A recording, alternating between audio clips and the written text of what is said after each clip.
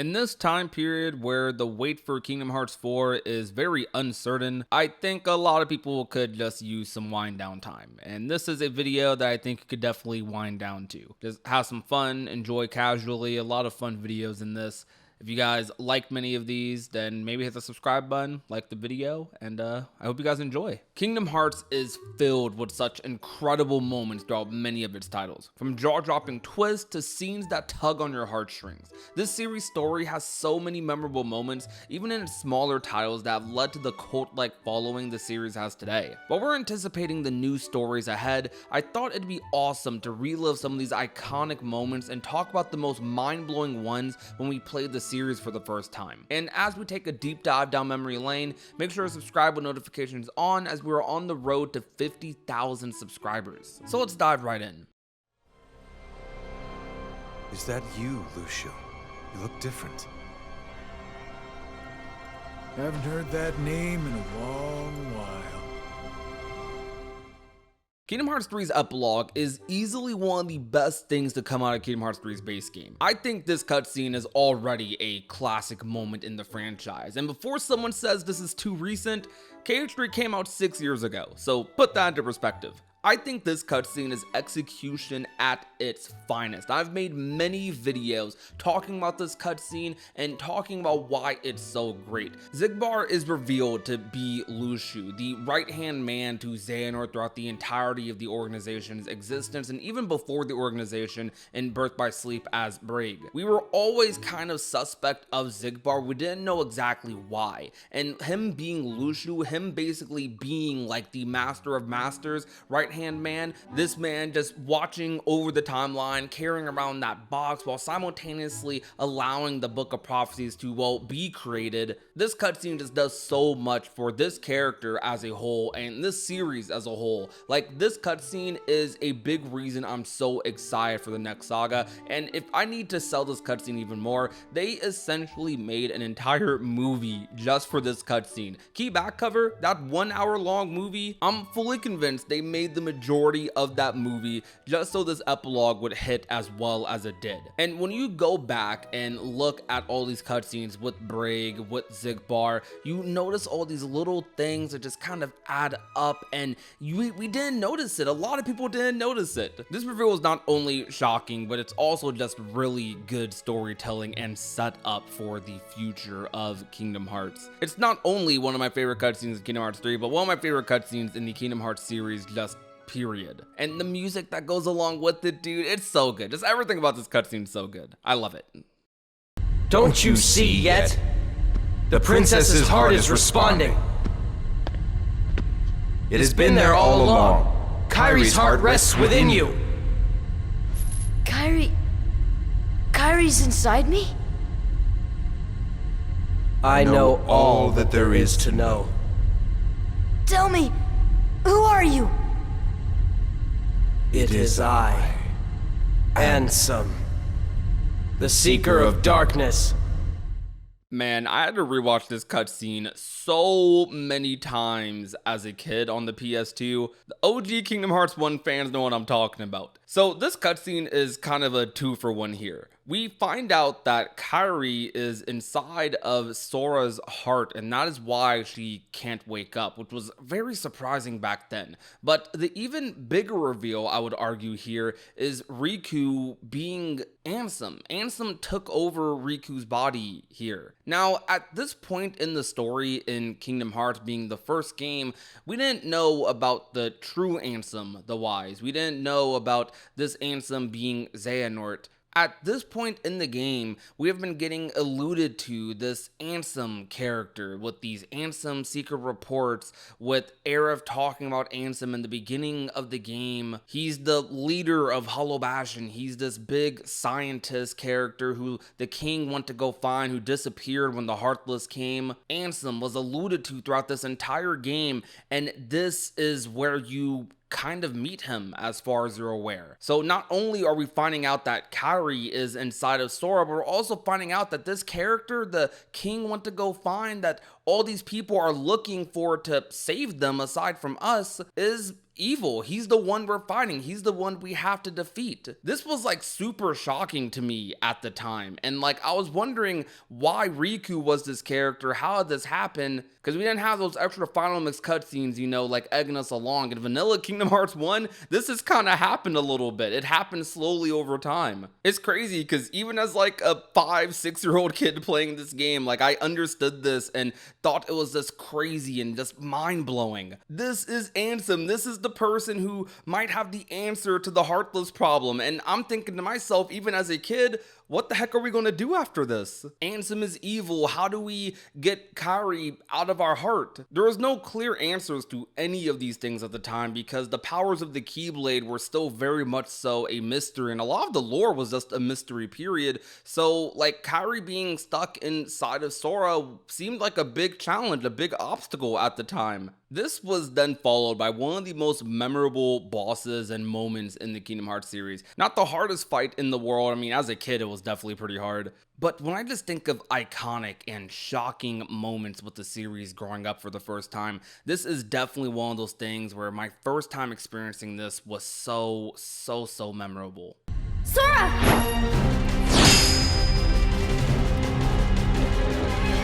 Forget it. There's no way you're taking Kairi's heart!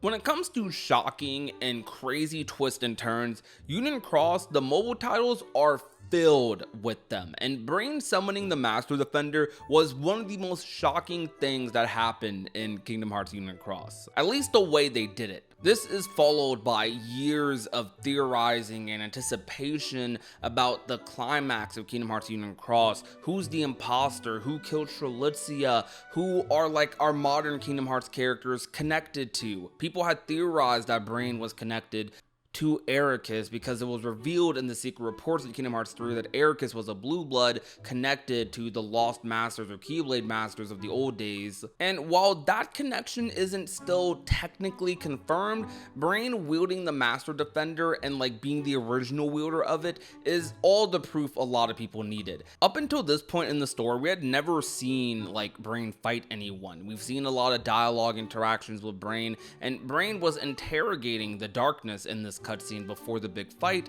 and then he's basically just like, okay, understood, and just summons in, is just ready to freaking fight for his life. And it's one of those things where it came just out of nowhere. It was so unexpected. It just happened. It was crazy. One of the most exciting parts about Kingdom Hearts Union Cross was trying to connect like this timeline to our current one and just seeing where things would like lead to one another. And this was one of those things that was super big and was a clear correlation. Like, we know how big of a deal that Keyblade is and what burden that like kind of brings upon the wielder. The wielder of the Master Defender is essentially seen as the protector of Land Departure, the protector of potentially Keyblades as a whole, since Ephemer wielding that Keyblade created Scarlet Kylum. That Keyblade has so much lineage, and probably as much lineage as No Name from what it seems. This is what was all going through people's heads because we knew how big of a deal it was for Brain to be having this Keyblade, to be the originator. I mean, shoot, this Keyblade was in Kingdom Hearts 3's first ever reveal announcement trailer. This Keyblade was a big deal, and Brain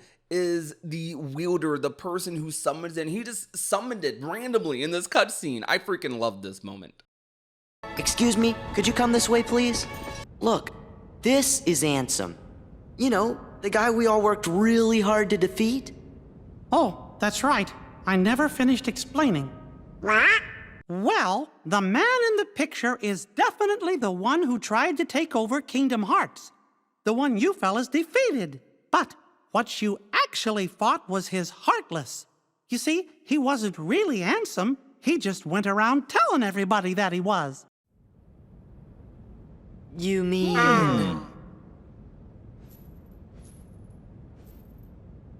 What? We went through all that trouble to defeat an imposter? Yup, a fake. But he still had to be stopped.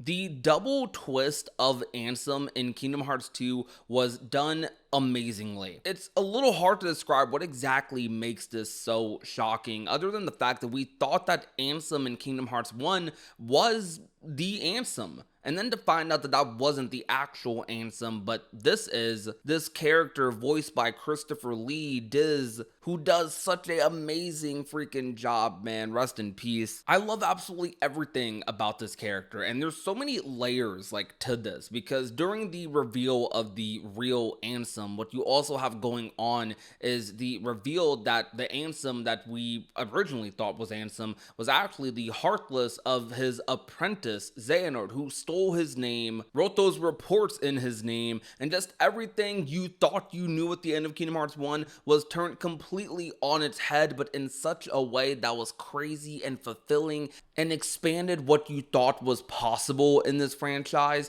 by a lot. Ansem the Wise, the real Ansem, had such a big impact on Kingdom Hearts 2, and this was just a shocking moment that I think benefited the series as a whole. Any world of yours would be an empire of ignorance. That is why you and your creation are destined to fall. Yes. This was where it started. At this point, I still had no idea that I was talking to myself. He cast away his bodily form just to set me on the appointed path. What do you mean? That is Xehanort, reduced to just a heart. The being you and your friends called Ansem. Whoa! This just might be one of the most divisive, shocking moments in the entire franchise, but shocking nonetheless. This is the big reveal of time travel in Kingdom Hearts. And on that note, I freaking love this. I loved this as a kid, dude. This was so, like, peak to me. I thought that Xehanort basically inventing time travel, to my knowledge at this point in the Kingdom Hearts series, just to mess with, like, every single part of everyone's lives, sold him so much to me as a villain and made me just want to take this man down, dude. I get goosebumps thinking back to playing this on my 3DS, like at night in my bed, watching these cutscenes for the first time and just being mind blown. Like, bro, this dude planned all of this. I even think the directing of like this cutscene was like amazing too, because you're with young Xehanort, like talking to you, taking you through all of this, each moment in Sora's life, and how like Xehanort benefited or how Xehanort accounted for these moments. And it's insane, dude. It's so crazy. And this is another 2-for-1 like earlier, where you also kind of find out here that Sora was being tracked the entire time. And all of this was leading him to this moment of being the perfect 13th vessel. They thought they could do it with Roxas, but no. Sora, you are the 13th vessel. You're the 13th Xehanort. Now, of course, that didn't end up happening, but that was such a crazy big moment, and it was such a big twist that Riku had to save the day after everything here. It was crazy, man. This whole finale to Dream Drop Distance was mind-blowing to me. This heart belongs again to darkness. All worlds begin in darkness, and also end. The heart is no different. Darkness sprouts within it. It grows, consumes it. Such is its nature. In the end, every heart returns to the darkness whence it came. This cutscene is goosebumps. Like, I don't think it was necessarily surprising that Terra got taken over by Xehanort. I mean, that was surprising to a degree, but it's the fact that after Terranort, like, came into existence, him doing the speech that Ansem did word for word in Kingdom Hearts 1 was absolutely crazy, man. The way they connected this moment to Kingdom Hearts 1, like something in my brain just clicked in 2010. Like, wait, this is like where it started. And then you pair this cutscene with what you would see later in Dream Drop Distance with the time travel stuff. Like, I know I'm overusing the word a little bit, but like mind-blowing is really just the best way to describe it for me. This cutscene, this moment is one of my favorites of all time in the Kingdom Hearts series.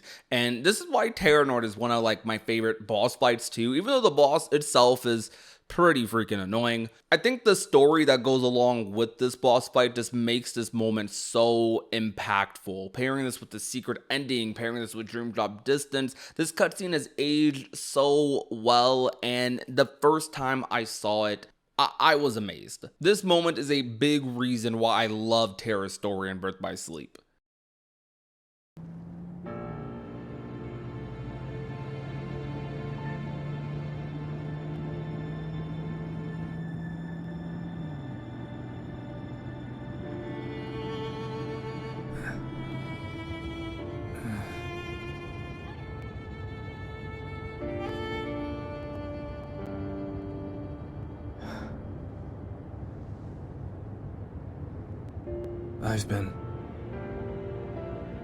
I've been having these weird thoughts lately.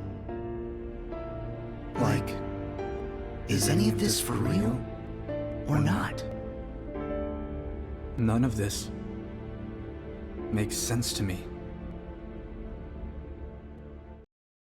When you first lose to Yozora, not only was it a surprise that we even got like a losing CGI cutscene, like that was insane, but as it slowly pans away from like Sora getting crystallized, like what the heck is happening to my boy here? But it pans from like Yozora in the final world to this cutscene that is so freaking familiar, man. If you have been around with the Square Enix fandom since like the 2000s, or even if you just know about all the lore and history that Final Fantasy 15 went through, Versus 13's most iconic trailer essentially just reanimated with Yozora. This is one of the most shocking things in Kingdom Hearts to ever happen, not only because of the direct Final Fantasy or Versus 13 correlation, but because like, what is he cooking here? There is absolutely no predictions about where this can possibly go, and that is the mystery of it, and that is one of the biggest selling points. We just know Yozora is in the place Noctis was in one of the most iconic like scenes, trailers for a video game of all time, redone as the final closing moments to end off Kingdom Hearts 3, Kingdom Hearts 3 Remind. It was awesome. Even if you're not the craziest Final Fantasy or Square Enix fan, this was a big moment. Like everyone who saw this knew just how impactful of a scene this was and what it could potentially mean for the future of Kingdom Hearts, Kingdom Hearts 4. We've still yet to see any sort of follow-up, any story like follow-ups to this scene. We just don't know. We have no idea, and that's part of what makes it so cool right now. It's going to be very exciting to see just what they take from Versus 13 or like the concepts of it and how they tie that into Yozora's story. Kingdom Hearts 4 involves Sora in it. It's going to be crazy. So those are 7 mind-blowing moments from Kingdom Hearts. I tried to include a decent variety of games here. There's some that were left out, but I would totally love to make another video like this because that's so much fun just talking about these moments and kind of going back into the past and thinking about what I was thinking when these scenes first came out, when I saw these for the very first time. Your first experience with a Kingdom Hearts game is really just something special, man. There's so many twists and turns, and I'm jealous of all those people getting to play the series for the first time via Steam or Epic Games or through the all-in-one collection. Like, those people are in for such a treat with this franchise. If you want me to make more videos like this, definitely leave a comment, tell me what your most shocking moment in the Kingdom Hearts franchise was, whether it was on this list or not. And if you're a really big fan of the channel, maybe consider supporting the Patreon. You know, it helps us out, buy groceries, buy food, buy $80 games. But seriously though, thank you so much for watching this video. I really appreciate you guys. My name is Prodigy, and remember to be nice, be safe, and to take care, everyone. We haven't seen Kingdom Hearts 4 in quite some time, but that doesn't mean we don't know anything about it. Okay, we mostly don't. Though we still did get some substantial information about the route Kingdom Hearts 4 will be taking from the director of the series himself. It's basically the only news we've gotten after the initial trailer reveal. There's a lot of information in this interview that could actually give context to why it's been so long since we've seen the game, along with giving more perspective and context on many popular discussions surrounding the next installment, about things such as if there will be Disney worlds in Kingdom Hearts 4, what type of world will this city be, details about Sora's day-to-day in this city, and the direction with Final Fantasy characters in the future. All of these things we got direct insight from the director of Kingdom Hearts on that we'll be covering throughout this video. Like with this first comment, which might just answer why we haven't seen Kingdom Hearts 4 in some time. We have heard that Kingdom Hearts 3 is being developed using Unreal Engine 5, and that the trailer was in Unreal Engine 4. Even though that was an older version, it still looks stunning. Yes, we are carrying on with development using Unreal Engine 5. By the next time you see Kingdom Hearts 4, it will most likely be already completely into the new engine. Kingdom Hearts 4's switch from Unreal Engine 4 to 5 is a likely reason for why we haven't seen much of the game up to this point. Of course, that only being one of many, as Square Enix is also prioritizing Final Fantasy VII Rebirth, which is coming in February. The next question will be in response to fans curious about the city of Shibuya in Kingdom Hearts, along with if this is connected to The World Ends With You, a franchise starring characters like Neku, who we saw in Kingdom Hearts Dream Drop Distance. Regarding Shibuya, we know that characters from The World Ends With You appear in Kingdom Hearts Dream Drop Distance, so is there any connection to that? No. I've noticed that some fans have speculated that the Shibuya in The World Ends With You, or that the world that Jack's friends come from in Strangers of Paradise, have some connection to Quadratum, but I'm not one person that can tell you that no, there is no connection to those at all. The director was quick to shut these theories down, quickly saying no to there being any connection between the two worlds as of right now. Nomura, shortly after Kingdom Hearts 3, in direct response to the secret ending movie, was asked a similar question pertaining to The World Ends With You and Kingdom Hearts, where he did also confirm that this wasn't the same Shibuya, but also did remind us that Sora promised he would meet Neku and the others in theirs. What you can interpret from this is that there are potential intentions to revisit The World Ends With You cast, but it's not directly involved in the current story. So if we met them, it would probably be a somewhat isolated world similar to other places in the series. But there's so much more this interview dives into about the next numbered installment. If you want to be in the know for everything Kingdom Hearts related, this is the place to be, so make sure to subscribe to the channel, and leave a like while you're at it too. Is the room where Sora wakes up also in Shibuya? That is Minami Aoyama in terms of location. However, the original location is different from the view from the balcony, so we will have the Osaka staff go there for location scouting later to make adjustments for the later revisions of the game. So it is set up to that extent? Yes, that's right. We have also specified the layout of the rooms, but the furniture and etc. has not been specified yet. So the interior will be changed. That room will be your base of operations in the early stages of the game. That is a fascinating way to say it. Base of operations. Most Kingdom Hearts fans would assume this room will be blocked to cutscenes or at most a save point similar to the usual spot in Twilight Town. Though with how the director went out of his way to mention details about the room and later adjustments, it makes me think they plan to do a little bit more with it. We'll be revisiting this topic soon, as the director gives a little more to go off of later into the interview. As for the next two questions, we talk about Verum Rex characters and whether they will appear in Kingdom Hearts 4. In Kingdom Hearts Melody of Memory, someone who knew Quadratum appeared. Will she appear in Kingdom Hearts 4? That is still a secret, I'm afraid. As I said at the event, there was a time when I was not sure whether I would choose to name this title Kingdom Hearts 4 or Verum Rex, but she is originally a character from Verum Rex, I'll say that much. To be frank with you, I was worried that Yozora wouldn't be well received, given that Japanese fans didn't sound very welcoming to his appearance in Kingdom Hearts 3, but I'm glad they proved me wrong. The hype for Verum Rex is certainly high. A lot of fans would guess that the Nameless Star is the same girl Yozora is trying to save in the Verum Rex cinematic. There's a lot of things to imply this, but Nomura's secrecy about her identity could tease that it's a character we haven't seen before. On the topic of Kingdom Hearts 4 nearly being called Verum Rex, however, I think the decision to make this another number title is telling, as in it made the project a lot bigger, likely. Though it's unsure whether this means if what was planned for Verum Rex will mix into Kingdom Hearts 4, or if Verum Rex is going to be a separate project entirely at a later point. one that many were expecting after Kingdom Hearts 3 Remind. What's the identity of the two black coats we see on the Kingdom Hearts 4 trailer? Sorry, but that's still a secret. However, what I can tell you is that alongside me, Akiko Ishibashi and Okamasuru will be helping write the scenario for Kingdom Hearts 4. Many assume that these characters in the black coats are the Master and Luxu, but we still wouldn't know why they're looking after Sora and Quadratum, so it makes sense for the secrecy if it is those characters, though the possibility always exists for them to be different characters, perhaps the foretellers in different outfits. The two new writers Nomura mentioned, however, have been involved in works like Final Fantasy XIII, Final Fantasy XV, and the World With You games, so it looks like we may be getting some writing styles from those titles in Kingdom Hearts 4.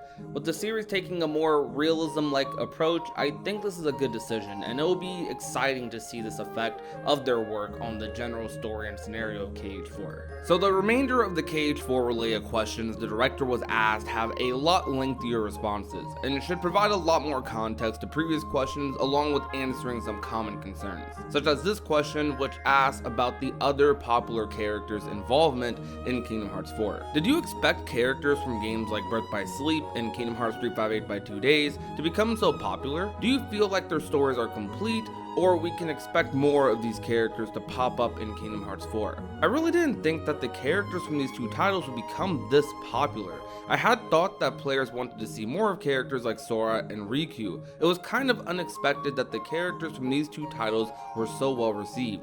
As far as including them or continuing their story in Kingdom Hearts 4, the story for Kingdom Hearts 4 is focused more on Sora's disappearance. I'm not quite sure if there will be room to really explore the other character stories as much, but I'm aware and the team is aware that these characters are very popular and people want to see more of them. So if possible, it would be great to include more of them or continue to share more of their story in future opportunities. Kingdom Hearts has a lot of main characters. The true ones are Sora and Riku, though there's multiple characters the series has that have carried their own games to sell millions of copies. Like the director said himself, he didn't even expect these characters to become this popular, but that is indeed the truth nowadays. Through these experiences, these characters have become increasingly popular with fan bases of their own, so while we would hope that there is room for these characters in future stories, if the series wants to sort of reset itself with this new arc and start from a new foundation leading once again with Sora and Riku,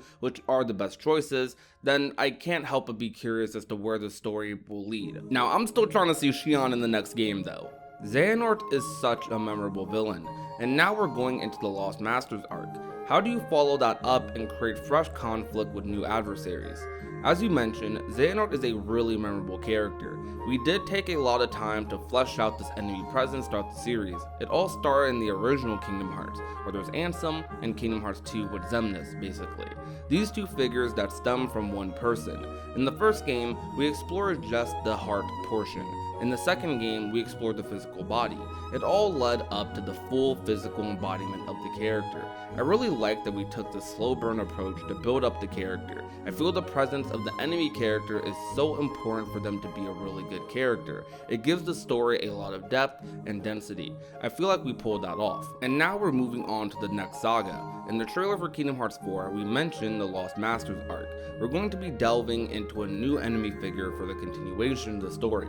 This new enemy has a lot to do with the masked characters that appear at the end of Kingdom Hearts 3.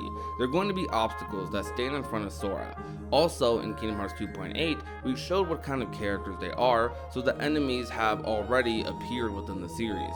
We'll be reintroducing them, and obviously, there will be more new characters as well, but we really can't go into detail on those characters just yet. The way Kingdom Hearts does its villains has always been something I admired. As we venture into the new saga with these masked characters called the Foretellers or the Lost Masters, I hope we can dive into some different aspects of the series. The series has covered a lot of black and white, but I would love to get into a gray story, getting into the more philosophical perspectives of light versus darkness, rather than just what it is. We've dived into this in part in select games, and especially the Key Saga, which these characters originate from, so I'm anticipating a lot of this in the coming arc. This next question is about if the Kingdom Hearts series will ever move beyond Sora. Do you feel it's important to keep Sora as the main protagonist, or do you ever see the series moving beyond him? As far as spin-offs go, we've had main characters that were not Sora, but in terms of the mainline series, I think Sora is actually the only real candidate for the main character. I think if Sora is no longer the main character, then it would also feel like that would indicate the end to the number titles. He's that important to the series. Look, Sora is simply that guy. Nothing else to say, he is him. But deep diving into the later segments of this interview about Kingdom Hearts 4, we're going to be answering some more popular questions and concerns about the future of the franchise. This very next question asked the director about Disney's role in the future of Kingdom Hearts, as there was very little in the Kingdom Hearts 4 reveal. We saw Donald and Goofy in the Kingdom Hearts 4 reveal, but one question a lot of fans have is how much will Disney still be integral to the series? With regards to Kingdom Hearts 4, players are definitely going to see a few Disney worlds in there. I just want to mention that they don't need to worry so much about this aspect of the game. It might feel slightly different from previous Kingdom Hearts titles, but once players have had a chance to play the game, I'm sure they'll be relieved to find that it is definitely a Kingdom Hearts title. It's the game series that they've come to know and love. As far as the graphic quality, since with each new title, the specs have been really increasing and there's so much more we can do in terms of graphics, it kind of limits the number of worlds that we can create in a sense. At this time, we're considering how to approach that, but there will be Disney worlds in Kingdom Hearts 4. This response can be seen as a follow-up to ease tensions, as the Kingdom Hearts community has had heated discussions about Disney's ongoing involvement in the franchise. Some are very welcoming to it, while some want the series to cover more mature themes and grow up with its audience. Regarding Kingdom Hearts 4's reveal, there was a lot of concern from parts of the fan base about the lack of Disney involvement in the franchise. He implies how there might be fewer Disney worlds in this title than the last, which would also make sense with Quadratum being a big part of this game. So it's good to spend a lot of time exploring this new world, which will be integral to future parts of the story. Another thing that is of major discussion when it comes to Kingdom Hearts titles is the gameplay. So the next couple questions talk about Kingdom Hearts 4 and some gameplay elements. When do you start working on ideas and planning for Kingdom Hearts 4, and what things did you know you wanted to incorporate early on? Whenever I'm working on a title, I'm already thinking about what I want to incorporate in the next one. For example, with Kingdom Hearts 4, I had already started thinking about what I wanted to do with it while making Kingdom Hearts 3. This is more in terms of characters, worlds, or gameplay systems I want to implement. Every time it's the same process. I'm constantly thinking of what to improve or change in the next title. For example, in Kingdom Hearts 2, we introduced reaction commands. I felt like fans didn't take to it well, and it wasn't that popular. So in Kingdom Hearts 3, we took that system out, but then fans said, why do you take it out? So now we're considering bringing it back in Kingdom Hearts 4. The challenge is with the action gameplay. It's hard to execute the satisfying action moves when the footing isn't very secure. That's something we're working on and hoping we can realize as an aspect of gameplay in Kingdom Hearts 4. This comment about reaction commands, which we see return in Kingdom Hearts 4's reveal, took some people by surprise. Although it is true, reaction commands weren't super well received until much later on, around the time the PS3 remasters were released for Kingdom Hearts 2. Kingdom Hearts very commonly changes its gameplay style, whether it be with different types of command decks, card battle systems, or the most popular command menu seen in Kingdom Hearts 1, 2, and 3, and now Kingdom Hearts 4. This version of the command menu will likely come with a lot of new gameplay mechanics and systems that probably mix old ones as well. Whatever route they go with the combat, let's just hope it's fun for everyone like previous entries have been. Will we be spending a lot of time in Quadratum? Does having a more realistic setting give you bigger opportunities to try new things with the gameplay? I think it will be a pretty good amount of time since it is set as the initial base within the game. You spend time there and then you go to different worlds and then go back there. Because the graphics are more realistic this time around, I feel like there's more of a realistic daily life aspect to Sora's life. You can see him go in and out of his room and spend some time there. I feel like players will get to see more of the day-to-day routines he goes through. As far as worlds go, in the past we've featured a lot of Disney worlds, and among those, the most realistic one was probably Pirates of the Caribbean. This time around, we're spending some time in the actual real world. This was a challenge we had for ourselves, just to see how realistic can we make this, and that's something that we're working on right now. For now, we can't really dive into any further details than that. The use of the wordage day to day draws similarities to Roxas' summer vacation in the prologue to Kingdom Hearts 2, which we mentioned a bit earlier. If Kingdom Hearts 4 is going this route with its prologue, or perhaps the game as a whole, this is very exciting, since a lot of fans are fond of the Roxas prologue, as it is a major part of what made Roxas a fan favorite. We may actually get to experience more city-like things with Sora, getting to truly see what his life is like as a normal kid, rather than the savior of all the world's light. At least for a bit. This is one of the aspects many people are excited about with Kingdom Hearts 4. Just seeing Sora in a more realistic setting altogether. Now, this next question was a very hot debate with Kingdom Hearts 3, and that was the involvement of Final Fantasy characters being completely absent from the base game until a year later with the DLC. Let's hear what the director's thoughts are on that. Fans have been very concerned about the lack of Final Fantasy characters in newer entries.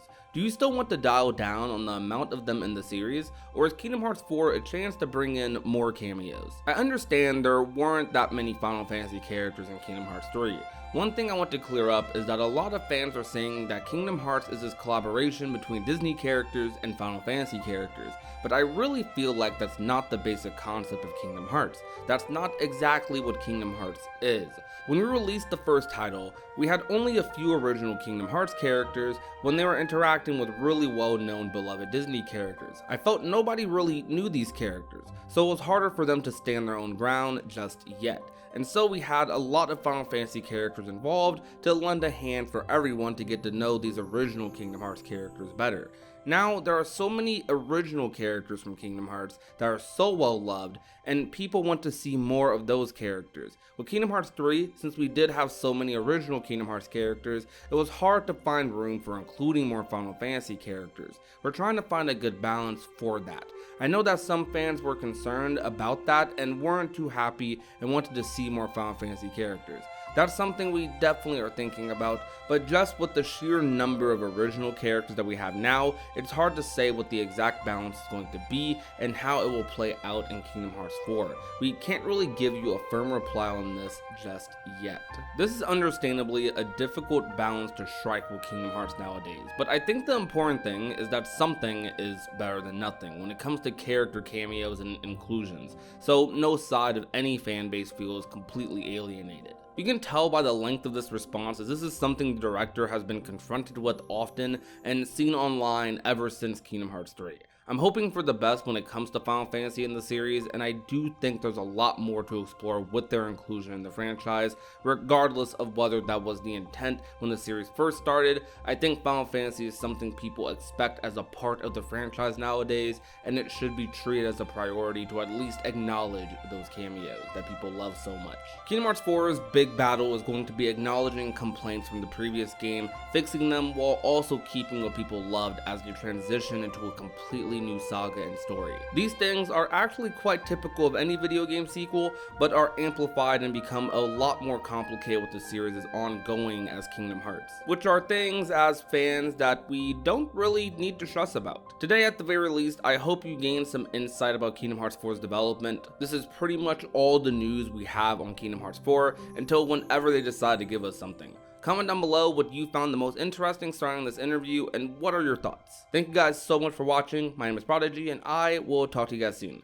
Peace out, you guys. Bye. Kingdom Hearts 4 has the chance to have the best world selection ever. With massive buzz around the inclusion of Star Wars and more recent Disney and Pixar properties, the potential the next Kingdom Hearts game has for its levels is huge. This is a big opportunity for Disney and developer Square Enix to push the needle for what Kingdom Hearts is capable of, and maybe finally include some requested fan favorites along the way. And talking about some of those fan favorites, one of the most wanted worlds in the franchise is the vibrant galaxy of Treasure Planet, a world that has been heavily requested since the movie's huge spark in popularity in the mid-2010s. This was one of the most requested worlds online during Kingdom Hearts 3's development, but it happened a little too late yet to make the cut. This time, however, the potential for a space adventure like never before fills Kingdom Hearts fans with exciting possibilities for an inclusion of this post-Renaissance film that many would say was underappreciated at the time. Treasure Planet, even to this day, is one of Walt Disney's most stunning animation projects. The entire movie is wallpaper material from a visual standpoint. This story about Jim Hawkins chasing his dreams and traversing the Ethereum to find Treasure Planet with a cast of characters all based on an original story called Treasure Island could fit Kingdom Hearts so well. What makes Treasure Planet such a fascinating concept for a Kingdom Hearts world really just comes down to the gorgeous and adventurous setting the story offers. I mean, tell me you wouldn't love to travel around on the solar surfer Jim has. Maybe our Keyblade could transform into something similar. We do have Keyblade gliders in the series, although Sora hasn't figured out how to do that just yet. Perhaps Jim could be the one to spark some of that inspiration within our main character. Sora has been on pirate-like adventures in the Kingdom Hearts universe before with Pirates of the Caribbean, but with Kingdom Hearts 4 taking place in a parallel universe in part, it makes a great opportunity to see what the world of space pirates could entail. Sora knows all about exploring the stars and the vast reaches of the galaxy, but there's a galaxy far, far away he's yet to visit. Star Wars is easily one of the most requested and at the same time controversial worlds wanted in the Kingdom Hearts franchise. Many, including myself, would say this world is borderline confirmed for a Kingdom Hearts 4 appearance, with what looks extremely similar to Endor and an AT-ST foot appearing in B-roll for Kingdom Hearts 4's announcement trailer. Not every Kingdom Hearts fan realizes this, but Kingdom Hearts and Star Wars actually have a lot in common with each other. The way Kingdom Hearts uses hearts as a center point of power and analogies made with light and darkness are extremely similar to how the Force is used throughout the galaxy. It's a power all-encompassing, whose potential completely lies with the person's connection to that power. You can even compare Jedi and Keyblade wielders, and how they are only strong based on their connection to the heart or the light and dark side of the Force. Aside from that, Star Wars would just make a really sick world. Lightsaber Keyblades, a Darth Vader or Emperor Palpatine boss fight, this world would be the biggest inclusion in Kingdom Hearts by far, giving the series an insane amount of exposure. To a degree, it'd be silly for them not to take this opportunity. Not to mention the score and what Yoko Shimomura could do with inspiration from a Star Wars soundtrack. Just imagining a new rendition of Duel of Fates with lightsaber Keyblades and an amazing boss fight going on, it just sounds epic. Also, as someone who has Star Wars as one of their favorite franchises, seeing Luke Skywalker and Sora on the same screen would probably make me melt instantly. If what's been suggested is true and Star Wars does make it to Kingdom Hearts 4 based on what was in the announcement trailer, it looks like we'll be in the movie Return of the Jedi, which is a little odd, showing up at the tail end of the original trilogy. However, if you've been following Star Wars, this isn't all bad, because we've seen the plot of A New Hope done way too many times in so many iterations of Star Wars stories, so starting with Return of the Jedi may actually be refreshing. Even if you're not a fan of the idea of Star Wars and Kingdom Hearts for any reason, these two franchises blending and having a crossover would be iconic. Though, speaking of exploring the galaxy, someone has to figure out how to make it off their island first. Moana is one of the most wanted Kingdom Hearts worlds, and may actually be the leading Disney animation to make an appearance in the next number title. If the movie came out 2 years earlier, it likely would have been a shoo-in for Kingdom Hearts 3, just based on its popularity alone. But because of that, it might even be more likely for Kingdom Hearts 4. After the blockbuster hit that was Frozen, this movie did not disappoint, and many may like it even more. Personally, this is tied for my favorite Disney movie. Kingdom Hearts loves selecting its worlds based on plot lines and themes within the games, and a common plot line is the Princesses of Heart, which during Kingdom Hearts 3 we only found out the identities of 4 of them, being Kairi, Rapunzel, with Anna, and Elsa. If you follow the story of Kingdom Hearts, you'd know there's supposed to be 7 Princesses of Heart, which leaves 3 to still be discovered, which in terms of the new age of Disney animations and their popularity, it would be bizarre if Moana wasn't one of them. Even aside from that plot point, the story of Moana shares some similarities with that of Kingdom Hearts as well, more specifically the beginning events of Kingdom Hearts 1. Moana dreams of exploring the world outside of her island and traversing the vast ocean that is very dangerous but still calls to her. She even has her own makeshift raft like the kids on Destiny Island did. Exploring the story of Moana is an opportunity for our characters to reflect on their journey and realize just how far they've come since they got off of Destiny Islands, but also remind them of when things were a lot more simple and clean. Okay, but the boss fights would actually be crazy. Fighting Taka and Tamatoa has potential to be a lot of fun. This would be another Kingdom Hearts world where we can explore the ocean and sail the seas. Only doubt I have about Moana and Kingdom Hearts is if there's enough room on that boat. But otherwise, it's definitely a dream world for many into the series. One of my dreams is to take this channel as far as I possibly can, and to do that, I need you guys. If you're enjoying the video so far, remember to leave a like and hit that subscribe button as we transition into the next world. I did say Moana was tied for my favorite Disney movie, right? Encanto is a movie that took the world by storm, but only after a mediocre box office performance. It will release on Disney Plus, and less than a week later, everyone was talking about Bruno. Encanto was a phenomenon, primarily because of its stellar soundtrack, but also because the film was just fresh and had one of the most authentic Disney stories in years.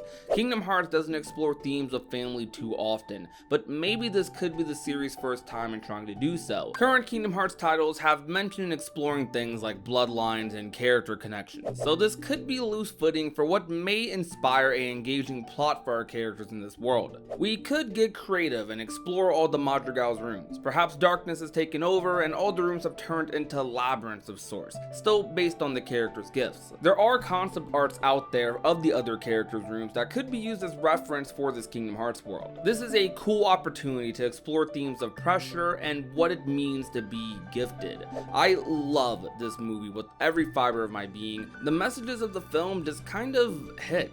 This world would be just a huge treat as a big Encanto fan. The music would be great, and I think the messages and themes of the film could benefit whoever visits it. We created a over 20-minute video talking about the possibilities for an Encanto world in Kingdom Hearts a couple of years ago, so if you want more insight into some of those ideas, like who would visit the world, what exactly that story could be like, I'll provide a link in the description you could check out the end of this video. But you might want to stick around because we have a lot more worlds we're going to be covering. Like this world, which is actually a returning one that, based on the Kingdom Hearts 4 trailer as well, might be more likely to make the cut. That world being Olympus Coliseum, which is a staple in the Kingdom Hearts series. Most Kingdom Hearts titles have this as a world and everyone loves it. Sora and Hercules have genuinely developed an amazing friendship, and the director of Kingdom Hearts loves characters from the film like Hades, so I'm sure any chance he has to use this world at all, he will, which we might have just seen at the end of the Kingdom Hearts 4 trailer. A lot of people assume this blue fire turning red is a clear call out to Hades in Kingdom Hearts 4, as Dawn and Goofy explore the dark underworld to maybe find clues of Sora's whereabouts. A very similar thing happened in a Kingdom Hearts mobile game called Kingdom Hearts Dark Road, where characters used the underworld to contact others. Olympus in Kingdom Hearts 3 was an amazing world, but the only thing it was missing was a staple Coliseum style tournament like other entries have. So if the world returns in Kingdom Hearts 4, outside of just cutscenes, we hope it has that tournament mode. This world returning would be a great opportunity to explore the underworld again, since we haven't done that since Kingdom Hearts 2. However, more or less, Olympus is always a welcome addition to any Kingdom Hearts world list. Plus, Phil hasn't dubbed Sora a true hero just yet. But speaking of characters who could help him down that path, Marvel Comics has made its way into the Kingdom Hearts world discussions. Now, we technically have had a Marvel property in Kingdom Hearts before, though a very Disney-fied Marvel property in Big Hero 6. While Kingdom Hearts 3 was in development, many are very aware of what took over the theaters every couple of months. The Marvel Cinematic Universe was at its peak, and along with it, just anything Marvel touched during the stretch leading up to Avengers Endgame in 2019 printed money. Although the general hype for Marvel movies has died down quite a lot over the past 5 years, I think Kingdom Hearts could still benefit from its inclusion, though it likely wouldn't be the MCU Marvel many have come to be more familiar with, but rather something more based off of the comics directly, or perhaps a different interpretation of the universe altogether. Whether it be with the Avengers or Spider-Man, Sora mixing it up with this group of insanely strong heroes, would be like a dream come true for any fans of both out there. In terms of how a universe as vast as Marvel would work in Kingdom Hearts, the best route to potentially go would be something similar to Winnie the Pooh, where we travel into a book. In this case, we travel into Marvel Comics. Sora is in the real world in Kingdom Hearts 4, and they probably have some Avengers comics lying around. So maybe it prompts Sora to take a peek and have a adventure inside. My hero choice would definitely be Spider-Man, as I think Sora and Spider-Man probably share the most similarities in terms of personality, and they would just gel amazing together, like how Spider-Man gels well with pretty much anyone. But with rights regarding Sony and PlayStation, I have no clue if that's a genuine possibility, but maybe they could work something out. Another world that's pretty well requested is Princess and the Frog. A dying breed of 2D animated movies from Disney, this movie is special to many, and while the story in particular isn't unique, it's brimming with culture and ambition. Tiana has a good shot at being a Princess of Heart in Kingdom Hearts 4, and it might make her world more likely to appear in the grand scheme of things. This movie is fun and has great music, a reminder of the charm 2D animated Disney films once had before the company would primarily move to doing CG. The story of Tiana fighting so hard to get her own restaurant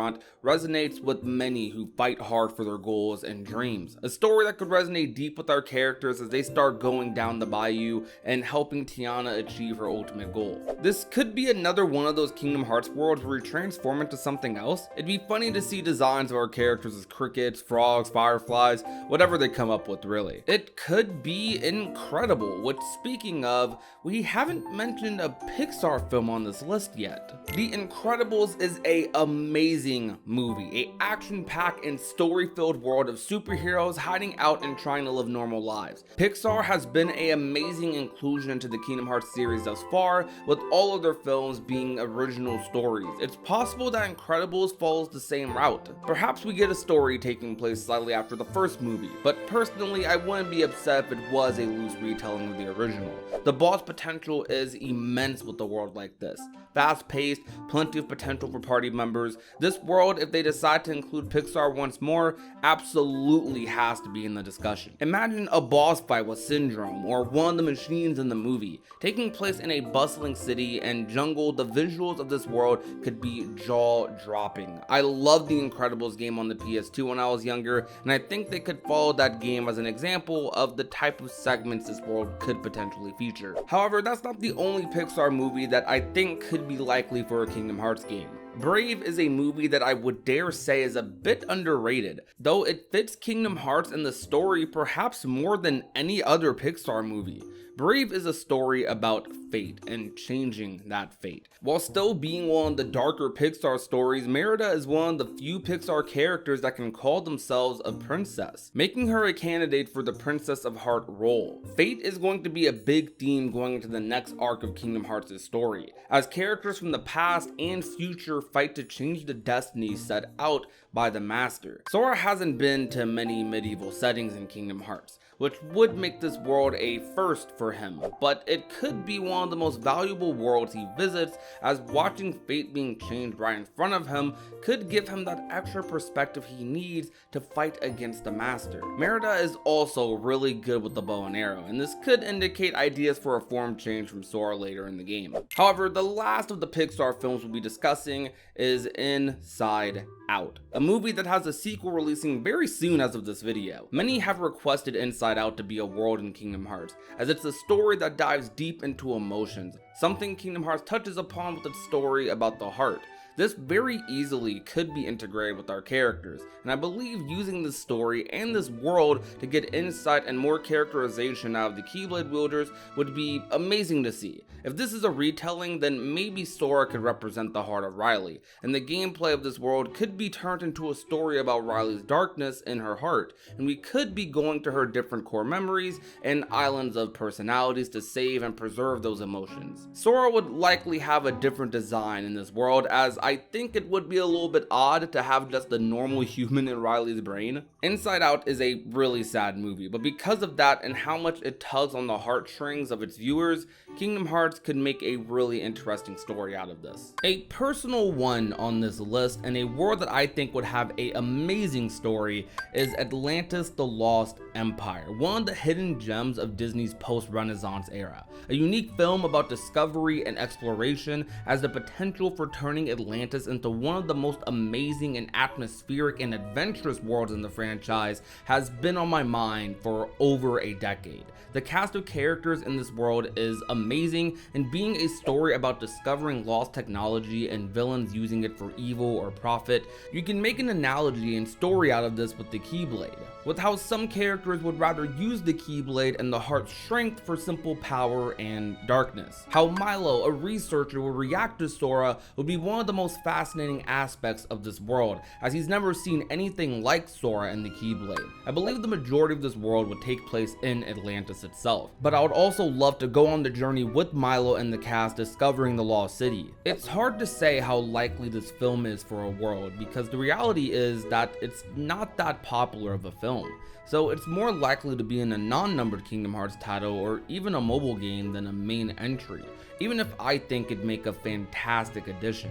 Maybe one day. But we've been through a lot of worlds, so tell me, what are some worlds you'd like to see in the Kingdom Hearts franchise? I cannot wait to see what they announce for Kingdom Hearts 4, and it will be interesting to see how many from this list make it into the game. We also have a Patreon that supports the channel and helps videos like this get made that you can check out below. Thank you so much for watching. Peace out to you guys. Bye. Kingdom Hearts at Disney parks will be a dream come true, and it's actually possible to happen in the future. Over the last couple of years, Kingdom Hearts has slowly been easing its way into more Disney products and even small representations at their theme parks scattered around the world. Now, we have not gotten to the point where we have something a lot more permanent or lasting, like a themed area, ride, or attraction.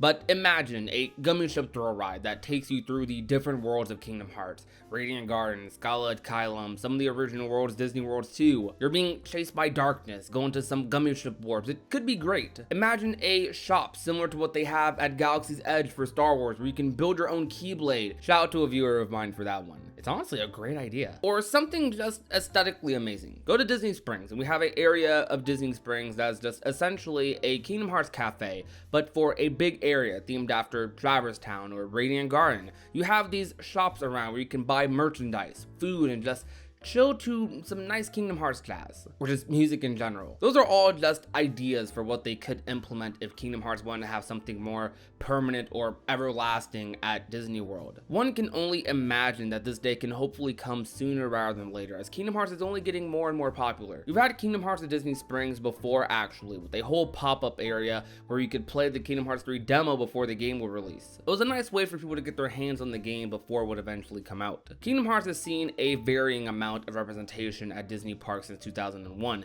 a decent bit being fairly recent, though it is similar to the same loop of things as far as the main parks are concerned. Small but cool things like Ming Don and Goofy and Mickey in their Kingdom Hearts attires, one of these being recently in September of 2022. Now, we have gotten more merchandise over the years, though while it can still be a search to find Kingdom Hearts products represented at Disney parks, I wouldn't go as far as to say it's a rarity anymore. I know you can buy some Kingdom Hearts stuff here and there at certain stores in Disney World, Disneyland, and Tokyo Disney, things like magic bands, small pens, and I've heard that you can buy action figures somewhere. I'm not too sure on that one. I don't know if it's something consistent, so it was hard for me to confirm myself, but Disney does tend to switch and swap around their merchandise very often at the parks, so if at some point over the past 20 years Kingdom Hearts happened to be swapped in with something for a short period, that wouldn't be unlikely. So as you can see in here, as far as Kingdom Hearts representation at Disney parks goes, while I would say it isn't a rare thing to see something, we are still struggling. Though, like I said, I still have hope it will happen. While showing off more Kingdom Hearts in the parks would be great,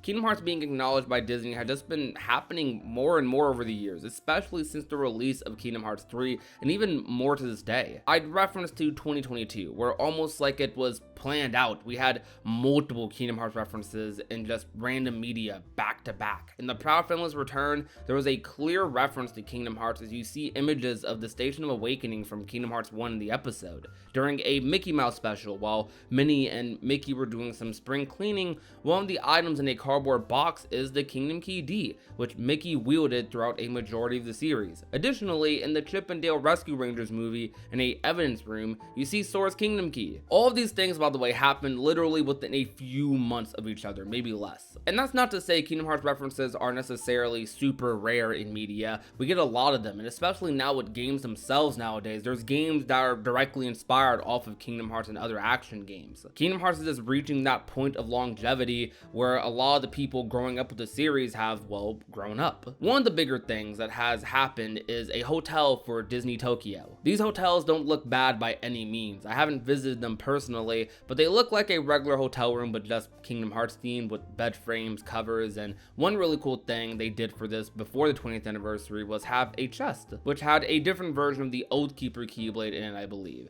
This was going along with the Oblivion Keyblade that you would also use to open your room, which was really sweet. Now, an easy excuse for this, of course, is that Kingdom Hearts had its 20th anniversary last year. Of course, the series will be celebrated and get represented more, but this means that Kingdom Hearts is over 20 years old as a franchise. A lot of people working and animating for Disney that are coming in are young, and it's very likely and proven that some of them just happen to be Kingdom Hearts fans. Similar, like I said earlier, with how people are being inspired by Kingdom Hearts who are now creating things and making things of their own. Though this is precisely why I think eventually down the road we do get something more lasting for Kingdom Hearts at a Disney park. Eventually, more and more of these people who are fans of Kingdom Hearts, who are fans of the franchise that grew up with it, maybe ease Kingdom Hearts into there. This franchise has accomplished a lot over the past 20 years. There's a reason it's still around today. That on top of the series that's naturally growing and more cameos like these happening, which maybe expand into possible shows or just more things that spread Kingdom Hearts in general.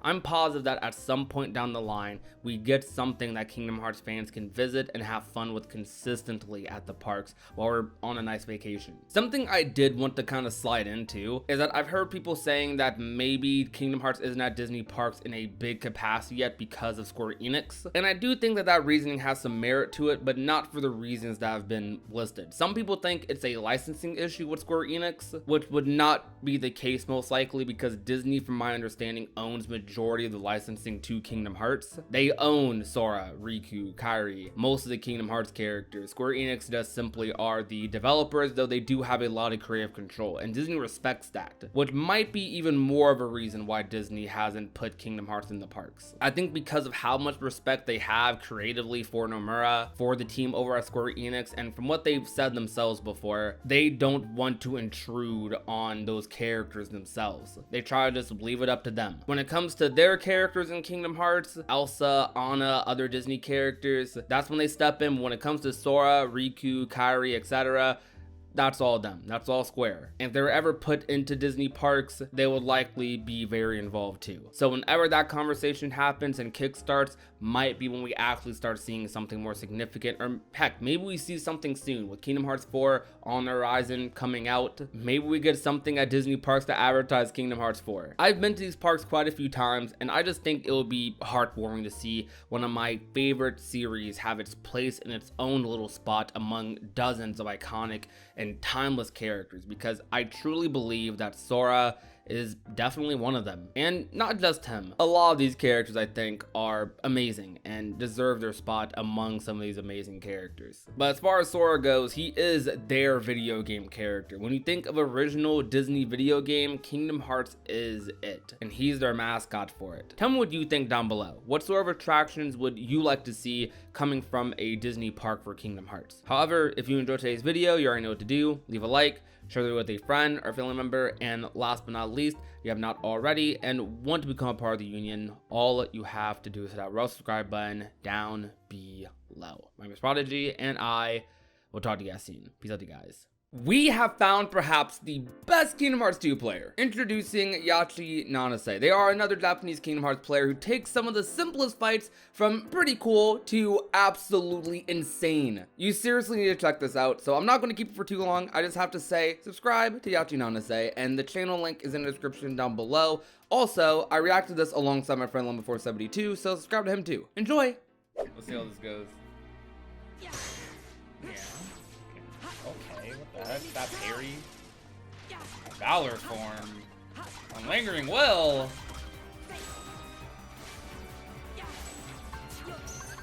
Oh my god. Goofy. The walk? Okay, wait. Ooh.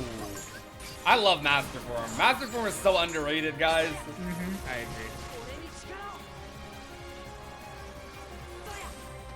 Is this on level 1? Yeah. Yeah, okay. I can tell by the damage. Oh my gosh, dude, that is so cool, the fire!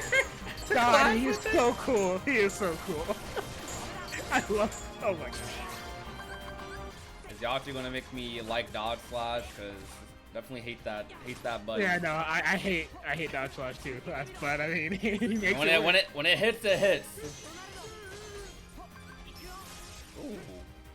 I don't know, just all their movements like are just fluid. Like all these little micro movements they're doing. What the heck? Oh, wait, did that actually? Hold up, what? Nah, I think he used reflect. I'm pretty that sure. Okay. I was about to say, there's no shot magnet reflects that. I was thinking, like, did he get stalled by the magnet? Because, like, that's what it looked like.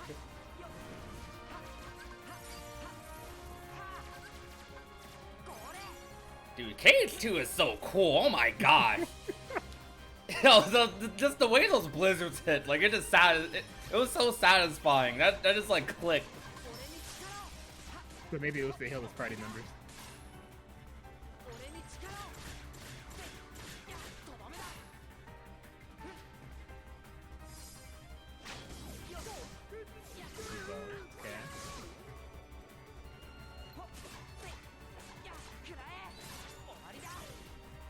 Goodness, we're only halfway through the fight. They've done so much, so many forms. I think they cycled through almost all of them already, except Final Form.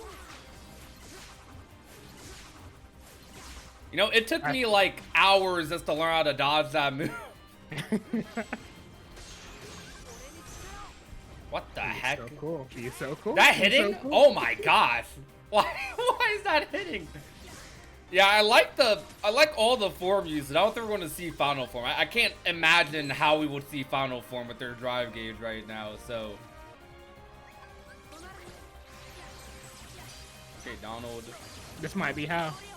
You can build a lot of drive here. Oh. You're right, they are building that junk up. What the heck? Yo, this is kind of genius. As long as he makes contact, he can drive back. He can, you know, build up his drive bar. Shout out to Donald. That was kind of... Alright, that DM sequence was kind of insane.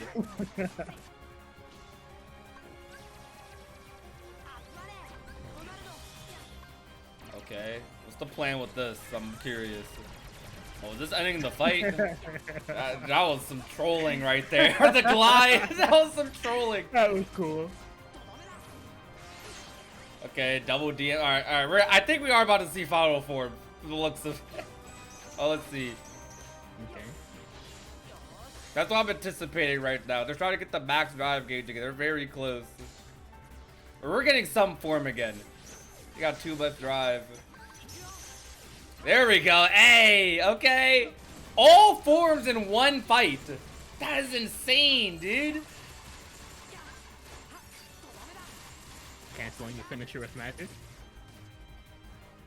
Okay, pausing. Oh my gosh, dude. Every form, I don't know if I've ever seen somebody do that. Every form in one fight. That is crazy. At least not with my own eyes. That is insane. What? That was the first time I saw that too, yeah. Oh my gosh. This player taking no damage. You're right. It's crazy because they're doing so much like saucy stuff. Like I'm not even thinking to myself, and they no damage. That's just like the +1 to all of that.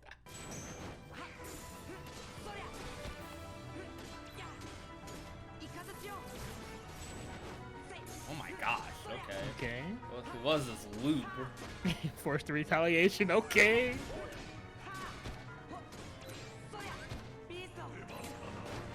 Yo. Okay. What the heck was that spin? Was that? Oh my gosh. Was that? Wait. Does he? So he has to take sword to the center before he throws. I didn't even. Oh, anti-form. Okay. Yeah. Okay. Wait. Anti-form strat. Guaranteed anti-form? Oh, he okay! Okay. It was funny. Alright, I'll give it up. Kinda goofy. I love it. His way is getting juggled. He got that dog.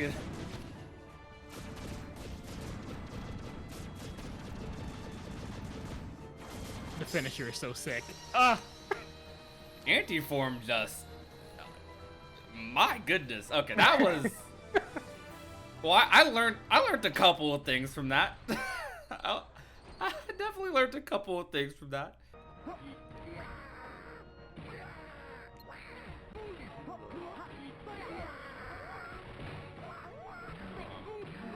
Okay. Is he juggling him with the other Pete? I think so. What the heck?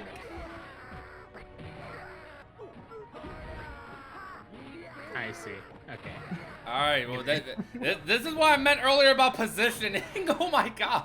These sound effects are, something.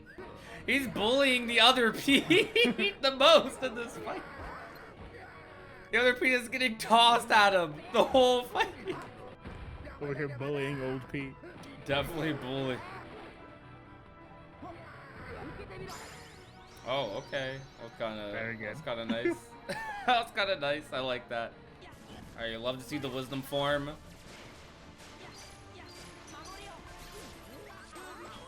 Wait, did that reflect hit? What? Did it hit because of the limit? Wait, I'm sorry, I keep replaying that. He did that reflected. It had to have been because, no, because he didn't even do the limit yet. What the? I don't understand. Is that a bug? Guess, maybe that's how the move worked. Nah, there's no way. Was that a bug? How did that hit? And that's a classic, finishing them with Trinity. Mm-hmm. Do different levels of reflect act differently? I guess.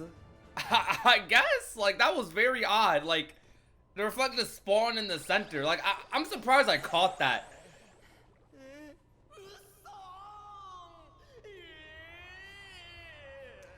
JP Tevix is so mad.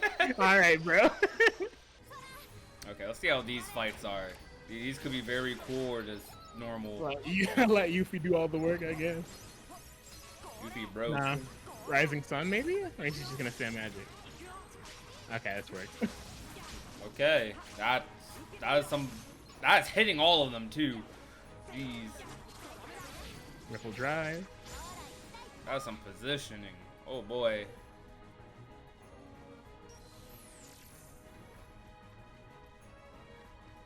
Okay, we start with limit form going to the next fight.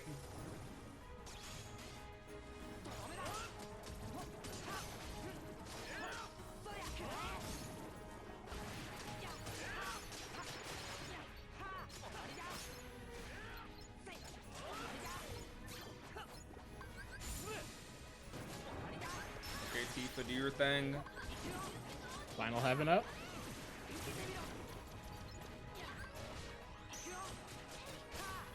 Nice.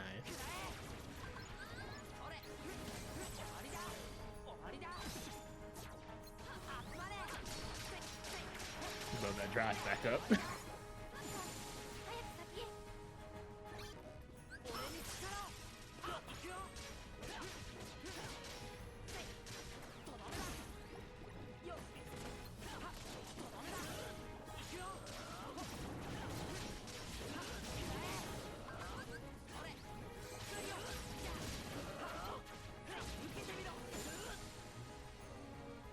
Okay. You know, I just noticed were they trying to be like, I just noticed they use like each limit for each fight. You know what? That's okay. That's pretty cool. To be honest, oh. Is he trying to get Mickey? Definitely trying to get Mickey. That was unexpected. I was like, oh. What's he doing with Mickey? I hate Mickey and Cage too. I'm not gonna lie to you. I do too, but you know, he's here, I guess. Mickey feels worse than any other Cage combat system. I'm not gonna hold. Nah, I agree. Okay, hold up. The way he took out those clones was kind of clean.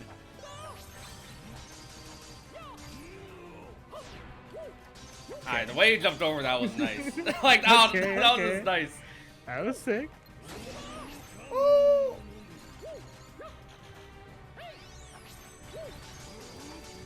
They sat down and learned how to play Mickey for this fight. Oh my goodness. Oh, okay. What a sick. That was so cool. Just flexing on Throne 7ness. The blizzard to push you back out of the way of the lances. Okay, I see you. Oh my gosh. Yo, this is so cool. Guys, Kingdom Hearts is cool. Did you know that? Nice. Final Form has so many parry frames.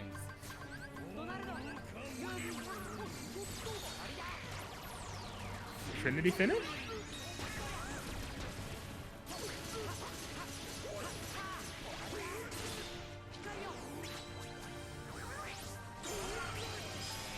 Sora said that throne you sit on is temporary. Sora's the coolest. Oh my god.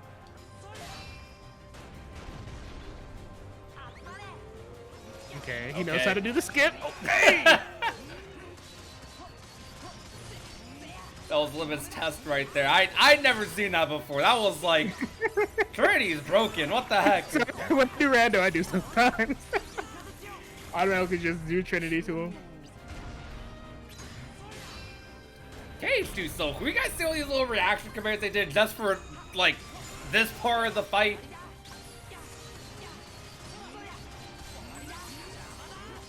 Okay, session. That Japanese Riku quote hit. Oh my god, they were so cool. Session is one of the coolest things in Kingdom Hearts period. Mm-hmm. Using Oathkeeper is so thematic. It is. A little part of Kairi in the fight. Oh, okay, hold on. that cancels the Vine reaction command. Very cool. This player is Yachi Nanase. We just missed. Oh my goodness. That's some knowledge right there. I need to see him aerial dodge the lasers, at least one.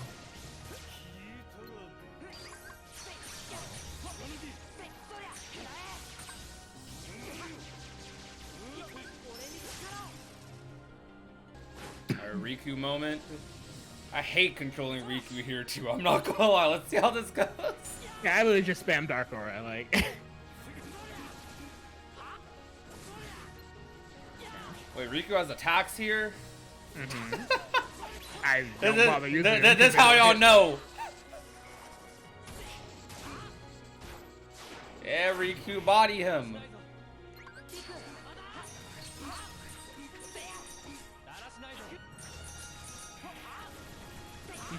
Probably gonna do the dome, I think.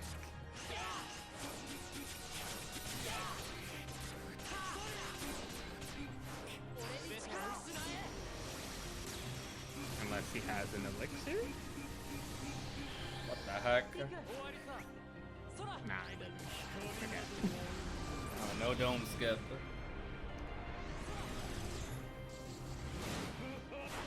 It's alright, we like the dome anyways. Dome is cool. It's very cool.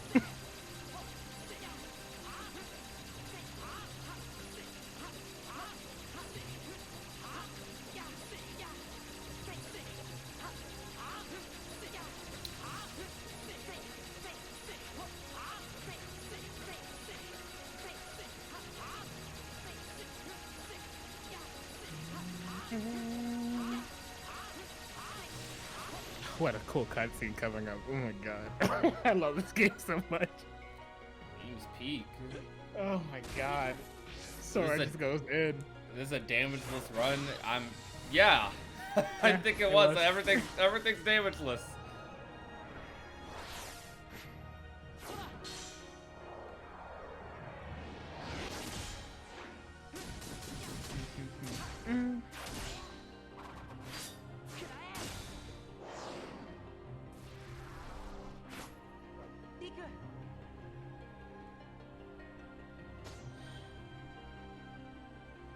First the dome was struggling to match FC Triangle. We all tried way harder than we actually had to during the dome when we were young. But that's what made it cool. Yes, sir. The cool way. Free. Oh my goodness.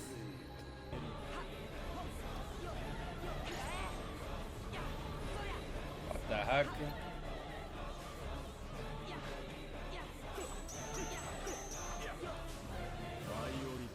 They're kind of like all this anticipation. Oh my god. Oh, okay. What the heck? Yeah, I forgot the last one tracked. Okay. I didn't know that actually. I straight up just, I'm gonna be honest. I never use Strike Raid like that. Yeah, most people don't. It's like you either use ours or you use Ragnarok. There's no between. Yeah. Oh my gosh. Look at this. Look at how like high they went.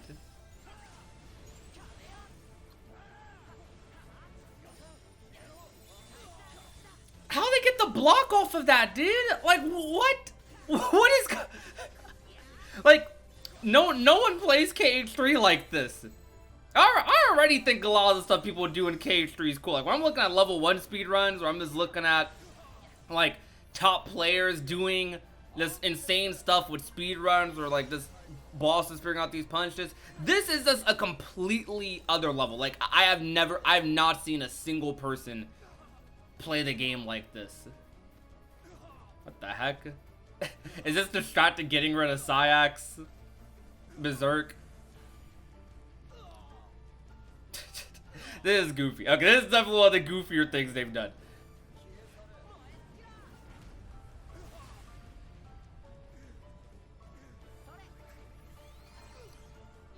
The staggering. That is BM in the middle of the combo too.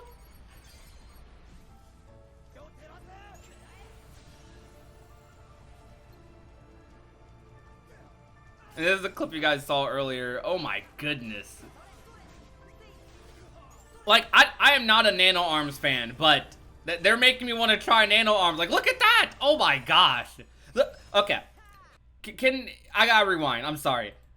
Look at how fluid everything from, like, here on is. Like, does an arrow, walks in front because he knows that, like, Syax's about to do this move.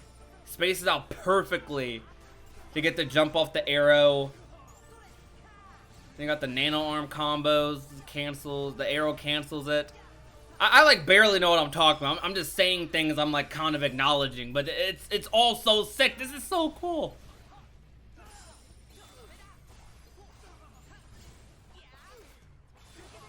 That's the little movements too.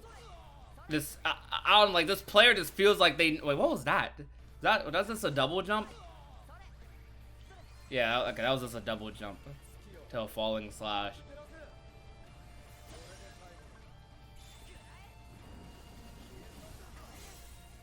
Oh my gosh. That's actually a pretty smart way to punish that too. Like if you don't want to go for like the in front of him block.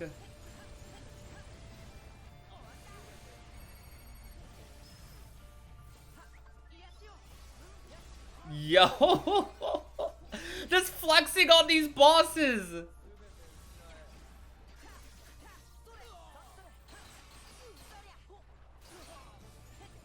How they know that was gonna pop them up like that? Like what the heck? Like I feel like I would be scared and I would just keep mashing here or something. But look at that. Like they do the ground break because you can actually do ground breaker and rising spiral and stuff while in double form. And they knew the double form would just hit. They knew the rising spiral from double form would just hit here. Like, it... Hold on, I gotta go frame by frame. This Sora's hitboxes are insane. What is this hitbox? This is Syax getting hit here on this frame. What is this? Oh my gosh, Sora, I need you to have these hitboxes in Smash, please.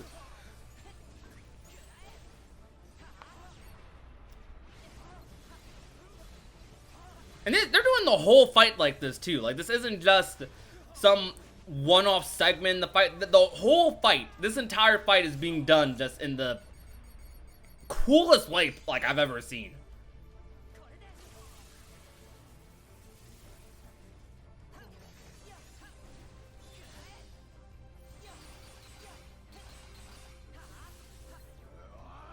I gotta see how they finish it, because they usually finish their fights in a sick way.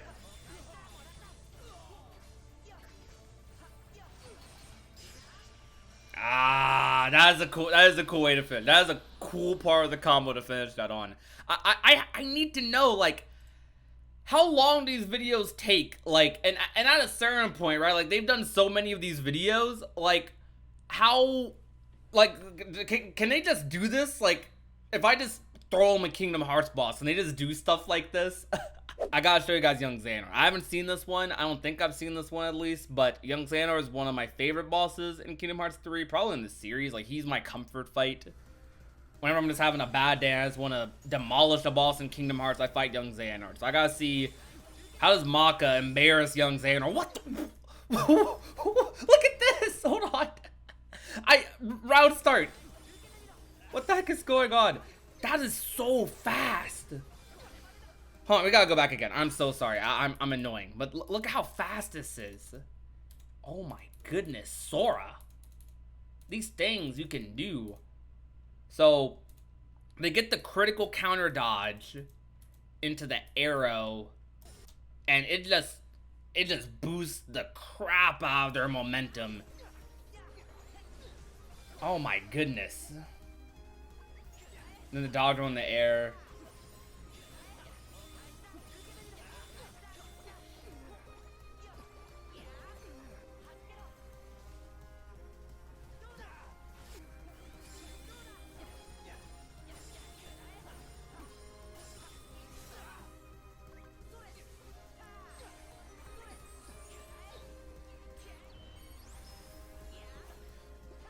Oh my gosh! The Sonic Cleave, dude! What the heck was that? That is so sick! That is so... Okay, I gotta see that sequence again. Like, it was kind of a long sequence, but like, it was so cool. Combo starts here, we got the thunder, first two hits ever after. The arrow to the finisher, cancel it with the Sonic Blade. Or Sonic, that's what I'm saying, Sonic Blade, Sonic Slash. Oh my gosh. I love Ever After. Ever After is such a cool Keyblade.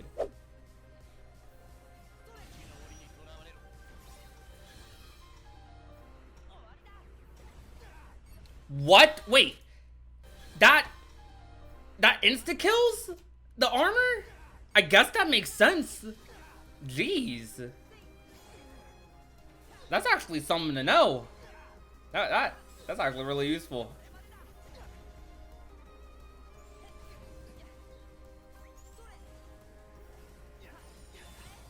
Okay, what arrow trick do I do here? The arrow stuff is like the coolest. That is so saucy. I love it. I love it so much. It's so sick. I love seeing Kingdom Hearts played like this.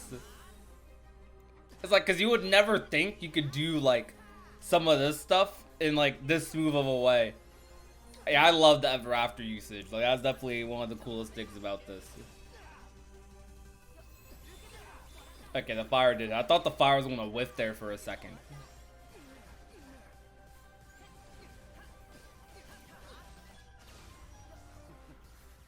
I gotta see how they finish off the fight.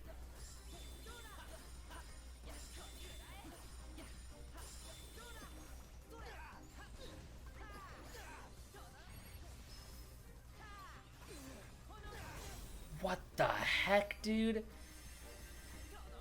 That sequence. Now how do they end this?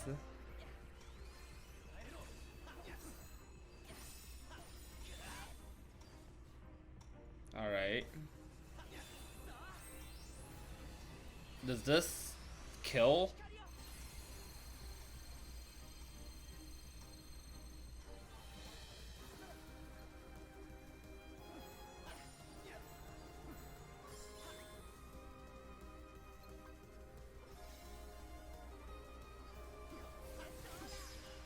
Okay. Okay. I did not know how that was going to end.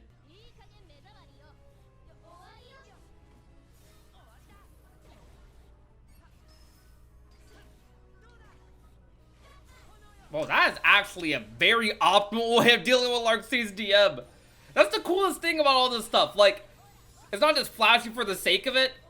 I mean, some of it definitely is, but like, a lot of this stuff seems very optimal too. Like, if someone mastered like this, the fluidity, like that like Maka's doing all of this, like this is actually like a really solid way to play the game and like do these boss fights. Instead of just, you know, doing the normal combo, waiting, maybe doing a form combo here or there. Hold on, did he purposely stand still because he knew she would whiff? That is some, oh my god, I would be so afraid. I would panic block there. I'm 1000% panic blocking.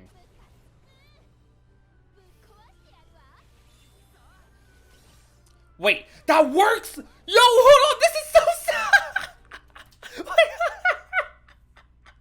He just grabbed a Larxene and just started tossing the cloner. Wait, that is so cool. I've never seen anyone do that. Dude, oh my gosh, he just grabbed a Larxene. I love this. That is beautiful. I feel like I would have finished the fight like that. Okay, JP is aura. Kind of cool. Oh my gosh. And he didn't get hit during any of that. What is this?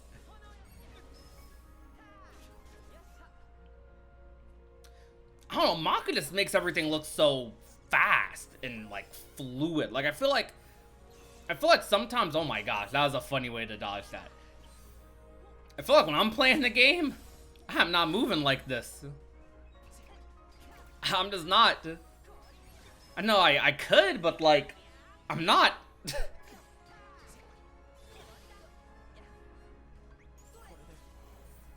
Like, Maka looks this good while also doing cool stuff. Oh my gosh. That was so sick. What? That was the sickest thing I've ever seen with Hyper Hammer. I'll go back again. Okay. Did the slam down the Sonic Cleave into... I don't even... My brain can't even process that, but I just know it looks so cool.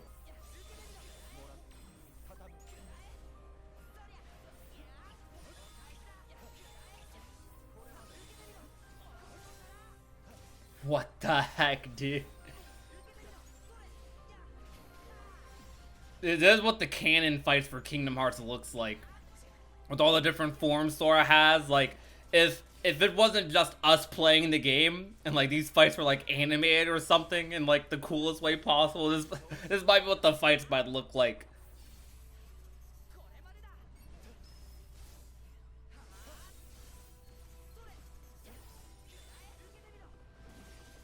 That hits from there, oh my goodness.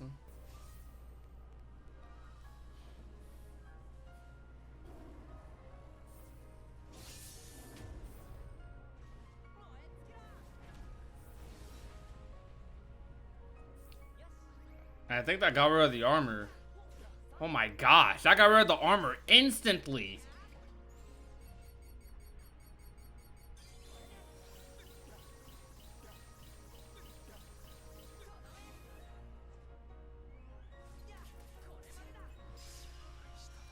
That was cool. So I think it's fair to say that Maka is pretty insane. Probably one of the best players in the community. Definitely one of the coolest players. Like, there's a lot of things I've seen from their combos, from their just playstyle that I've just never knew you could do in Kingdom Hearts 3. And I want to reinforce that you guys need to follow them, subscribe to them. Links will be down below, their Twitter and to their YouTube. They have plenty of more stuff than what I showcased today. I just showcased some of the cool fights that I noticed, but there's a lot that I also haven't seen, that you haven't seen, I didn't showcase in this video, so please go check it out. It's really nice to see people like just find new ways to play Kingdom Hearts, just utilizing mechanics or forms or just things that aren't used that often in the game to make the game just look way cooler than it already is. Maybe one day I'll be able to pull this stuff off with some practice, but that will about do it for today's video. I didn't really record a outro or anything during the live stream. If you guys want to watch us react to more stuff from the community or just do goofy stuff on live stream in general, whether it's playing Kingdom Hearts, looking at community stuff online, whatever it may be, you should subscribe to the channel with notifications on.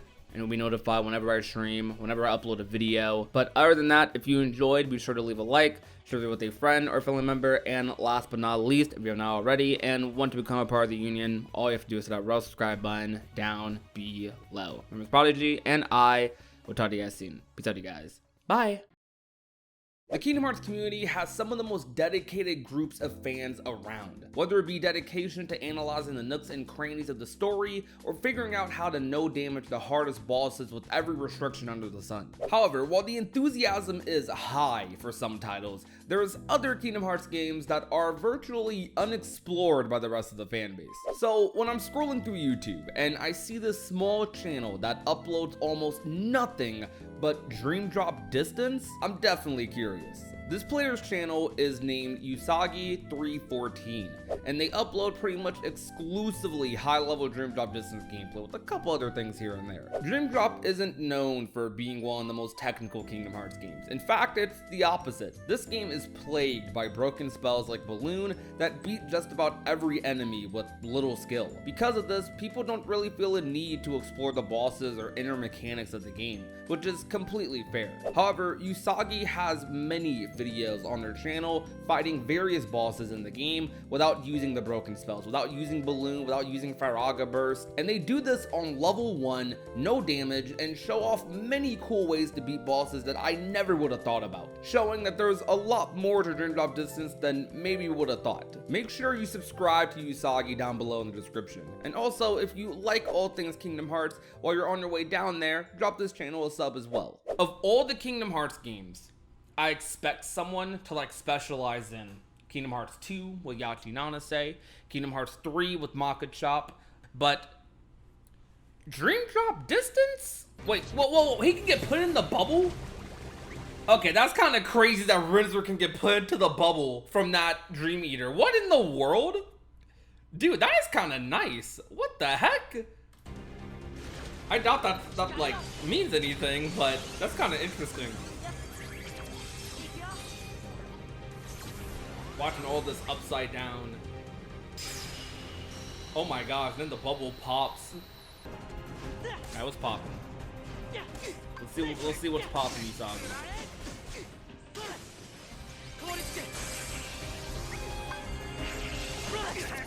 What the heck? Hold on. Wait, whoa. I gotta go back already. Whoa. As soon as he teleports here, they're just ready for it. Like, they do that, cancel it, launching him into the air. Like, that's kind of cool. Like, hold up, look at this. Now, I know you can do this in Dream Drop. Like, the only thing you can cancel in Dream Drop is, like, with links. So they... I don't even know what move that is. Like, that's going to be the hard part. Like, I'm not going to know what the moves are by name. At least not, like, the obvious ones. I could tell Balloon, maybe, like, Icebreaker and some other moves here. I have no idea what that was. Like, I'm just going to call it Rising Spiral. Dream Drop's Rising Spiral. And they immediately cancel the move with the link, like, instantly. See? As soon as it hits. And it still launches them into the air, and they get, like, a cool little combo off of it. They're like, Young Xehanort is staggering in the air, man. Like, he's not getting out of this. Like, this is looping his RV. I mean, now he got out of it at the end there, like after it was done. But during the hits, he didn't get out of that. So that could be something low key. Like that could be something you could like do optimally on the Young Xehanort fight, just to get like a cool punish off of that. I don't know how much damage that would do on lower levels, but that's interesting for sure. Right, let's see what's going on with them. This is one of my favorite fights in Dream Drop. I love this fight. Okay. The R's. No loop. There's a Xemnas loop on this fight.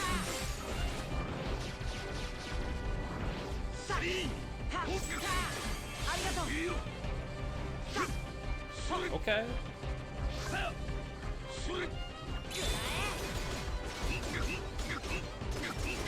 Dude, their R's is doing something.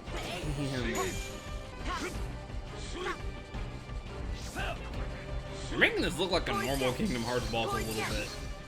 Hold on, does Xemnas also have the aerial thing Young Xehanort has? He does. What in the world? Wait, you see this? Okay, Young Xehanort has this mechanic, guys, where he like has landing lag. Like if you're in the air when he does a certain move, he'll try to chase you in the air and then he'll fall to the ground. Xemnas has the same thing. Look at that. Yeah, he fell to the ground and oh my god, he got a stagger into a full combo off of that. What in the world? Oh, and then they combo into the Dream Leader Link, or tried to. They failed. Or well, more like Xemnas messed it up. This is a smart way to get across that faster though, right there. Ooh, hold on. Okay, I like that right there.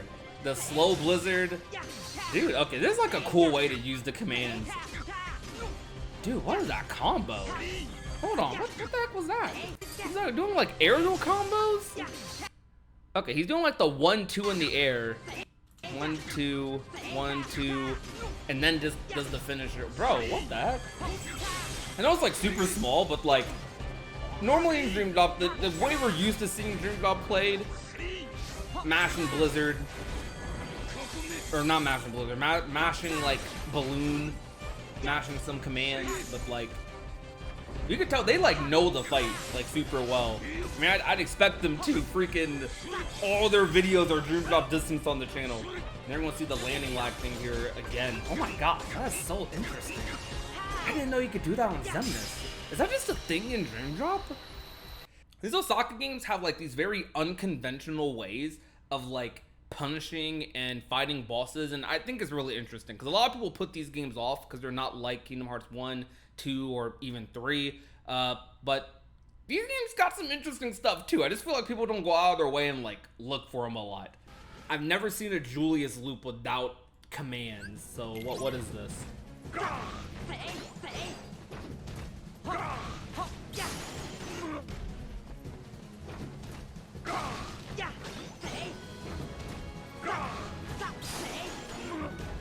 Is this really a loop? How?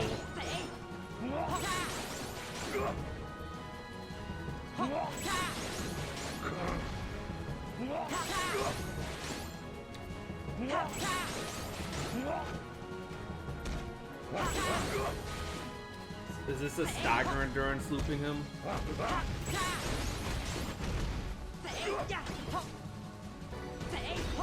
Yeah, this channel's definitely making me learn more about Dream Drop right now. I'm like, what the heck? I'm very surprised you can like loop them without commands. I know about the balloon loop. I did not know about just that. They really did just take like stagger endurance from Dream Drop and put it in 3. It works a lot better in 3 because you have more to do it with, but that's... Oh my god. They're just having fun on this one. Did he just disappear? Okay, that was scared the crap out of me.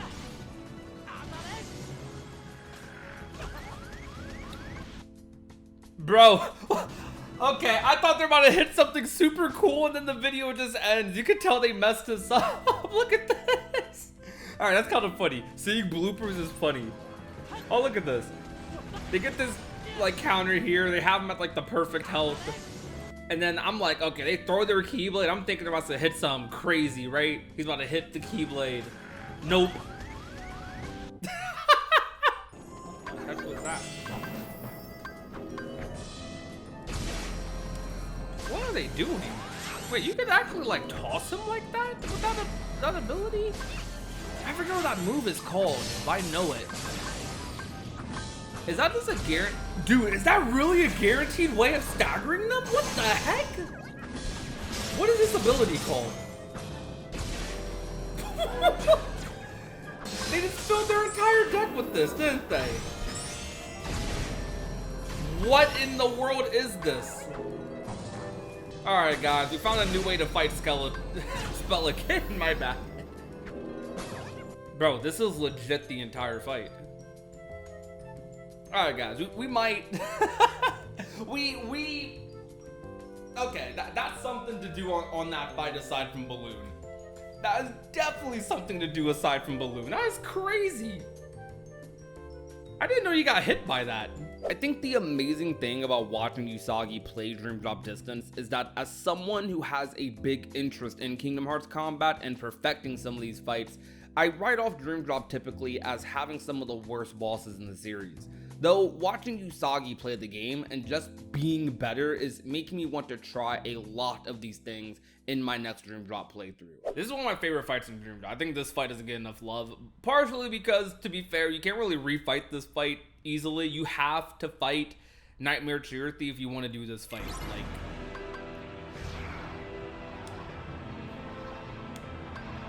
you're telling me I was getting hit by this move and like all you had to do was glide around it?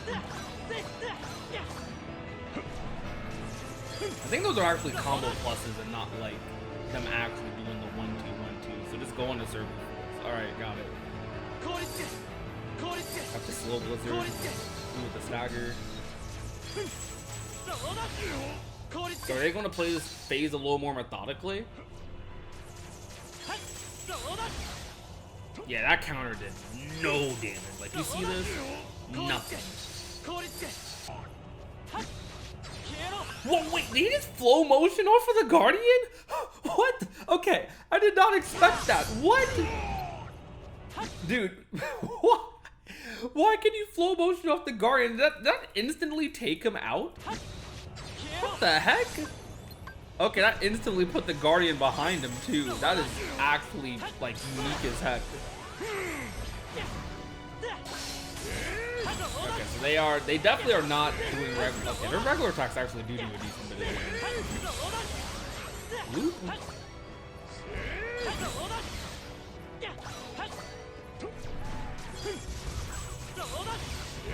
It is making me want to play some Dream Drop. Freaking giant elephant Dream Eater just in the way.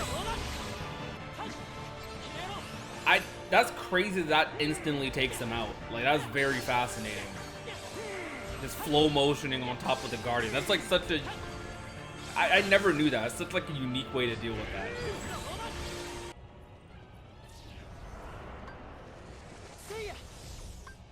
Oh, okay. You can just dodge that by double jumping? That's so interesting.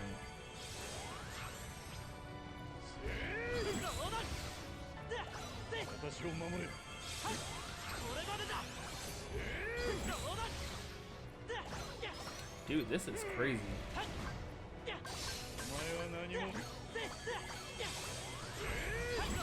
Now, that's an instant punish too, like when he talks there. Like right here. Yeah, that's just, or like rather that's a punish.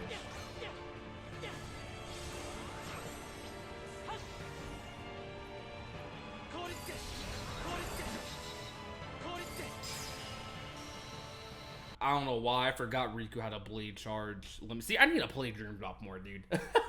I mean, I've played it so many times, but I very easily forget some of this stuff. There's so many Kingdom Hearts games. Okay. The Blitz. Blade charge is good. Young Xehanort is just getting staggered right now, dude. Get the Dark Aura without the darkness. I'm using damage with this. Definitely high level. Oh, what was that punish though? Okay, he gets the block, gets the counter, and then immediately, like, okay, he just knew, like, immediately to get that. Why is it staggering Young Xehanort so much? There's something specific about this that makes, like, Young Xehanort stagger? Oh, let me look at the earlier version of this. Okay.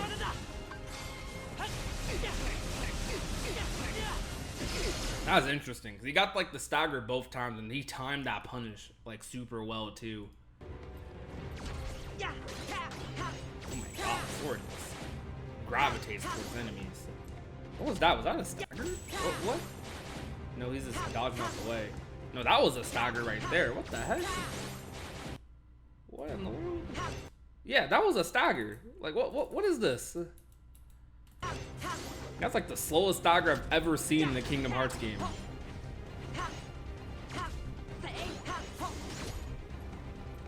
So is this just like making the enemy whiff?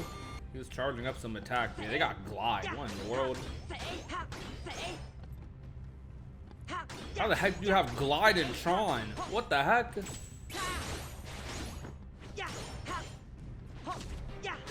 How do you get glide in Tron?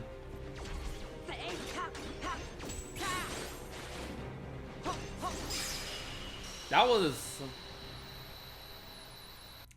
I'm gonna be real, I watched him no damage that fight, and I don't really understand, like, at all how exactly that worked. I think the visual information on some Dream Drop Distance bosses is like very, yeah, like you can't really understand exactly what's happening, but it looked like they knew the exact amount of hits they were able to get in on like all their attacks before he would start countering. Okay, I never noticed this in the fight, but they're like the reason he's spamming it, he's doing the payback raid. I just noticed that.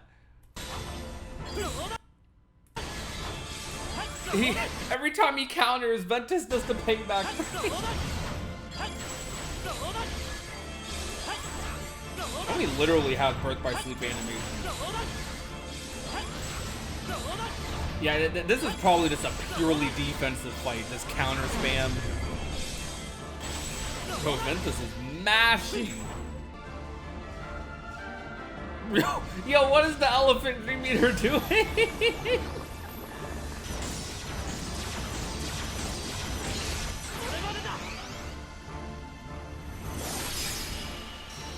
Bosses in Dream Drop Distance function very differently compared to the numbered Kingdom Hearts games, though seeing someone else who has mastered these fights and have a deep understanding and knowledge of how this game and its mechanics work is just really satisfying to look at. It's satisfying to look at for all Kingdom Hearts games. Dream Drop isn't quite as flashy as Kingdom Hearts 2. The base combat isn't as fast as Kingdom Hearts 3, but this player has definitely proven that maybe this game deserves another look. I know on my next playthrough, I'm definitely going to be trying some of these things out. Once again, make sure to subscribe to Usagi314. Their channel is in the description below, and trust me, they have many more videos than what I showed showcasing Dream Drop Distance. I want to emphasize a point on this channel in showcasing more of Kingdom Hearts' high skill level gameplay.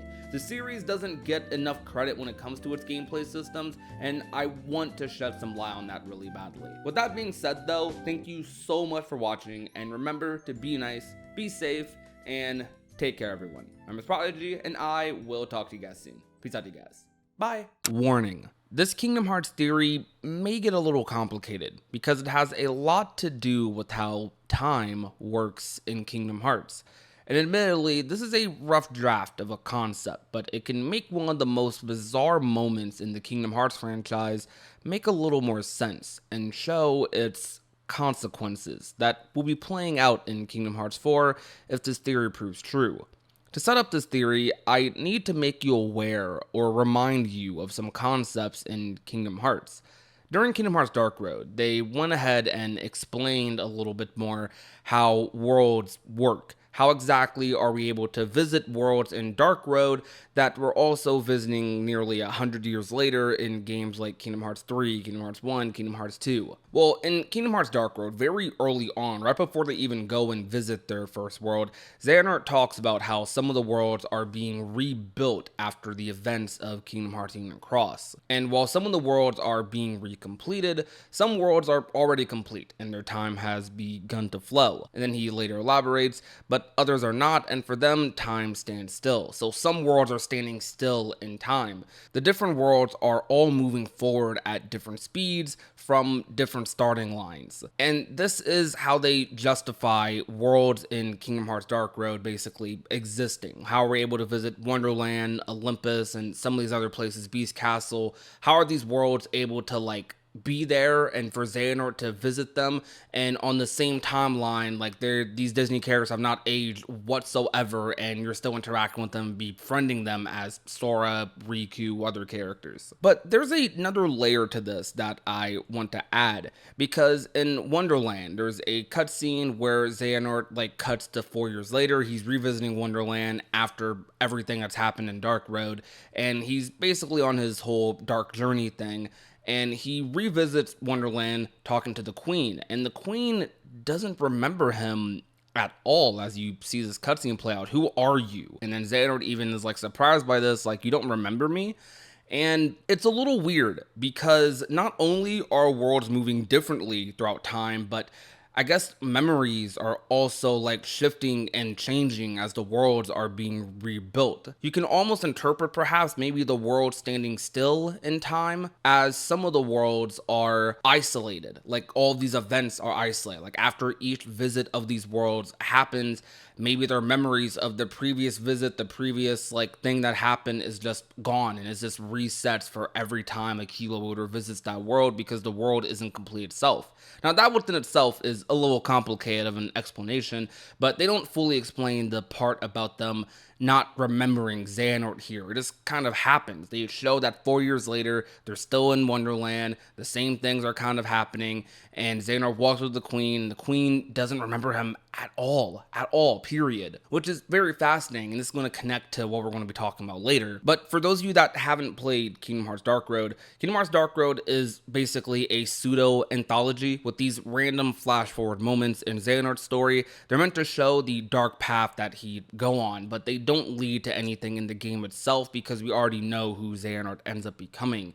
But they might serve a sort of double purpose. And in that one, with Wonderland, I think the double purpose is just showing us that memories can be affected by a world's recompletion. Which leads us to what is the main bulk, a core point of this theory. So in Kingdom Hearts Dark Road, the most important and perhaps the most interesting visit in the game, and maybe all of Kingdom Hearts, is the Olympus Coliseum visit. In Olympus Coliseum, they visit the world to go to the underworld and talk to Hades and see if they can talk to the dead upperclassmen. These are characters that throughout many episodes, Xehanort, Ericus, his classmates, were tasked with finding and seeing what happened to them, essentially. Baldur's sister was included in this. And weirdly enough, it works. You are actually able to talk to Keyblade wielders who are not from Olympus Coliseum, not from this world. You're able to talk to them in the underworld. But this brings us to the Kingdom Hearts 4 reveal trailer, where they theorize heavily that this world right here is the underworld. It's completely dark. They're just walking across like a rocky path. We don't fully know like where this is, but a lot of people theorize it's Hades, and it's mostly because of the ending of this trailer where you see this blue light, very, very Olympus-like, you know, especially just the art style and everything. It looks like Hades. And then this blue light slowly turns red and kind of attacks them. Now, this isn't enough to fully confirm a Olympus Coliseum visit, but Olympus Coliseum is a world in most Kingdom Hearts games. Like, it's one of the most frequently revisited worlds in all of Kingdom Hearts, even the mobile games, even the mainline ones, even the non-numbered titles. There's very few Kingdom Hearts games that don't have Olympus. So it's not a complete shot in the dark to say that Olympus is going to be a world in Kingdom Hearts 4, but the reason this cutscene is very interesting on its own, and why us revisiting Olympus in Kingdom Hearts 4 while Donald and Goofy are potentially searching for Sora through this, they might be trying to use the same exact means. Seeing, because Sora is basically dead, like the Kingdom Hearts equivalent of dead, I guess. He's on the other side. They're in the afterlife or afterworld, Shrilitia says. Maybe they can talk to Sora or communicate with Sora somehow through this underworld.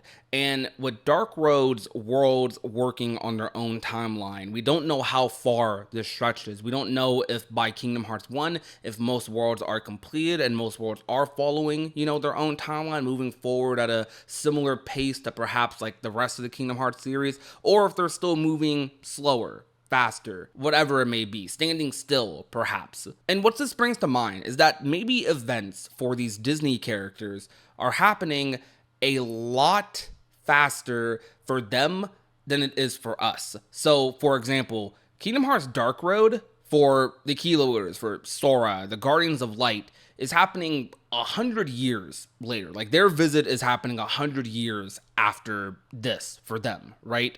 But for Hades right here, maybe it's just moments. And that sounds baffling. That sounds mind-blowing, but it could be possible. And this scene, I think, could be the connecting tissue for it. So there's this weird moment in Kingdom Hearts Dark Road where Hades gets mad, something happens in the underworld, he gets mad, he wants them out, he wants them gone, and a dark portal pops up just randomly out of nowhere and sucks up all the classmates. Like, they're gone. They're out of this cutscene, and Hades is like, oh, okay, that just happened. That's weird. The Olympus Coliseum logo plays. It's just a weird moment. And like, fast forward a little bit, we get a little cutscene afterwards with Hades. All that angst, and for what? And he's calmed down, and then he says you ... and it pans over to this. This is the last time we see this. We get no explanation about this cutscene. We don't know who he was referring to. A lot of people assumed that he was referring to maybe Bragi, because at the very end of Dark Road, they reveal that Bragi is, well, you know, we know who he is. As if you know exactly who Bragi is. But people thought that maybe he's saying you ... to Bragi. Personally, that is possible, but I don't really think so. I feel like after this, Bragi probably just went on his way and just completely dipped. Like he's Lucio, he's just going on his way, he's gonna get another body, and he's gonna do whatever else and watch over Xehanort. Like he has no reason to walk up to Hades, tell him anything. Maybe they'll show it in a way later cutscene. Maybe when we see Lucio and Missing Link, maybe they explain that cutscene a little bit more. But as of right now, that cutscene with Hades is completely like unexplained. We have no idea what's happening there. So to kind of streamline this a little bit, I essentially think that Hades right here is getting angry, and he's looking at Don and Goofy, because we know he has a lot of trauma with Don and Goofy. Now, the weird part about this, though, remember how earlier I said worlds might be isolated in Kingdom Hearts Dark Road? That's the term I used. Worlds standing still means worlds are, or the time stands still means worlds might be isolated in their own kind of time period. But Hades clearly remembers Don and Goofy. So the bizarre part about this, and the reason this is obviously just a crazy crackpot of a theory, is because how can an event in Dark Road happen right before an event in Kingdom Hearts 4, or even at the same time? Like, how does this happen? How is this even possible? And that's going to bring me to another point. So remember how I said earlier, this big cutscene in Kingdom Hearts 3 might end up making just a tiny bit more sense, or rather the consequences of it might. This is one of the weirdest cutscenes in Kingdom Hearts. The Guardians are losing. They're getting clapped. They're getting cooked. They're all getting destroyed except Donald. I mean, Donald cooks himself technically, but you know, he destroys Terranort, then like giant heartless spawn. The Guardians lose here, and this is one of the biggest moments in Kingdom Hearts period. One of the most awkward as well, because the way the game kind of showed this was very weird. It was later explained in Remind, but the Guardians lose here. They lose, and Sora has to save all of them using the power of waking. And he essentially rewrites time. Sora spends the rest of Kingdom Hearts Remind searching for Kairi after he's already saved everyone else, rewriting time, which I think is something we gloss over like a decent bit, because yeah, Sora's in Quadratum because of this, but people seem to think that's the only consequence. And, you know, fair enough, that's what they've shown. But there has to be more consequences to messing with time than just Sora disappearing. Because I think Sora isn't the only one who's going to receive the punishment for this. I also think that the rest of the Guardians, the people he saved, this timeline isn't supposed to exist. This is what was supposed to happen. This is what did happen. The Guardians lost. And I think Xehanort set this up because he knew Sora would rewrite time. He knew Sora would do this, would sacrifice himself for his friends like this. He wasn't going to go down without a fight. He wasn't going to go down without rewriting history so that they would win. But they lost. They lost, guys. And Sora had to travel through time, save all of them. I think the timeline of Kingdom Hearts could be in the balance in Kingdom Hearts 4. And a war against darkness isn't the only issue the Guardians may face. There's consequences to Sora abusing the power of waking, but not just for him, but also for those that he saved, who are living on this completely separate timeline. And I think this separate timeline, this timeline where the Guardians quote unquote win, where they defeat Xehanort, where they, you know, save Kairi, save all the other Guardians, and Sora's the only one who's disappeared, you know, separated from everyone. I believe that maybe the other characters could start disappearing as well, possibly, or rather, the timeline might start, trying to fix itself. In a lot of timeline stories, it's very common for the timeline to try and make adjustments for timelines that aren't necessarily there to try and purge themselves. And maybe Kingdom Hearts' version of that sort of story is an event like this happening at the same time as something like this. And this might be the way all of these mobile games, Kingdom Hearts Dark Road, Kingdom Hearts Missing Link, Kingdom Hearts Union Cross, the Foretellers coming back, the Master being back, this might be how they connect all of it through this big story where all the timelines sort of come together. And the reason why might be just because of Sora, because he decided to save everyone when maybe he shouldn't have. Anyways, that's my rough draft of a theory. I did say earlier this was a rough draft, and I did all of this kind of live, mostly unscripted.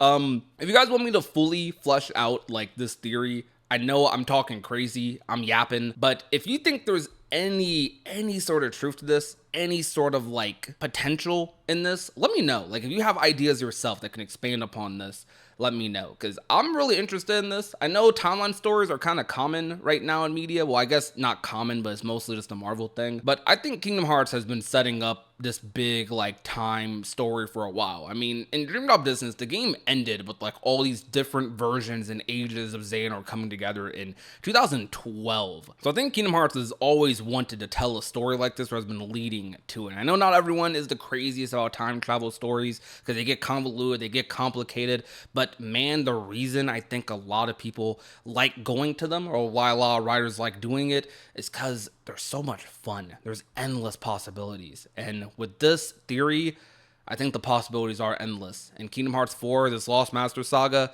could become a lot more interesting than it already is. But thank you guys so much for watching. I appreciate you guys coming out, showing your support. That'll be it for me, though. My name is Prodigy, and remember to be nice, be safe, and take care, everyone. As the world awaits more news for Kingdom Hearts 4, it's always nice to take these moments to reflect on past Kingdom Hearts titles, because believe it or not, there's a lot that is still undiscovered in these near 20-year-old games. I went digging around for some old Kingdom Hearts interviews, and this drew me to a book called The Kingdom Hearts Ultimania. This is essentially a glorified guidebook for the Kingdom Hearts games that include interviews and many fun facts from the creators of Kingdom Hearts 1. Now, these books are actually relatively unknown about in the Kingdom Hearts community, and the reason for this is because the books were never officially translated or released in the US. However, today we are going to be revealing some of this information. We have translated interviews from many development teams that worked on the original Kingdom Hearts. This ranges from the sound team, battle designers, and even things from the director of the game. These interviews are all the way from 2002, yet some of these revelations are still surprising. Like this secret from the director Tetsuo Nomura, when asked about a secret only he would know from Kingdom Hearts 1's development. The words that appear in the opening were actually words that an actual character was going to say in the ending. Please enjoy speculating who was supposed to speak those lines. Kind of a mind-blowing comment to read about, given the landscape of Kingdom Hearts' current story. When talking about the opening, one would immediately jump to the line said right before Simple and Clean plays by Sora, which are lines reiterated by Yozora in Kingdom Hearts 3 Remind, in a game that serves as the finale to the Darkseeker saga many years later, making this kind of a crazy full circle moment for the franchise that, looking back on now with the context of this comment, makes you wonder. I've been having these weird thoughts lately. Like, is any of this for real or not? Something else that would make you wonder and is kind of surprising is this secret from the scenario and event planning director of Kingdom Hearts 1, Jun Akiyama. From the very beginning, we were planning to add in Disney-like songs in several places. During the scene where Sora, Dawn, and Goofy meet, we thought of having them explain the abilities and such through singing. Could you imagine a timeline where Kingdom Hearts 1 was just a big Disney musical? I believe the most surprising aspect of this isn't even the idea of turning it into a musical, but that this was seemingly an idea from a Square Enix employee. If you time travel back to 2002 though, and from the perspective of the first Kingdom Hearts game, this would make sense upon deeper thought, because at the point Kingdom Hearts was being created, Disney was fresh off of a massive Renaissance era, and a lot of those movies featured iconic musical moments that people still know the lyrics to today. Closest thing we'd ever get to a Kingdom Hearts musical in the style of Disney was in Kingdom Hearts 2 when Sora would sing with Ariel. Take it from me. Sora was hitting them notes though. This secret is from the background modeling director, Masahide Tanaka. By the way, I'm really sorry if my pronunciation is a little off with the names. Near the fight with the last boss, there was a map that was 90% finished, but had to be cut out as is. It was planned to be put between the Island of Memories and the World of Chaos, and was meant to look like the inside of the island.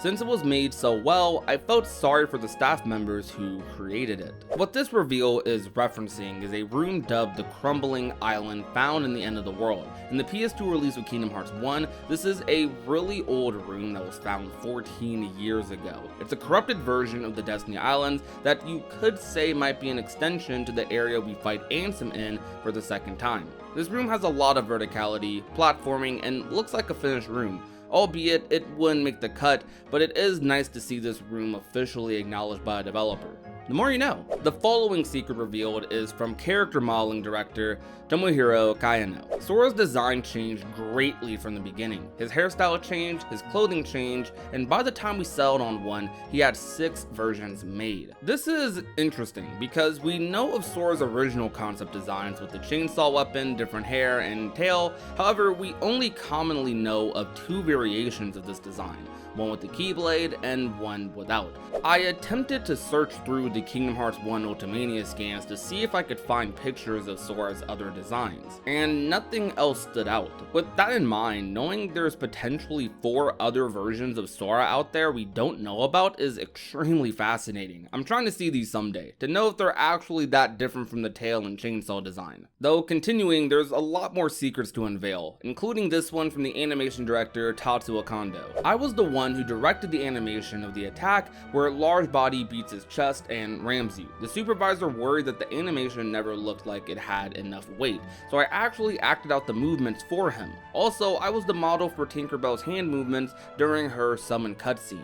It's funny to find out that something like Tinkerbell's hand movements and the Large Body beating his chest were acted out. This isn't uncommon in animation even today, since trying to always animate or draw something from pure thought alone can not only take a lot of time, but is also just a lot more difficult. As someone learning how to draw and model to others trying to do the same thing and bring their concepts to life, using references is a must. It helps with so much progress. Diving deeper into the video, we still have many secrets to be revealed about Kingdom Hearts 1 from the Yoko Shimomura and additional members of the sound and combat teams. If you like learning neat details like the ones we have today, subscribe to the channel with bell notifications on so you never miss another upload. But let's deep dive further. The following secret is from Yoko Shimomura, who is the real life goddess that makes Kingdom Hearts' music. I use small themed musical phrases for this game. For example, the main song is a phrase that expresses precious memories, and that phrase was used in some other songs. Scattered fragments of that phrase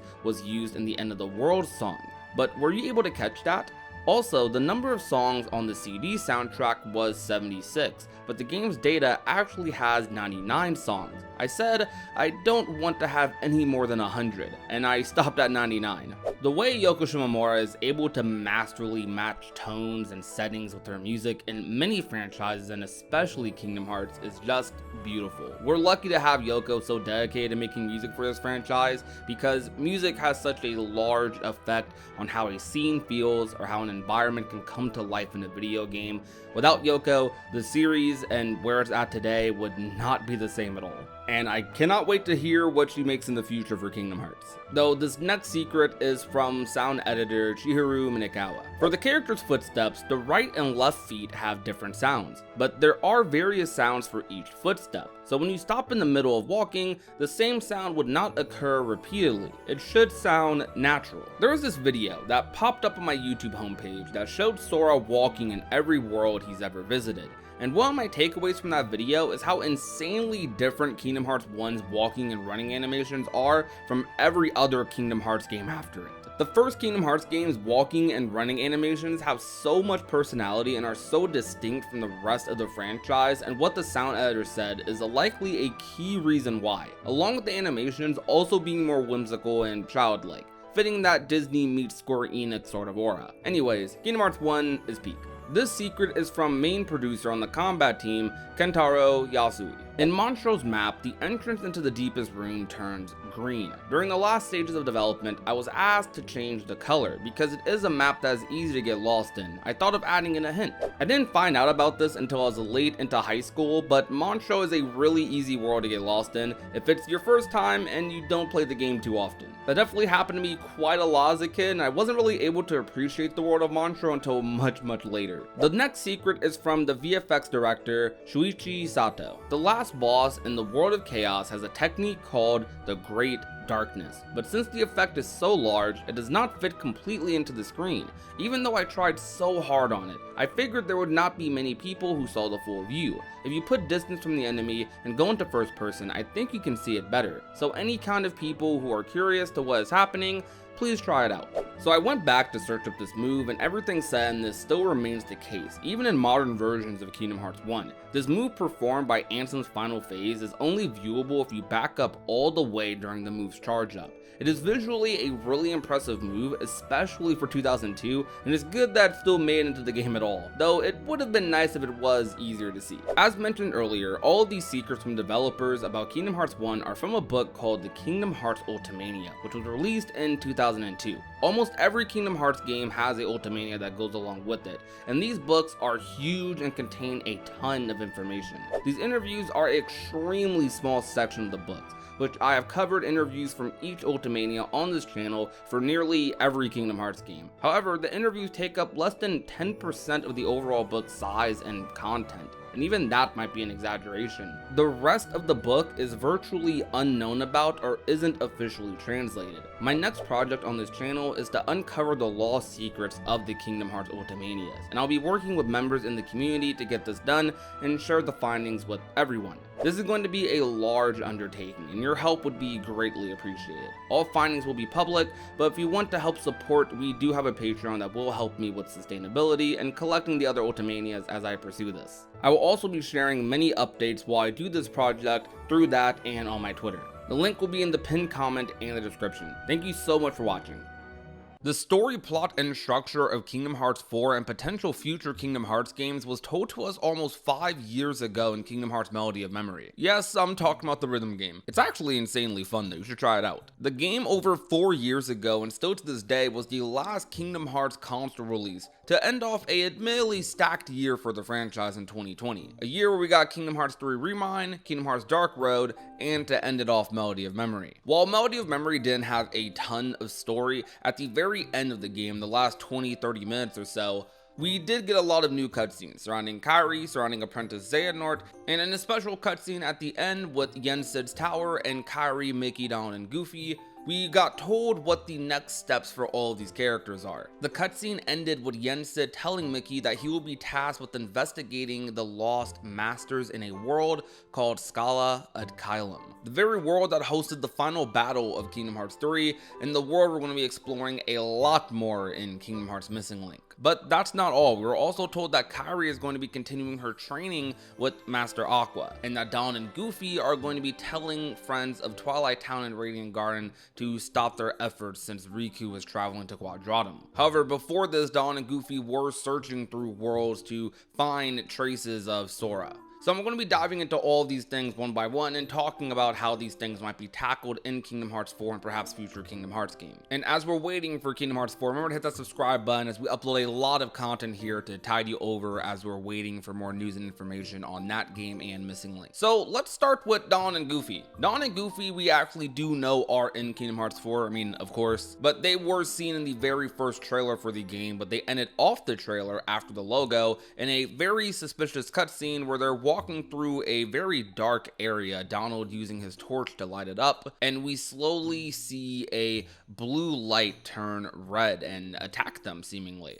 Now, a lot of people believe that this is Hades and that Hades is attacking them, and that Donald and Goofy are searching for Sora in the underworld, a method that was used in Kingdom Hearts Dark Road to contact the upperclassmen, which was very surprising that that worked. If this is Olympus, it goes along with what Riku said in Limit Cut about how Donald and Goofy are searching through worlds Sora has visited to find traces of him. What I find interesting about this is that Donald and Goofy was told by Yen Sid to tell the Twilight Town and Radiant Garden groups to stop their efforts since Riku's going to Quadratum, yet Donald and Goofy might not have stopped their efforts themselves. Now, this makes sense. I mean, who's gonna listen to Yen Sid telling them to stop searching for Sora? I mean, yeah, Riku's in Quadratum, but Riku hasn't found him yet, brought him back, so it makes sense that these characters would go their own way and do their own thing and still search for Sora or help in any way that they can. A lot of these characters were massively helped by Sora at some point, so just telling them to stop searching for him and wait for Riku, wait to hear back from him, I don't think a lot of those characters are going to listen to that, but who knows? Don and Goofy definitely don't seem to, unless this cutscene is taking place during that 1 year time skip in Limit Cut, which if that's the case, then why wouldn't they tell Yen Sid what happened, unless nothing happened? I think if in Kingdom Hearts 4 they have this little gimmick throughout the game where Don and Goofy are going throughout previous iconic Disney worlds Sora has visited from Kingdom Hearts 1 to Kingdom Hearts 2, Dream Drop, these other worlds, just trying to ask characters, see if characters know anything about Sora or can do anything to help. This will be a plot line where Don and Goofy are a little lonely without their Keyblade Wielder friend. I mean, they've like done everything together over these past couple of years that the Kingdom Hearts franchise takes up. I've seen a lot of people with Kingdom Hearts 3 debate about how the Destiny trio, Sora, Riku, and Kairi should have been the ones to finish off Xehanort as like party members, but I am of the opinion that Don and Goofy was the perfect pick. I mean, they were there for everything. Even when Riku was conflicted and turned to Ansem of all people for answers, Don and Goofy came back to his side despite what the king ordered them to do. Regardless, my point is that Don and Goofy are probably still going to try to do whatever they can, even with like what Yen Sid said. They're going to still probably search throughout the world. They're probably going to find something to do to try and help out Sora. And maybe some way, somehow, in the middle of the game or something, they find another clue. Now, let's talk about Kairi. As you guys know on this channel, I am a big advocate for Kairi's involvement in future Kingdom Hearts games. I think this next saga is her saga to have the biggest chance to come into the limelight. She's one of Sora's biggest motivations in the entire Kingdom Hearts series, maybe his biggest motivation for anything. The reason he's in Quadratum right now is because Kairi got captured and crystallized by Xehanort, and he had to use the power of waking to save her. I actually thought it was a very mature decision for Kairi to make in Melody of Memory to decide to stay back and not just blindly go in with Riku to try and save him. Because while she probably wants that more than anything, to see him, to save him, to help him out, she's probably just aware that she's the reason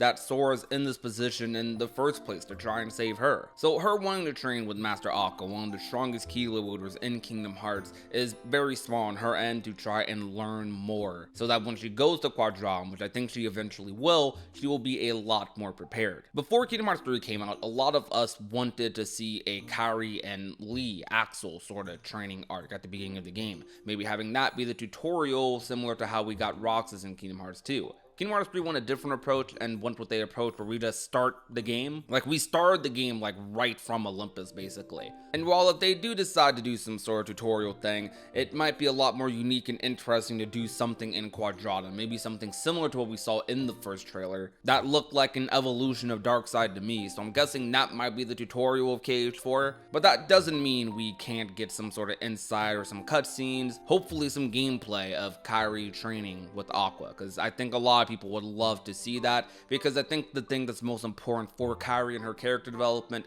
is her just being on screen more.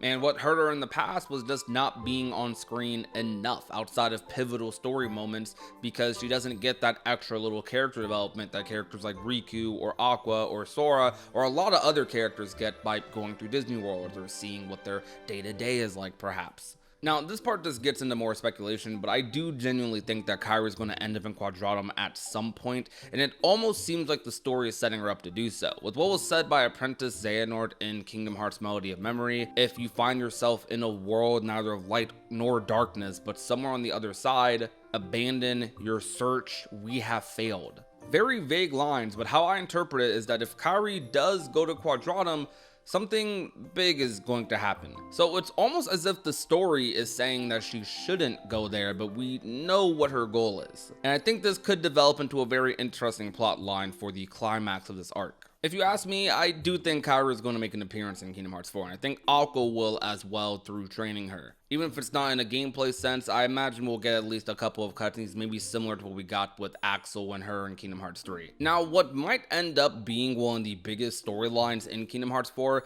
is Mickey's investigation of Scarlet Kylam and seeing how it connects to the Lost Masters. Now, I don't know if they're going to go with a full-blown Mickey segment here, but I imagine this is going to be a lot of cutscenes and a lot of story-related things happening, where Mickey is perhaps looking through Scarlet Kylam, maybe using some of his magical prowess to look at what happened in the past, and through this, maybe he discovers what happened during Kingdom Hearts Missing Link. Maybe he discovers what happened during like the final moments of Scarlet Kylam, how the world was formed, why it was formed, maybe even going as far back as Daybreak Town. It's hard to say what specifically could happen here, but with them mentioning it, I definitely think this is going to be a big part of Kingdom Hearts 4 in some capacity, because this is the most clear plot line to me to involve the Foretellers and the Lost Masters, who conveniently, as they're saying this, have returned. Luxu once again has his Keyblades, the Foretellers have returned, the box is still in play, the Master of Masters has returned as well, and for years I've been making the joke that maybe they just jumped Mickey.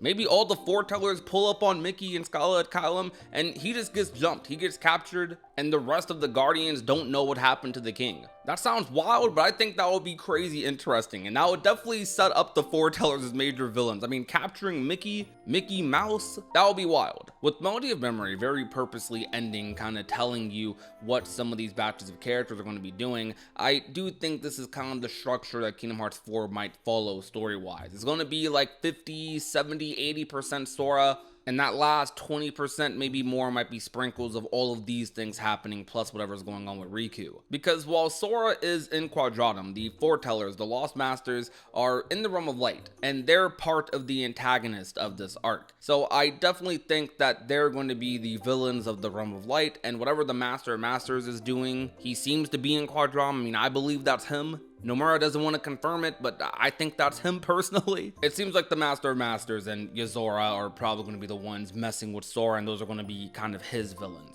So I think things are going to feel isolated for a moment as the rest of the Guardians, Donald, Goofy, Kairi, Mickey, all of them deal with what's going on with the Lost Masters, deal with them as the villains. And Sora is going to feel isolated in Quadratum, but all of these plot lines are going to eventually converge, maybe for a future Kingdom Hearts title, as they set up what is going to be the big climax of this arc. Now, something I didn't factor in too much into this discussion was non-number titles. Do non-number titles still exist or matter outside of mobile games? And it's kind of hard to say. Who knows if after Kingdom Hearts 4 we'll do a Verum Rex game, or maybe a game about a lot of these plot elements that I mentioned today. Or do we go straight into a Kingdom Hearts 5 after Kingdom Hearts 4? With Nomura talking about how the series is being made with the ending in mind now with Kingdom Hearts 4, I don't think it's super far-fetched to say we might only get like 3 Kingdom Hearts games, including Kingdom Hearts 4. I'm thinking maybe another trilogy of numbered titles. And it's very possible that these plot lines are scattered throughout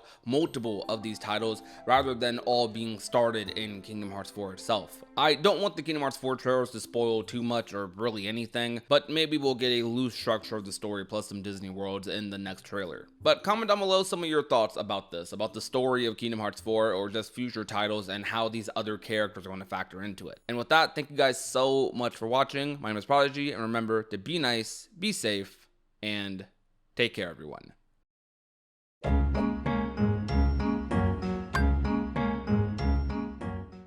What is going on, ladies and gentlemen of YouTube? My name is Prodigy, and I'm with my co-host Noir Little Bomber, and welcome to the Datascape episode, whatever. I have no idea. I don't keep episode count. But today is a Kairi episode, one of our first ever character-focused episodes of the Datascape. We talk a lot about Kingdom Hearts 4 and Missing Link and other random Kingdom Hearts topics, but I want to start doing more of these like dedicated episodes where we just talk about a select character, maybe a select world or a moment in the franchise, because Kingdom Hearts has like a dozen plus different games, all filled with insane stories, insane moments, some of our favorite characters in media. And there's so many like little moments that happen in like 5 minutes that I could talk about for like probably hours. And Kairi is a character who fits that analogy pretty well, because she's a character who doesn't have a lot of screen time in the Kingdom Hearts series, yet is still a character that always happens to be in the discussion. Sometimes for negative reasons, sometimes for positive, uplifting ones. I would say recently Kairi has been on a uptick. People are more optimistic about their character, at least since Kingdom Hearts 3. Melody of Memory, Remind, I think did a lot for her character, but we'll dive into that a little more in a moment. Noir, how are you feeling about Kairi? I know you're the big Kairi stan over here. Yes, after Kingdom Hearts 3, I basically outed myself as a huge Kairi defender, huge Kairi stan. I made a whole hour-long video over the concept of a Kairi game, and I treated it so seriously. I added like this subtle little teaser at the beginning of every video as if it was like for an actual Kingdom Hearts game. I released a trailer for the video. Like I've never done that before. And like so it was I'm definitely a Kairi stan through and through. I definitely think that given that the Dark Seeker saga, besides focusing on Sora, was about building up the main cast as well as character development for Riku. Now that we have already moved past that, I genuinely think that we are now hitting a point where we're gonna have more Kairi development, and it's gonna be decent. I think that Kairi is definitely being set up for a lot of good stuff. They just have to make sure they do it correctly. I agree. I think execution is kind of the big thing when it comes to Kairi that people are worried about, because I would say that's the story when it came to Kingdom Hearts 3. Like, Kairi in Kingdom Hearts 3 is a character who I actually think she did improve in some ways in Kingdom Hearts 3. She got characterized a little bit more. You saw her interacting with characters she doesn't normally interact with, mostly in Remind, but in KH3, the base game as well. I think the main issue with her in KH3 really is just that Xemnas scene where she's once again, for the third time in the third number title, a damsel in distress. And damsels in distress is a trope that I sometimes defend. I'm not like a big hater, like I'm not against it. It's definitely a trope that's a little lazy sometimes. It's a trope that, when executed poorly, is kind of an eyesore to any story. Especially a story as complicated as Kingdom Hearts. Like, you have a series this complicated, or not complicated, but a series with this much depth, this much layers to its story, and you go the damsel in distress route, like for one of your main characters, quote main characters in Kairi, and little to no build up to it either, because you got to think about the situation that happened leading up to her being captured by Xemnas. And in base Kingdom Hearts 3, she got captured by Xemnas, she got quote unquote killed or shattered, crystallized by Xehanort, and the game ended. Like, we knew DLC was coming next year, but we didn't know if it would be good or bad, you know what I mean? So like, the base game ended with Kairi just being gone, Sora chasing after her. We didn't know what was going to happen later, but Kairi became a keyblade wielder in KH2. We saw how she was training with Merlin. They talked about how she was training with Merlin and became a Guardian of Light in Dream Drop Distance, and you had this whole buildup of her being this really powerful or strong Guardian of Light, and she barely gets a couple of swings in, man. Like, I don't know. It just kind of felt like Kairi didn't live up to any of the hopes and ambitions, among many hopes and ambitions people had for KH3. Kairi was definitely one of them that people were very disappointed by. Personally, though, with as much of a downer and as much like I can talk about that scene and why that scene failed and didn't do much for her character, kind of took her character a couple steps back in some ways to some people. Remind and Melody of Memory, which I kind of combined the two because they came out so close together within the same year, both in 2020, I think improved her character a lot. I think it took what happened in KH3, and I don't know if I'd say fixed it, but it made it gave me closure over it. Seeing her even get a couple of swings in against Xemnas, have a cool moment where she breaks like his little lightsabers. It was a cool little moment for her. Just something tiny, something really tiny in the grand scheme of things. But even that was enough than just her being captured and then oop, boop, I'm gone. Like what happened in KH3. And then Melody of Memory, I think characterized her so much. A lot of people criticize the scene where Kairi's about to fight Xehanort or fight the Xehanort in her head, and then Sora kind of pops up. People hate that moment. I don't hate that moment. I don't like it either necessarily, but I think aside from that moment, there was so much good that happened in Melody of Memory. People even criticize how Riku basically sent her away. Like, she didn't go to Quadrants with Riku. People were like, why isn't she in Quadrants with Riku? The thing is, for her to get like good character development, she doesn't need to go from 0 to 100 in like 2 seconds. We need to see her like struggle, or we need to see her like progress in a, I guess, concise way. And I think Melody of Memory, genuine growth. That's the important thing. Not some like Mary Sue stuff. I was literally just about to say that, because I was gonna mention that, because we all know realistically, like, looking at all the Guardians, Kairi is not one of the few Guardians that could actually stand up to Master Xehanort. She's not, right? Not to try and go into power scaling in Kingdom Hearts, or at least not right now. But like, realistically, the only people that could stand up to Master Xehanort is Sora, Riku, Mickey, Aqua, and Terra. That's it. You could say she kind of... Okay, I'm surprised at Terra a little bit. Terra could stand up to Xehanort? Terra beat Master Xehanort. Let's not forget that. I mean, Lingering Woe did. No, he beat Old Man Master Xehanort, okay, and then he beat Terra Xehanort. Like, let's be real, I will give credit where credit is due. Nah, but Xehanort was totally throwing in that fight. Like, he was trolling. He was trolling Not Terra. as Terra Xehanort, though. Not as Terra Xehanort. I guess you're right. I'll give Lingering Woe the dub. Either way, right? Like, those specific 5, those are the people with the best chance of beating Master Xehanort. So obviously, everyone knows if Kairi were to try and defeat Master Xehanort and succeed, even if it was a figment of her memory, people would either call her a Mary Sue, call Xehanort a fraud, or both. Because it's like, how do you take a character that could barely stand up to Xemnas, somehow be able to beat the end-all be-all Master Xehanort, right? And like, I completely agree. And also, with Riku sending Kairi away, right, it's this idea that, like, she understands her position. And if she were to go to Quadratum, like, one of two things would happen. Either she doesn't do anything because she's too weak, in which case, why did we bring her in the first place?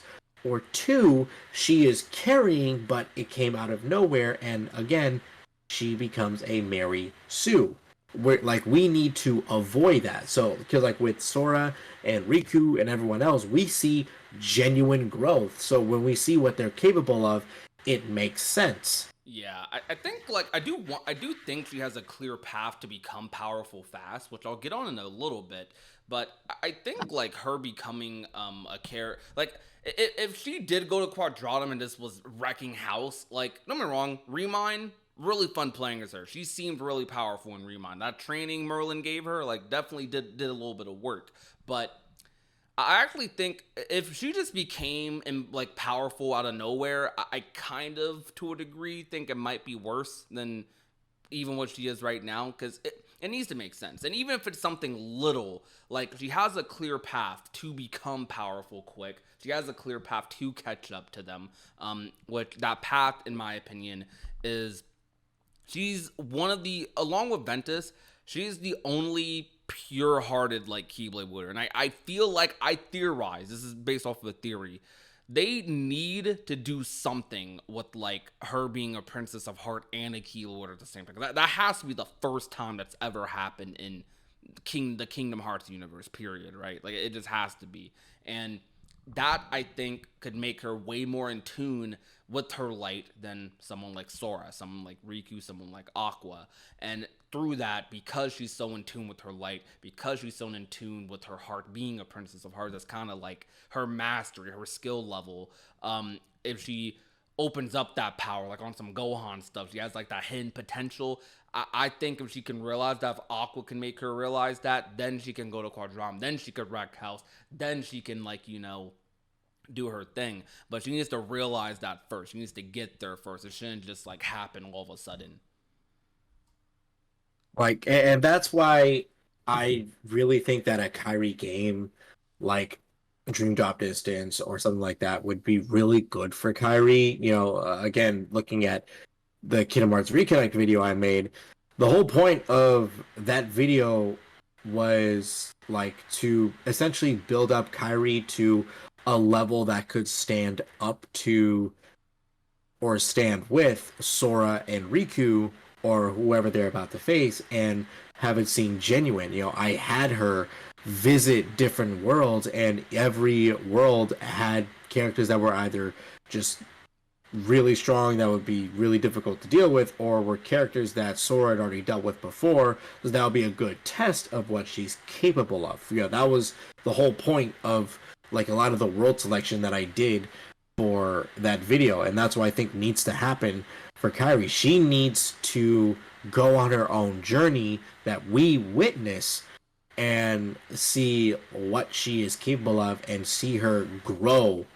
Because yeah, I would definitely love to see a Kyrie game where she starts out like maybe as good as she was during Remind, obviously knocking down Magic to its base tier, but then by the time we get to Endgame, she is pulling off crap that we didn't think what she was capable of. Exactly.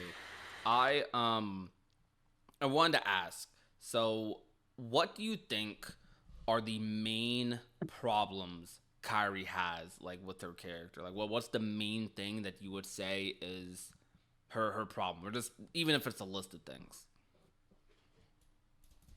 One is screen time. Totally, completely agree.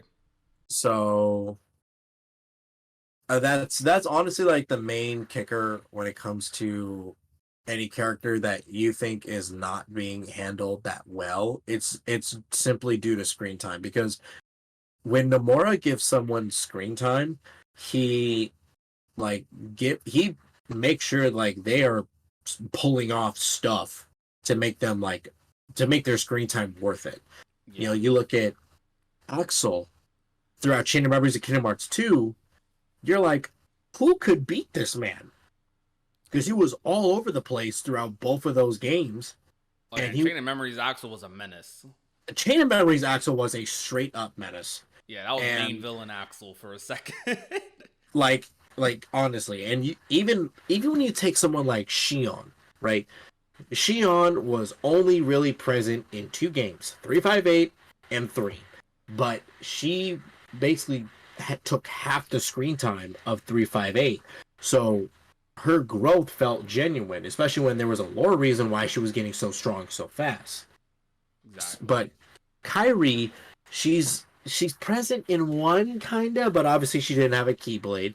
And then she finally gets a Keyblade in Kingdom Hearts 2, but at that point she's at endgame. She's not doing anything to Xemnas.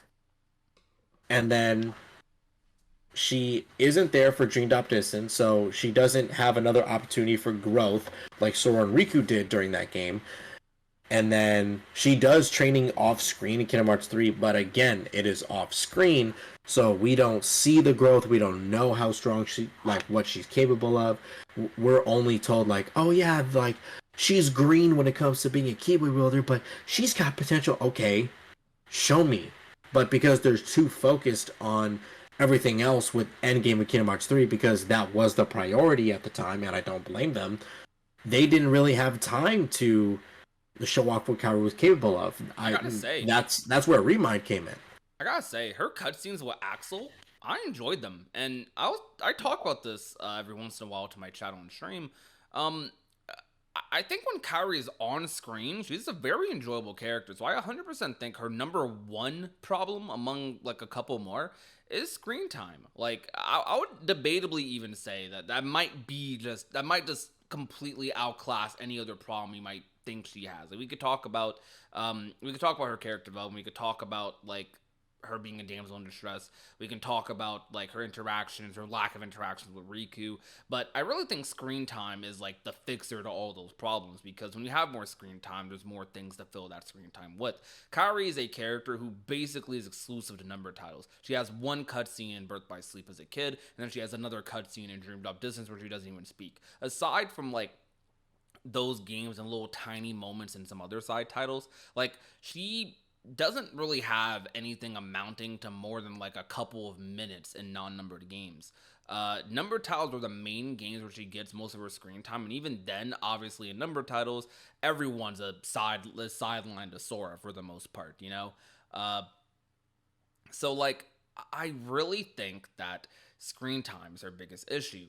And I actually made a video 5 years ago that I rediscovered recently, because I didn't forget I made this video, but I like it was in the back of my mind for sure. And I rediscovered this, and I'm like, okay, I made a chart or like a tiny little graphic back in the day showing how much screen time she has in these other games. And from what I remember, Kingdom Hearts 1 was like around 30-40 minutes. I think Kingdom Hearts 2 was around 40 minutes, and Kingdom Hearts 3 was at over an hour. And that's only because Kingdom Hearts 3's cutscenes are just super freaking long. And these aren't exact like second by second moments she's on screen, but just cutscenes she's involved in. So that's what KH3's amounts to. KH3 just has a lot of long cutscenes. KH2 does as well, but KH2 has a lot of like tinier cutscenes. It actually has like the most cutscenes in the Kingdom Hearts series still, I think. But like, she technically has some of the most screen time in KH3, yet that is the game that's probably the most divisive with her. People aren't as divisive when it comes to KH1 Kairi or KH2 Kairi, and a big reason why is because we're so early on in the series that there's not really that much to criticize. Kingdom Hearts 2, there's only one game between Kingdom Hearts 1 and Kingdom Hearts 2, you know? And even in Chain of Memories, like, you could say, well, Chain of Memories isn't all about Kairi. It kind of is, because, like, Naminé is Kairi's nobody, and Kairi is the person Sora can't remember, because Naminé's, like, taking that memory away. Like, you could say the game is about Kairi in a very, like, loose way, right? Like, that whole, like, first 3 games of Kingdom Hearts, she's not, like, present at every single second, but she has a very important, like, moments in the plot that feel effective, that the viewer acknowledges, and she feels like an important character. Now, you look at every game after Kingdom Hearts 2, and it's like, you know, we're being introduced to something. We're being introduced to the Birth by Sleep trio. We're being introduced to, like, concepts like the Realm of Sleep in Dream Drop Distance. We're being introduced to the Days trio. We're being introduced to, like, all these new elements in the series. And Kairi kind of takes a backseat during all these games where so much of the story is, like, you know, adding up, coming together. Xehanort gets introduced. We finally know who, like, the main villain of Kingdom Hearts is. I don't know, we learn more about the Data World, the Sleeping World, Dream Eaters. The story expands, like, a lot. Like, the story grows. Riku gets a ton of character development in Dream Drop Distance. And Kairi is this character who's, like, she literally gets pretty much nothing after Kingdom Hearts 2. I'd say the biggest thing she got was that scene with Aqua. And then they give her a Keyblade on top of this, but I think they wrote themselves a little bit into a pickle giving her a Keyblade, because I kind of don't think she should have had one, if I'm being honest, but now that she does have one, they have to accept it. So, like, now it's like, all right, you wanted Kairi to have a Keyblade to be this combat warrior, then shoot, what are you going to do? Which I think leads us into our next topic. What are you hoping out of her in Kingdom Hearts 4? I am hoping that, 1, she is playable. 2, if she, honestly, if she pulls off some Avengers-like entrance, like Roxas did in Kingdom Hearts 3, and just like clears like a wave of enemies, or like clears a really strong enemy just out of nowhere, that would be goated, right? But I honestly think a good thing for Kyrie would be dedicating the prologue to her. Yeah, that's what people want in KH3. We were hoping they would go that route in KH3. They didn't do it, unfortunately. But I think this is a perfect time. Aqua, Kyrie, like, shoot. If you're worried about Kyrie not being super interesting, shoot, Aqua's right there. I don't think there's that many. I don't think there's many Kingdom Hearts fans who will be mad at Aqua being involved in the prologue, or Aqua being one of the first things you see. You know. Yeah, I think I think now is a good time for that, just because the last thing we see before going into Kingdom Hearts 4 is Kyrie talking about how she's going to be studying under Master Aqua. Yeah. So it's like that would be a good segue into the prologue, because with Kingdom Hearts 3 it was a little different. Just because, yeah, they set up Riku and Kyrie going off in their separate journeys, but obviously with Kingdom Hearts 3 the main focus was Sora. So they had to, because the way they set up the beginning of Kingdom Hearts 3, it's like, oh, well, Sora has to go to Olympus in order to try and regain his lost strength. So obviously, that's like a big thing. And we all know that Sora being lost in Quadratum and learning his way around the world with Strelitzia, that is a big thing too. But if you dedicate a part of the prologue to Kyrie, and maybe make it to where Kyrie is going through like some really tough training and is trying to make her way to Quadratum. Yeah. Like, and the whole prologue is just getting to Quadratum. That would be a nice little segue, because like as soon as Kyrie lands in Quadratum, then we just move on over to Sora. And then it's like, okay, now he's woken up at Quadratum, and now he's doing all this stuff that he's doing, and then it's just a matter of playing until we see the two reunite in Quadratum. I feel like Kyrie, I think like a route I would go with for her is maybe don't even have her go to Quadram in KH4 until the end. I don't know how long they're going to drag out the Quadram thing. I don't know if they're going to save Sora in KH4 and like have him return home at the end of KH4, or if they're going to do a thing where they do a cliffhanger ending for KH4, which leads into Verum Rex, which leads into KH5, and then KH5 is the end of the Lost Master Saga, or the end of the series, because we have to talk. Nora wants to end the series soon. I feel like a good route with Kyrie is maybe potentially drag it out a little bit. Wait for her to get into Quadram. Wait till like the end of KH4. We see her train. We see her like fight with Master Aqua. Riku and Sora are in Quadram right now.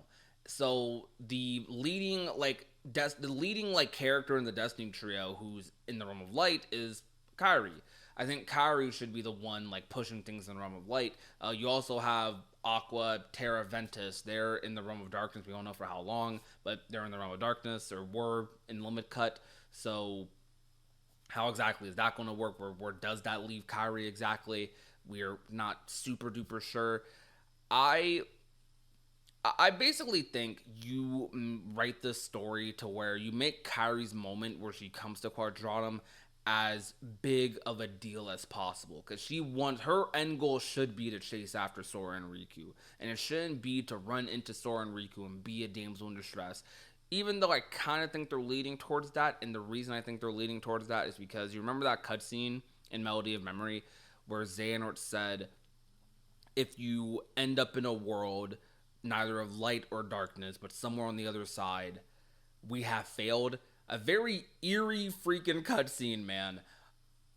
We don't know what that means. And to me, I almost interpret this, because he's saying this to Kyrie, I almost interpret this as similar to like how in Union Cross, Maleficent was the spark. Like the moment Maleficent arrived in Daybreak Town, that's when the calamity started. That's when the world, like, when that was like the thing in the timeline that set off everything, right?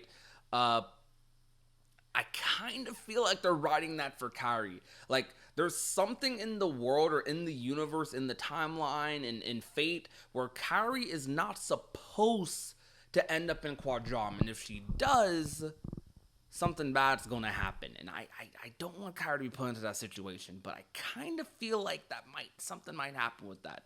But I hope they pull a double twist on us with that.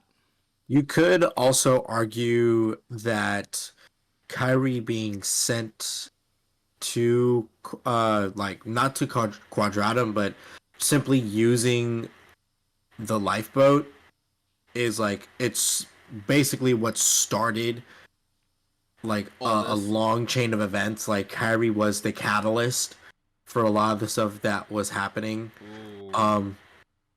Because we all know that when Maleficent used it, she was the spark for everything.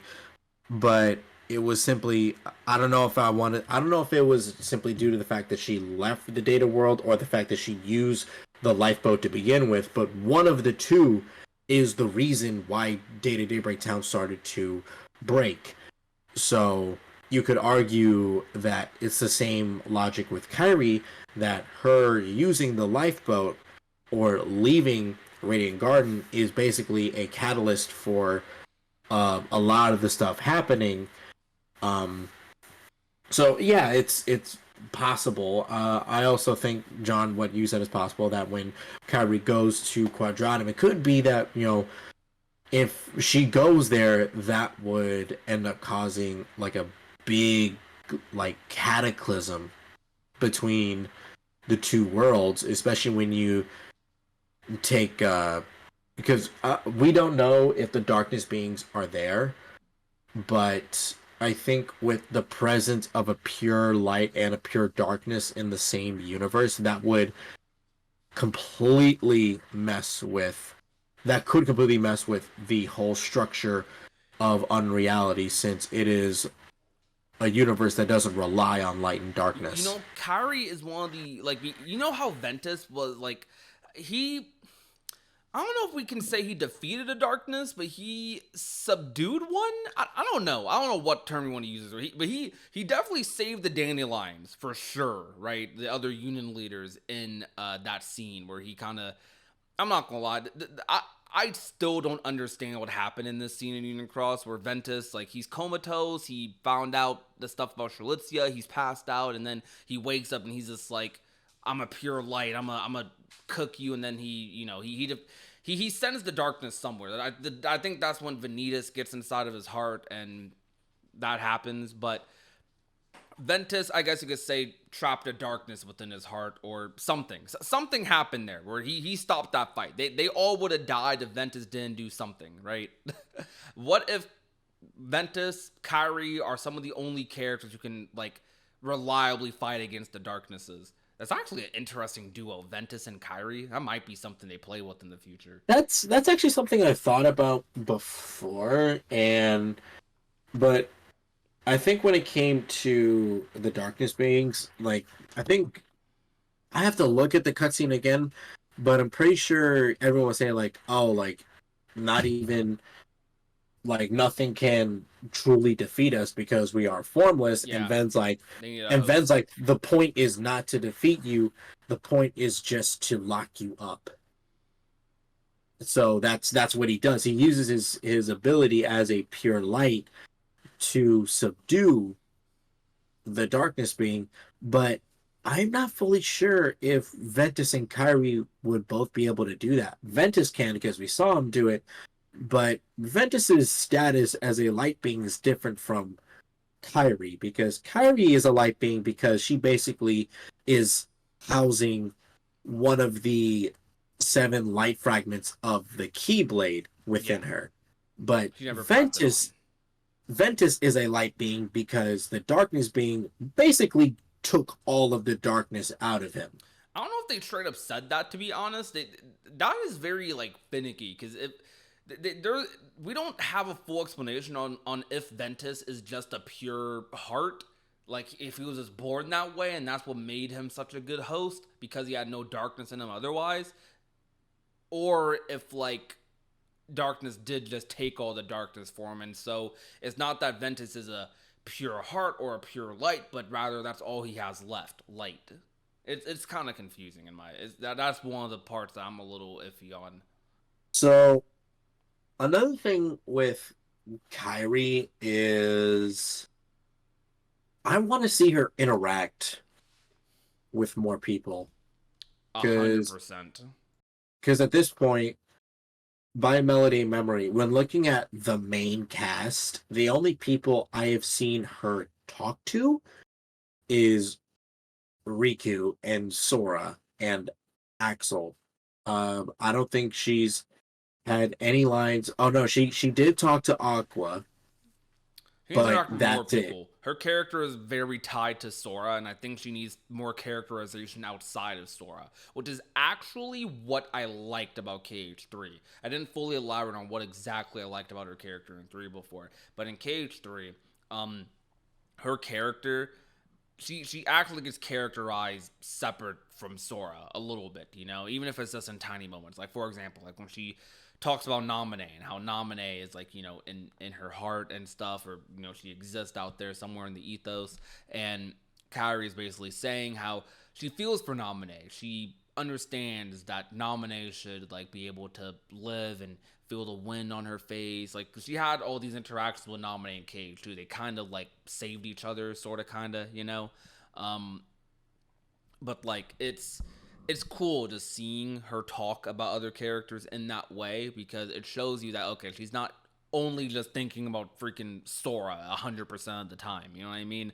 We know Sora and Kairi, like we know they're a thing. They're best friends, or whatever you want to call them, right? Uh, Kairi's character needs to exist outside of Sora, similar to how, even though Sora's whole motivation, whole goal, the reason he started this journey is because of Kairi, Sora obviously has many relationships, many dynamics with Roxas, with Riku, with Axel.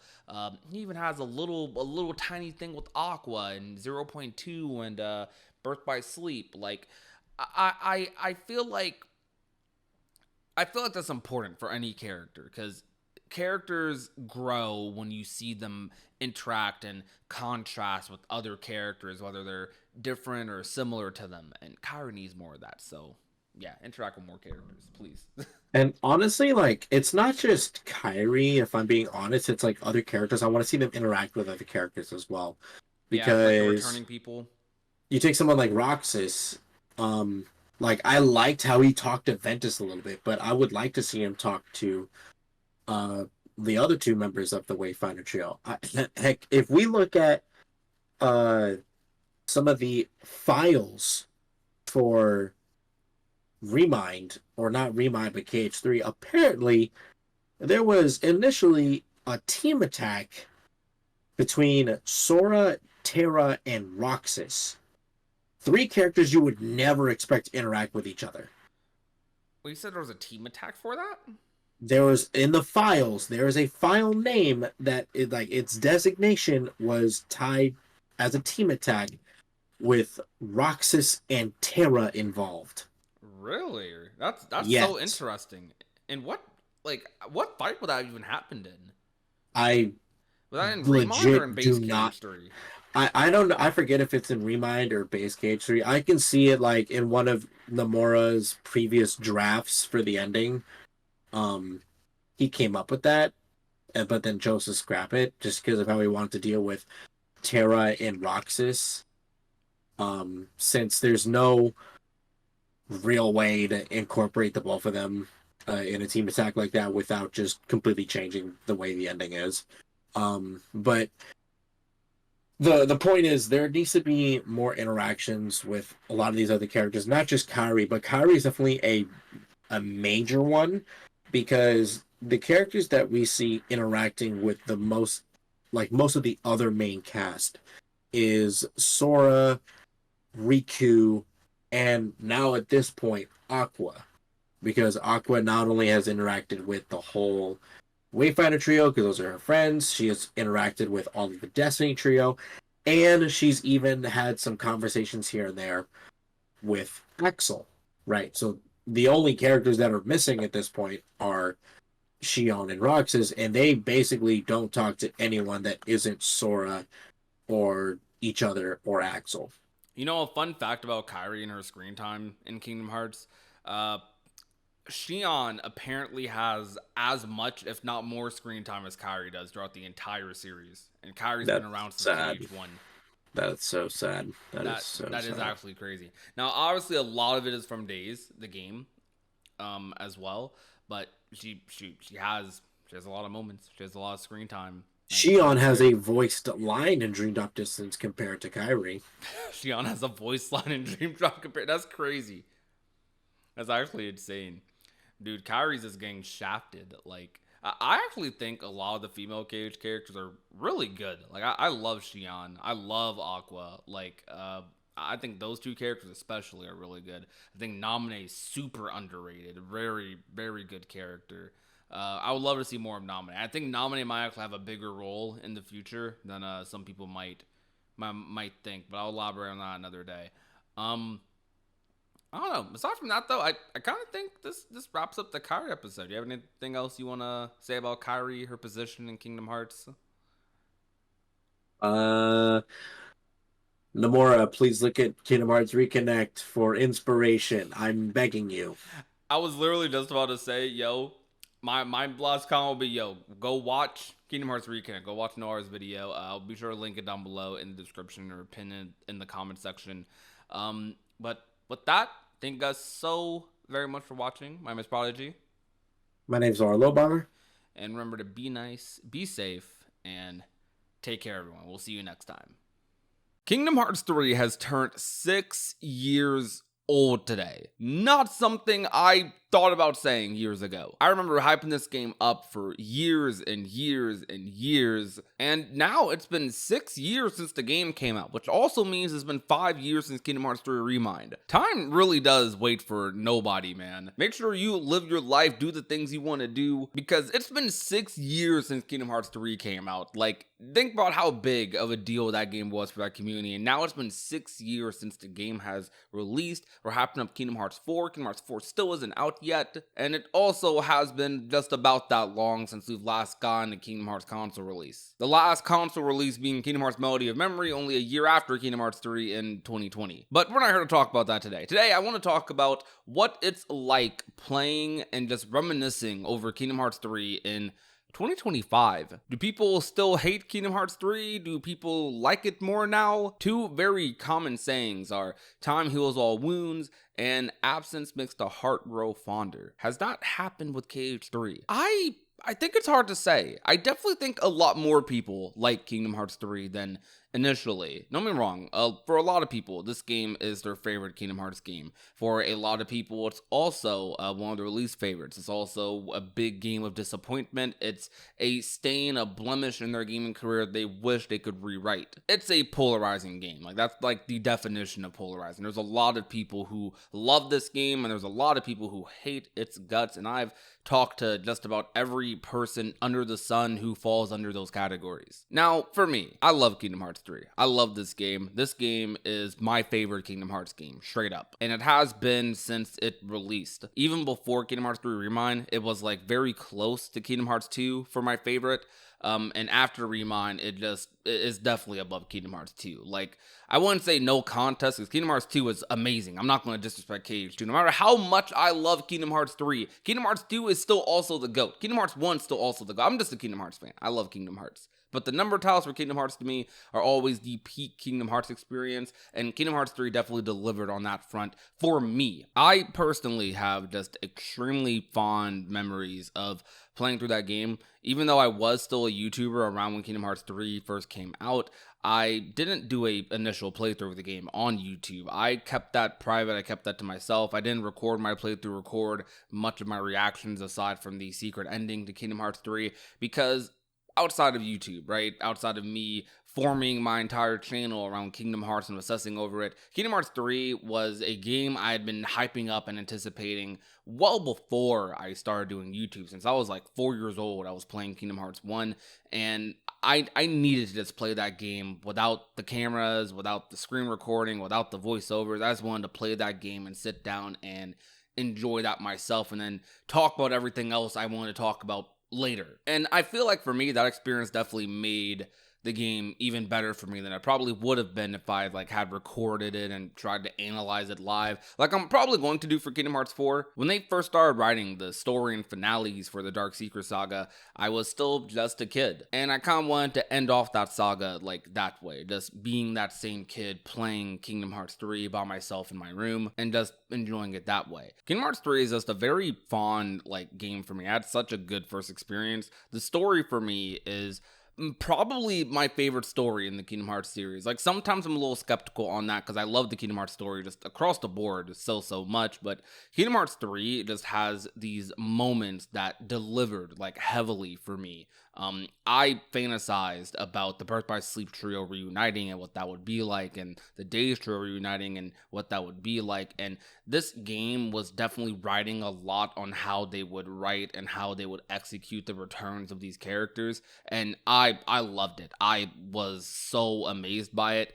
And in Remind, when they took a already great cutscene in the Days trio reuniting and made that cutscene, took that cutscene from what was already a 10 out of 10 and made it like a freaking 1,000 out of 10 with like all those cinematic things they did with Roxas and Sora being like at his station of awakening. It was so amazing. It was so good. I was crying.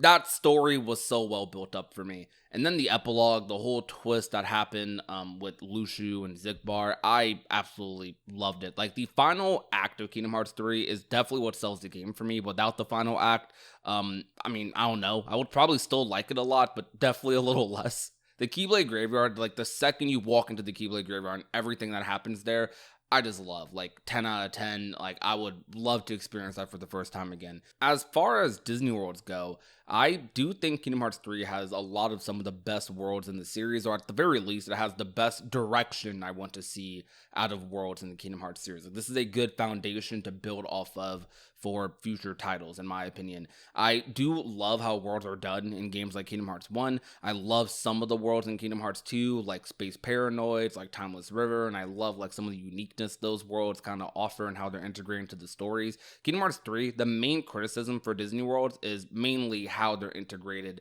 into the story. And that's still a ongoing debate to this day. A lot of people wish we could go back to the days of Kingdom Hearts 1 where every Disney World felt like it was super important, super integral to the plot. And it was, because in Kingdom Hearts 1, you're doing everything for the first time. It's not a routine yet like it is in every game after, where you go world by world, sealing keyholes like that. That's the gimmick. Even Kingdom Hearts 1 set that up to be the gimmick, but that was the first time they ever did it, so it just felt more important. You're not necessarily seeing characters like Jafar or Oogie Boogie be super important later down the line, but Kingdom Hearts 1 made them feel important because we didn't set up the big villain yet. We didn't even know who Ansem really was. So when you do know who Ansem is, when you do know who the big villain is, these Disney worlds don't really feel like they matter as much when you don't see an organization member in them or an organization fight happening in the world. Like we used to fight Zaldin in Beast Castle back in the day, or even fight with Riku in Monstro in Kingdom Hearts 1, and we're not exactly doing things like that in Kingdom Hearts 3, so I totally get why people feel that way. But at the same time,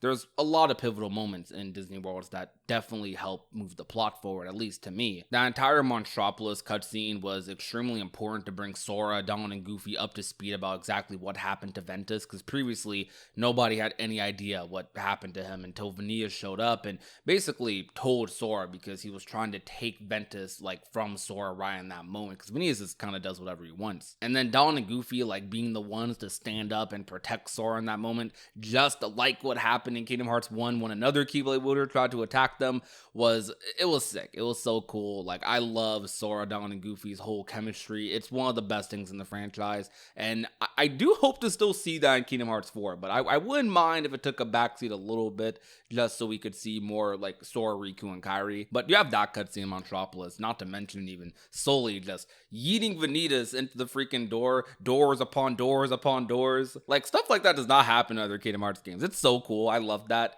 We also have that iconic Toy Box cutscene with Woody, the whole let him cook meme. And they were cooking with this cutscene too, like not even just because of Woody walking forward and just talking smack to Xehanort, but also everything else regarding this cutscene. Young Xehanort learned through this cutscene that, okay, these puppets, these toys can have hearts, and not just they can have hearts, but he learned from this that they could put a heart into whatever vessel they choose, which directly would lead to Xion, because if you've been following the Kingdom Hearts series, you know the whole puppet toy analogy thing. That's essentially what Xion was called in Days. Everyone in the organization would call her a puppet, didn't see her as a real person, and of course young Xehanort would also do the same thing, and this essentially would lead to Xion returning in Kingdom Hearts 3, or lead to the idea of them using Xion. I will admit, I do think they could have added some more supporting cutscenes after this to make Xion's return be even better, but I love what we got in the original game. Remind only made it even better than it already was. And then you also have like moments in Big Hero 6, like just a very casual cutscene where they're sitting on the San Francisco Bridge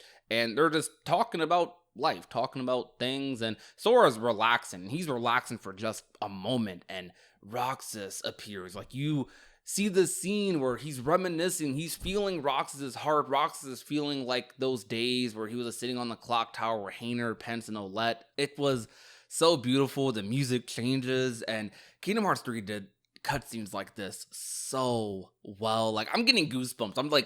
I'm feeling things just thinking about it, man. Like, it was so good. I loved it. You also had the whole Verum Rex thing in Toy Box. Yozora made his first appearance in Toy Box, in the Toy Story world. He wasn't revealed at first in the secret ending or some other like weird cutscene. He was revealed first in a Disney World in Kingdom Hearts 3. That will forever be the first time you see that character, at least as Yozora. And we already know Yozora is going to be a big deal in Kingdom Hearts going further. I mean, he was the secret boss of Kingdom Hearts 3, one of the best secret bosses, maybe in gaming period, definitely the best secret boss in Kingdom Hearts. And aside from like a lot of these little story things or character development things I could talk about, I just had fun in the Disney Worlds. The Disney Worlds to me are definitely still one of the things I look forward to the most in Kingdom Hearts, because not only do I love Kingdom Hearts' story and its characters and its more quote original elements, like I love the Disney Worlds as well. The Disney Worlds to me is like that X factor that makes Kingdom Hearts super interesting. I know we love and are so interested in the Kingdom Hearts story and aesthetics so much.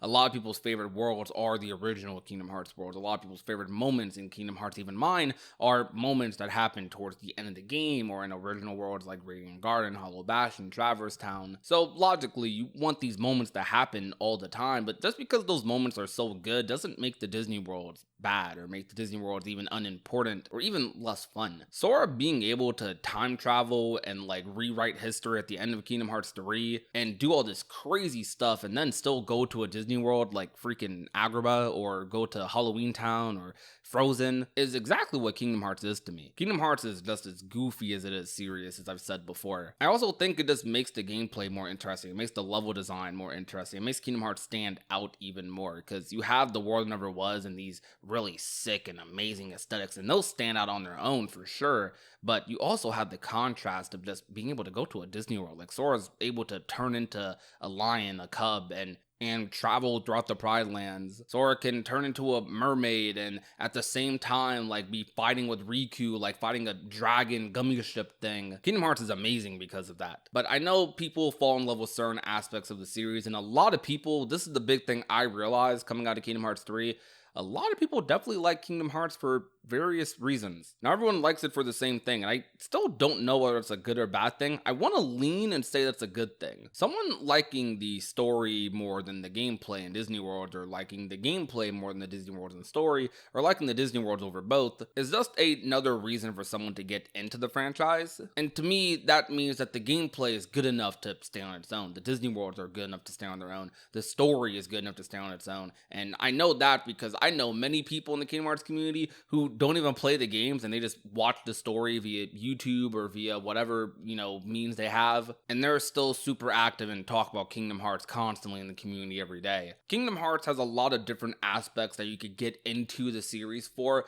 that each stand on their own. Like if you prefer gameplay and you want to fight like super hard bosses, Kingdom Hearts has you. If you want to get into a crazy story that you're still like discovering new details about to this day, Kingdom Hearts has you. If you want to just mess around in Disney World and have fun, like play a higher quality Disney game, Kingdom Hearts got you. I definitely want to say that's a good thing to have in a franchise, but at the same time, of course, you want everything to be equally as good so everyone can just enjoy it all at once. But when you're a long-running franchise having 13 plus games with one story essentially, people are going to end up preferring some things over others. Like for me, despite how much I love the story and Disney Worlds and stuff, I do love the gameplay of Kingdom Hearts so much. Like one of my recent streams was me playing through Kingdom Hearts 3 on level 1 and me trying to no damage the Azora fight. I loved doing that. Like a lot of people, they get tired and they get annoyed after fighting the same boss for hours on end, and it's infuriating.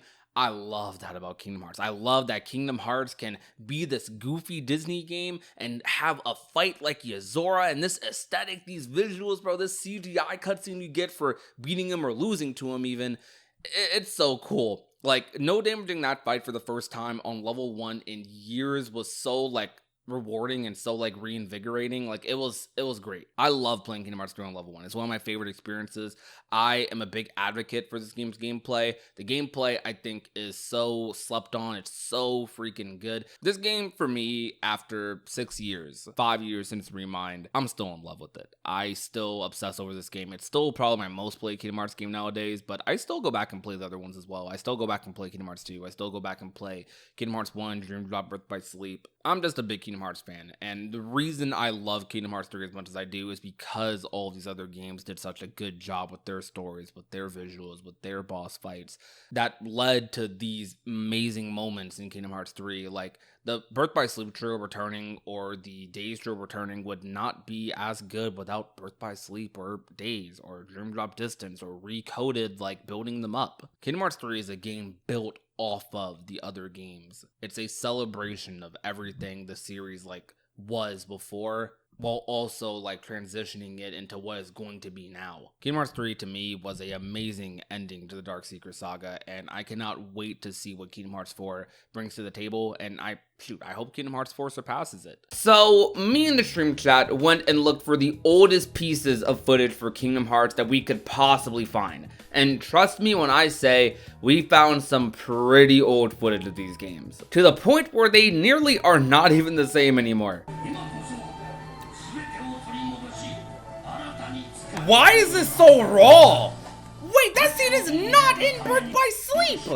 What did they do? If you want to join in on one of these streams, everyone's invited. Subscribing to the channel and hitting that bell icon goes a long way, not only supporting the channel, but making sure you get notified when I post or stream new content. But other than that, sit back, relax, and enjoy the video. It's nice that like the first KH1 trailer was in, oh my gosh, you see these models, dude?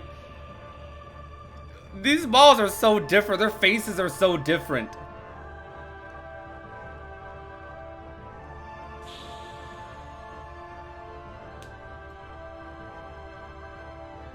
These camera angles, though. Oh, I gotta pause. We gotta talk about these gameplay angles. Like, what? I mean, I don't think we had some crazy standards here. Okay, this is the, this is that midway point in Driver's Town, like where you fight opposite armor at. I like how I kind of like that, weirdly enough. You can barely see it because it's so like blurry on. Let me move. Let me like make sure it's a little smaller. Yeah, there we go. Okay. Anyways though, but this, like, I kind of like there's like a little stroke around the HUD. Kind of nice, and it actually tells you how much MP like you're using. I don't know, there's some quality of life stuff they took out. Hold on, Sora's doing Blizzard on the steps. Like, what? Oh, it transitions. They thought that transition was really cool. I mean, I guess it kind of was.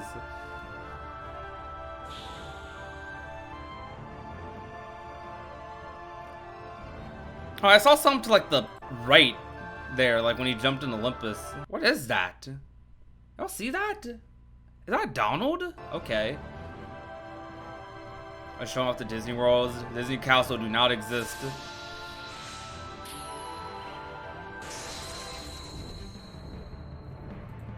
This is a very tame trailer. Well, that scene is so different. Oh, we gotta go back. That scene, the positioning on that was so different.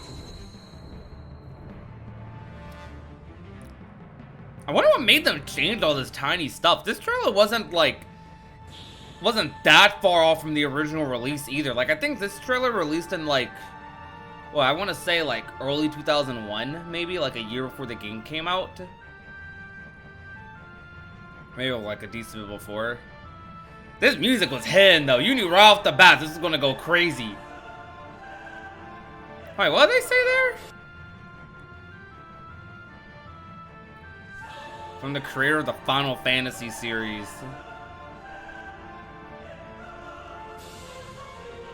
Oh my goodness. Riku just looking raw on top of the tower. This music's hitting though. Of course it hits. I mean, I'm so used to this. I'm not putting myself in the seat of someone that's looking at this for the first time ever.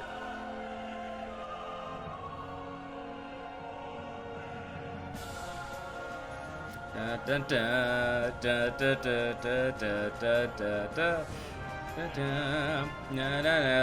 Oh my gosh, you guys see the small little animation for that? No. Guys, that was the reaction command. Hold on, that is, wait, seriously, they cut out reaction commands. that was 1000% a reaction command just cut from KH1. Look at this. Sora don't do this in this fight. Not in that way. Like that was like scripted. Like, hold on. Like the way he moves there, that is scripted. That was so scripted.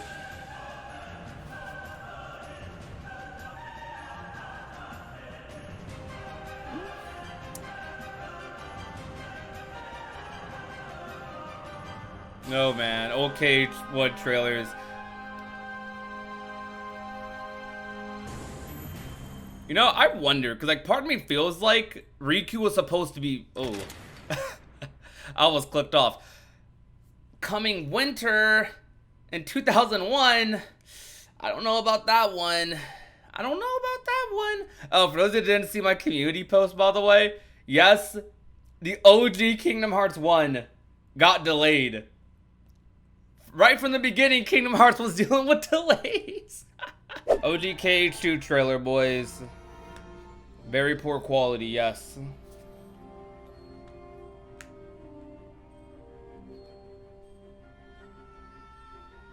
You have to get the real experience. The real experience is this quality. This is what I saw. 2005 was in 240p. KH2's OG trailer or reveal is actually like quite great. Like I must say. Like you're thinking like, yo, what are these enemies? What the heck is that? Things like crawling across walls and stuff. Who's this character? They showed a lot of Roxas in this. People probably thought Sora was just gone forever. Completely different pro tag coming until later in the trailer. The authentic 2005 experience, yep.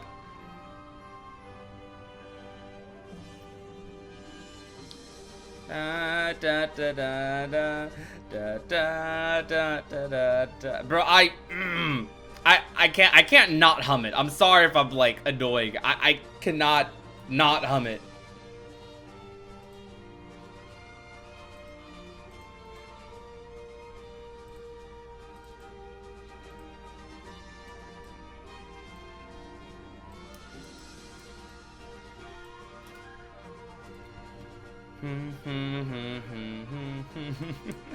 I love this so much, dude. This is actually a good reveal trailer. Like, dude, look at this. Some of these scenes do not happen, but look at this. This is actually just a really cool reveal. This style really makes this game hold up so well, right? Like, KH2 is just a masterpiece. Don't get me wrong. I love KH3. Still my favorite game. I still like it more than 2, but like 2, man. 2. KH2, bro, is so good. Like, that is the game of all time right there. Just straight up. Like, in this trailer, this music, it makes you feel things, man. It makes you feel things that you don't, not the average video game not making you feel. What I'm trying to say. This, I'm not even reacting to the trailer, but this is so cool, though. Oh, we're gonna replay this for sure. This scene is like non-existent. Look at that, huh? That was clean. Look at that. That's the 2 reveal right there. Oh, okay, Sora. Okay, this was recorded like from someone live. Hold on, this is kind of crazy. All right, this is a live recording of someone from 2007. This is the very first reveal of Birth by Sleep, from my understanding. It is very different from that other popular old BBS trailer. Don't actually go out of the way to sub this too. What is this camera movement? Yo?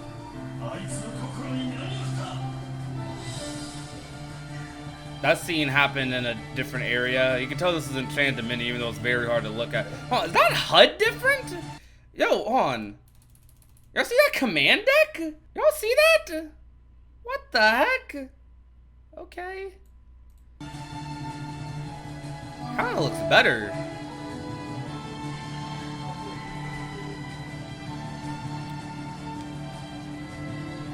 How did the quality get lower for the gameplay? Hold on, wait, okay, is it me or... Why does the combat look faster?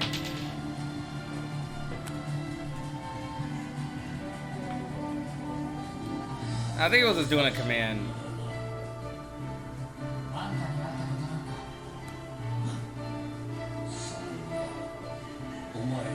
Wait!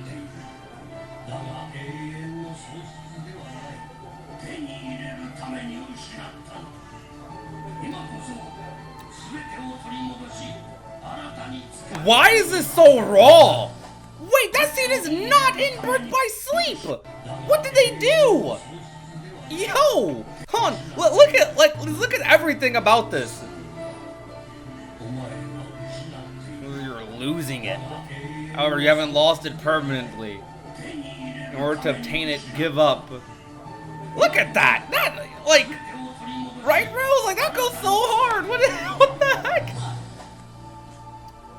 Yo, this might be the best reveal trailer if it wasn't, you know, recorded on someone's phone.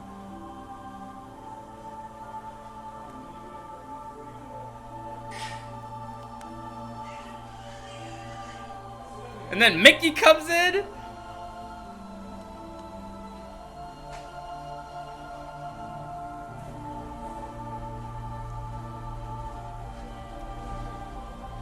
Wait, Terra isn't even at the... Bro, he's... Hold on, he's at the actual, like... island part of Destiny... Well, how do I describe it? The other island on Destiny Island. Like the town area. You can tell by the background. I think. Bro, someone, like... I thought that was in my background. I was like, someone's dropping something. Oh my gosh. Alright, that man's a monster infused with darkness. He's talking about trying to manipulate him, defeat the darkness, correct by mistake. I don't care about being master's power I use for my friends. That, okay. I gotta say, that line by itself, I don't even think that line's in the game. I don't care about being master. Like, that line by itself completely changes people's perceptions of Terra. That line is so good. Hold on, hey! Are these lines in the JP version of BBS? Yeah, this is the town version of Destiny Islands. We're friends. Therefore, I wanted to ask something. Erase me. Okay, that was peak. Okay, yo, rate that out of 10, guys. Hold on, that was like, what? Why didn't we get some of that? Why'd they cut some of that out? What was that? Oh, that might have been better than like 3 and 4's reveal trailers. That right there is so freaking raw. Like, look at this. Like, what is the spider sense that Ventus has? That is not in Kingdom Hearts.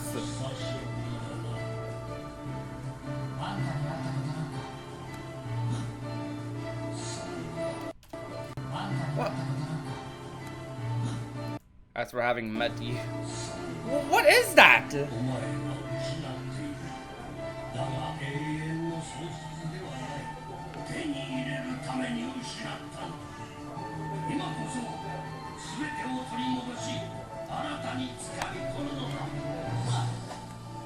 Alright, this is Dream Drop Distance, guys.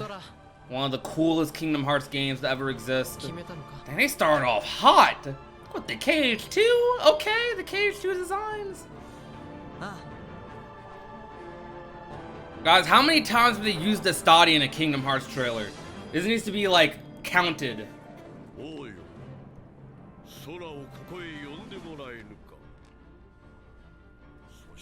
I actually never saw Dream Drop's first trailer. I haven't seen most of these first trailers, if I'm being honest, but especially Dream Drops. I'm assuming that was him saying being trained for the Mark of Mastery. Da, da, da, da, da, da. Alright, look at them pixels. Don't look like they changed anything crazy yet, cutscene wise. This is a slow trailer start, I must admit. How long is this trailer? Dang, not long. Wait, that? Okay, this doesn't happen. Not in that way. What in the world? Did they just not have outfits? This really was just straight up KH1 Sora. Hold on, what the heck? Oh my gosh. That is so fast! That is way faster! I think I've seen this part of the drill. That's so fast! What the heck? And the combat's fast. I know I keep replaying it. Oh my gosh! Flow motion is so... What the... What did they do? Why did they make it slower? What the heck? Why was that so fast? I know that was... Well, that was the end of the trailer. Yo, Billy Zane Ansem back.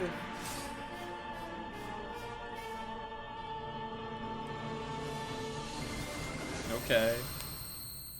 I gotta replay this one more time.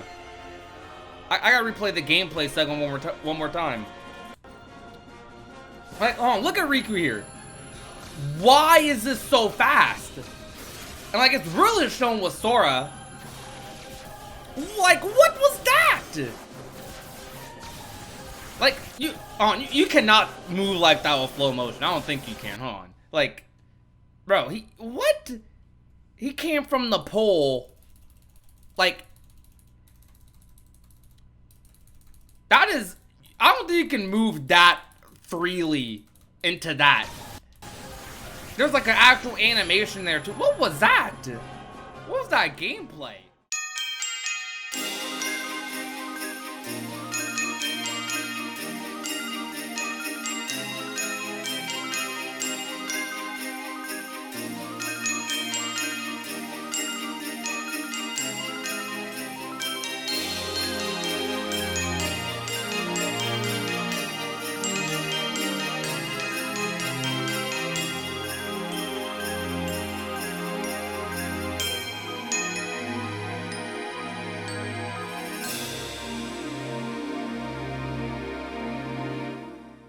There's a lot of Kingdom Hearts games, nearly 14 to be exact, not counting final mixes, remixes, and movies, and there's 2 more on the way. Among this pool of Kingdom Hearts titles, however, are ideas and projects that never would see the light of day, and would rather be lost in the realm of darkness. Today, I want to talk about some of these cancelled Kingdom Hearts projects, while speculating on perhaps what got them cancelled in the first place. The first cancelled Kingdom Hearts game we'll be talking about is a popularly known one, and that is Kingdom Hearts VCast. Kingdom Hearts VCast is quite possibly what a Kingdom Hearts game would look like with no Square Enix involvement. Kingdom Hearts VCast was developed by Superscape and published by Walt Disney, more specifically a section of Disney that was working with mobile networks at the time.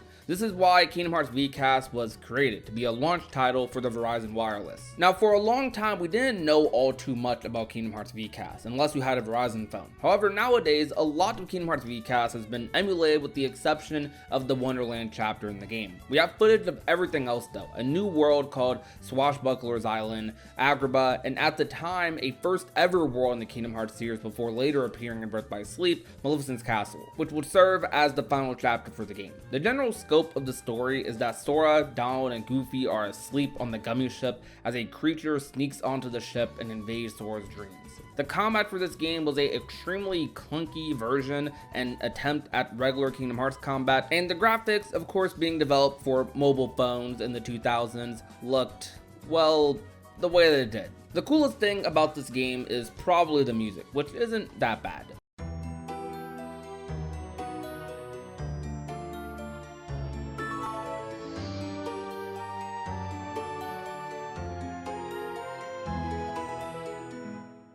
This actually being a rarity for Kingdom Hearts, this game luckily was never canon or planned to be. Now, regarding the word cancelled with this game, despite popular belief, this game actually was finished in quotations. However, the game would eventually be shut down in December of 2012. This game though was basically unknown to 98% of Kingdom Hearts fans during that entire period, and the people who were aware of this Kingdom Hearts game, most of them did not play it. This game will largely retain its name in the history books for Kingdom Hearts by being a meme. Though now that most of the game is archived and you can find a lot of gameplay of it on YouTube, it remains an interesting piece of the Kingdom Hearts history as the franchise's first attempt at a mobile game, though not the last. Right quick though, if you're a fan of Kingdom Hearts and want to see more video topics like this, be sure to hit the subscribe button down below. Also, if you want to go even further in supporting the channel, we do now have a Patreon that is linked down below in the description, which can give you early access to some videos such as this one. As we transition to another canceled Kingdom Hearts mobile game, Kingdom Hearts Fragmented Keys. This was a mobile game being developed in 2013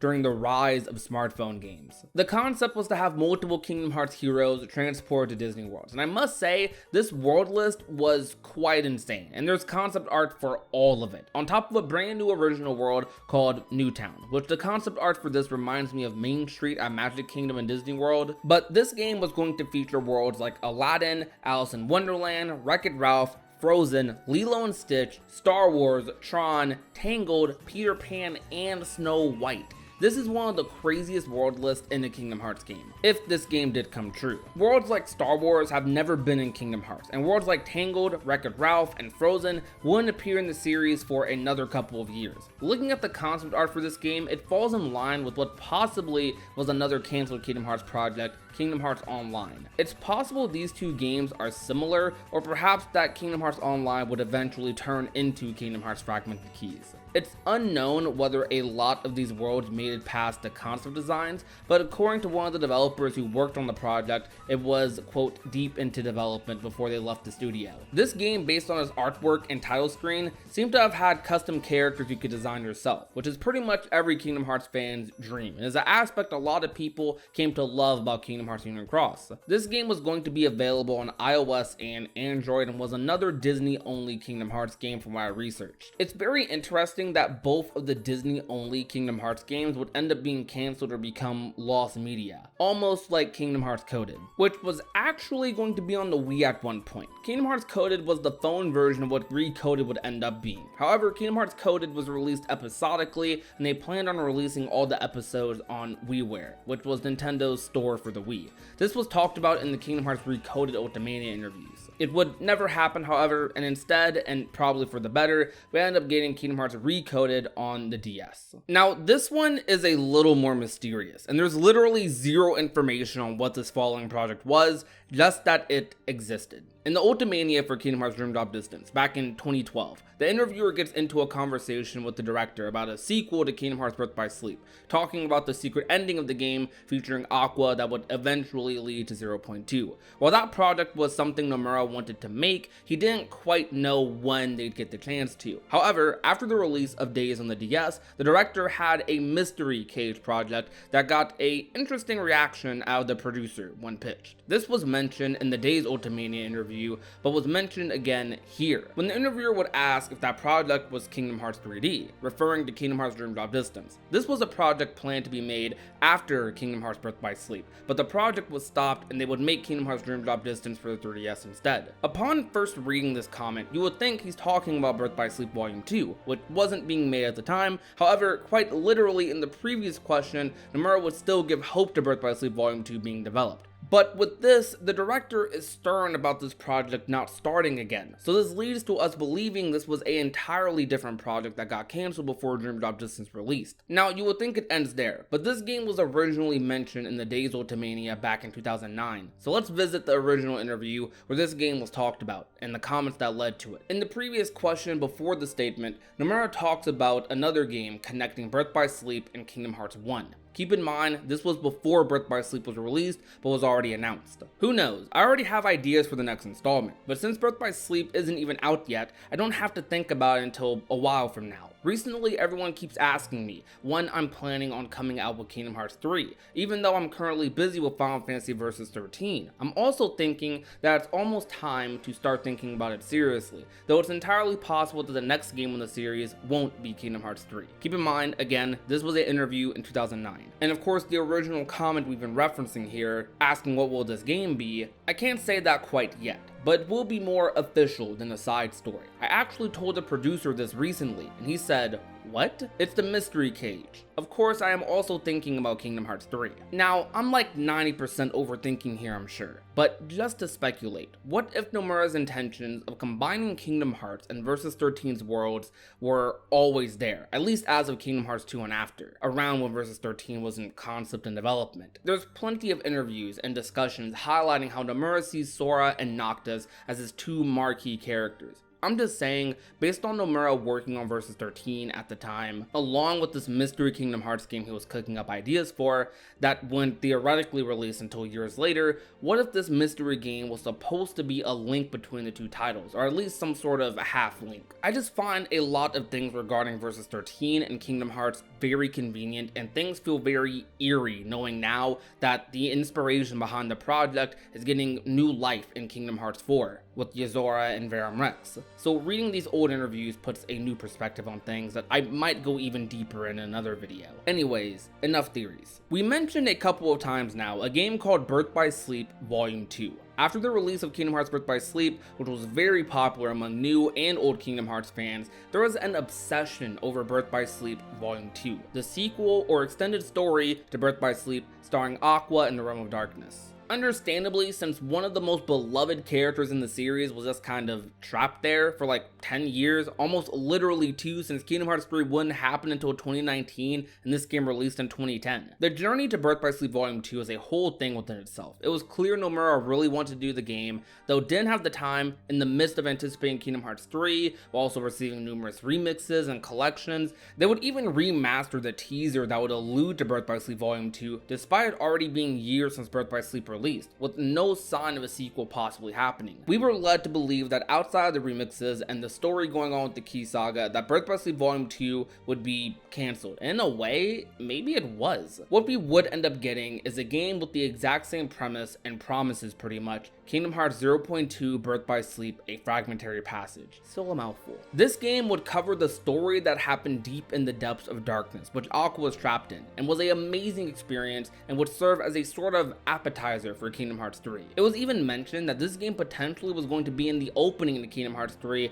but would be released separately to tide over fans. This is probably the first uncancelled project to happen for Kingdom Hearts. It was never technically cancelled, but was definitely lost for a bit. It's interesting to speculate about the original title for the game, Birth by Sleep Volume 2. The game we ended up getting was bundled with other Kingdom Hearts experiences as part of a collection, Dream Drop Distance and Key Back Cover. However, what if this game did release separately sometime after Birth by Sleep? Would the game have been longer? Would we have gotten a lot more story? Maybe a deeper dive into what exactly happened with Mickey while he was down there? There's a lot of possibilities with the scenario of it being a full game package, though what we did end up getting was amazing, and definitely something I'll never forget. I want to say thank you to everyone who came with today's video. This was a really fun video to make. I learned a lot about some of these things myself while reacquainting myself with Ultimanias and old interviews and concept arts. This was just a lot of fun, and I hope you had just as much fun watching. If you did, and maybe want a sneak peek into other products I'm working on, check out the Patreon. The link is down below in the description, and it helps the channel out a ton. The ending to Dark Road had a few moments that would blow any Kingdom Hearts fan's mind. From Vor tossing boulders with her bare hands to finding out Xehanort just shaved his head, we learned a lot. I mean, like, actually, we did. I want to talk about and revisit some of what I thought were the craziest things to find out from Kingdom Hearts Dark Road. Now, we got almost 3 hours of new story content. That's a lot of dialogue, so some of the tiniest details that are and will end up being major down the line knowing Kingdom Hearts, I will cover in another video. Which, if you, want to catch that content, subscribe. So a scene I thought was really cool from Xehanort and interesting was him knowing about Vanitas. What do I mean by that? Well, Vanitas has been theorized to be a true darkness for a while now, since the concept was brought up in Union Cross. Now, some of us just assume Xehanort was oblivious to a lot of things happening in the background, though give Xehanort some credit. This man is very smart and observant, a trait we can see he's had for a long time. Xehanort knowing about these true darknesses from his master Odin would tell the same story to Vanitas as a darkness himself to see what he thought, kind of playing around with Vanitas and saying how if he were the darkness in question, why would he hide? This making Vanitas a bit nervous and cautious of Xehanort, as he would kind of tie Vanitas into a corner by revealing Ventus's heart wasn't actually split into light and darkness, and brings up the question of where did Ventus come from, and that Vanitas just likely came along with him from then. This scene was really awesome to witness, as seeing Vanitas put into a corner like that when he's normally super cocky and just wants chaos, we actually saw Vanitas a little nervous in this scene, which we don't really get to see from him, well, ever. Bragi revealed himself to be Luxu all along. What are you talking about? He is Luxu! He is Luxu! You think you're strong enough to beat me? As if... I was all over this. I already loved Luxu from the epilogue in Kingdom Hearts 3. That skyrocketed Luxu, Xigbar, Bragi now up to the top for me. Top 3 characters. I am in love with reveals like that, and that made just that character one of the most interesting and entertaining characters in Kingdom Hearts. Now, we've been hearing about the Bragi is Braig Luxu theories for a long time since Dark Road was initially revealed with all of its characters, and it was purely because Bragi, Braig, just switch around the I and the G and you get that name. And I was thinking to myself, that has to not be it, because it's almost too perfect, too obvious. And it was, and I still got surprised anyways, because I wasn't expecting it. Because it was too obvious. I absolutely loved this, and the main thing that I loved about this was when Bragi was initially revealed to be Luxu, when Baldur's darkness was kind of like shaking, quivering a little bit, scared, Bragi just puts his hands in his pocket while being threatened, talking about how it would be a shame to get rid of this body already, and then hits us with the classic as if quote. I loved it. Just the build up to that, I screamed. It was great. It was just great. We just need more of that in Kingdom Hearts, period. Definitely one of my favorite moments from Dark Road. Xehanort finding Ventus by talking to the magic mirror was for sure a surprise for me. And when I thought about it deeper, it's the idea that Xehanort, even as an old man, wanted to see his friends from his dreams, and Ventus being one of them makes this plot especially interesting and sad. Very sad. Now, I'm wondering how exactly Lauriam was found. Because if Ventus was found in this way, with tips from the magic mirror, how was Lauriam found by chance? Like, was Lauriam found in the same way? Or did Lauriam just come into contact with Xehanort? I definitely think we need a story in the future telling us how exactly Laurium got in contact with Xehanort, as I'm sure Laurium is going to be a very important character in the future. I mean, we have another master like of the old days walking around, so it has to happen. Now, this was a theory that was in the back of my mind for a while, but I definitely wasn't actively thinking about it while watching Dark Road. Xehanort being related to Ephemer is pretty crazy and was something heavily theorized back in the day when Ephemer was first revealed as a character, because people associated the white hair with Xehanort and they're like, okay, these two might end up being related. I remember these theories were rampant all the time. After a while though, as Unicross's story progressed and progressed, these theories were eventually dropped, or at least not talked about as much. But still, seeing it confirmed here is crazy, and having Ericus and Xehanort be as close of friends as they are makes their dynamic that much greater, because their grandparents were friends as well, assuming Ericus is related to Brain like minifigure, which we'll probably get an actual answer on in Missing Link, but that's just really cool to me. I love that. A scene that might end up being one of my favorite scenes from Kingdom Hearts is another scene with the player. The player being the blue-robed figure. We raised Xehanort. We should be ashamed. The player was revealed to be reincarnated into this blue-robed figure that would end up raising Xehanort. This was a big twist to me, because I always thought after the ending of the Union Cross, when we saw that cutscene talking about the reincarnation, and then the scene at the beginning of Dark Road, they purposely made us think Xehanort was a reincarnation of the player, and that's how Xehanort got his memories.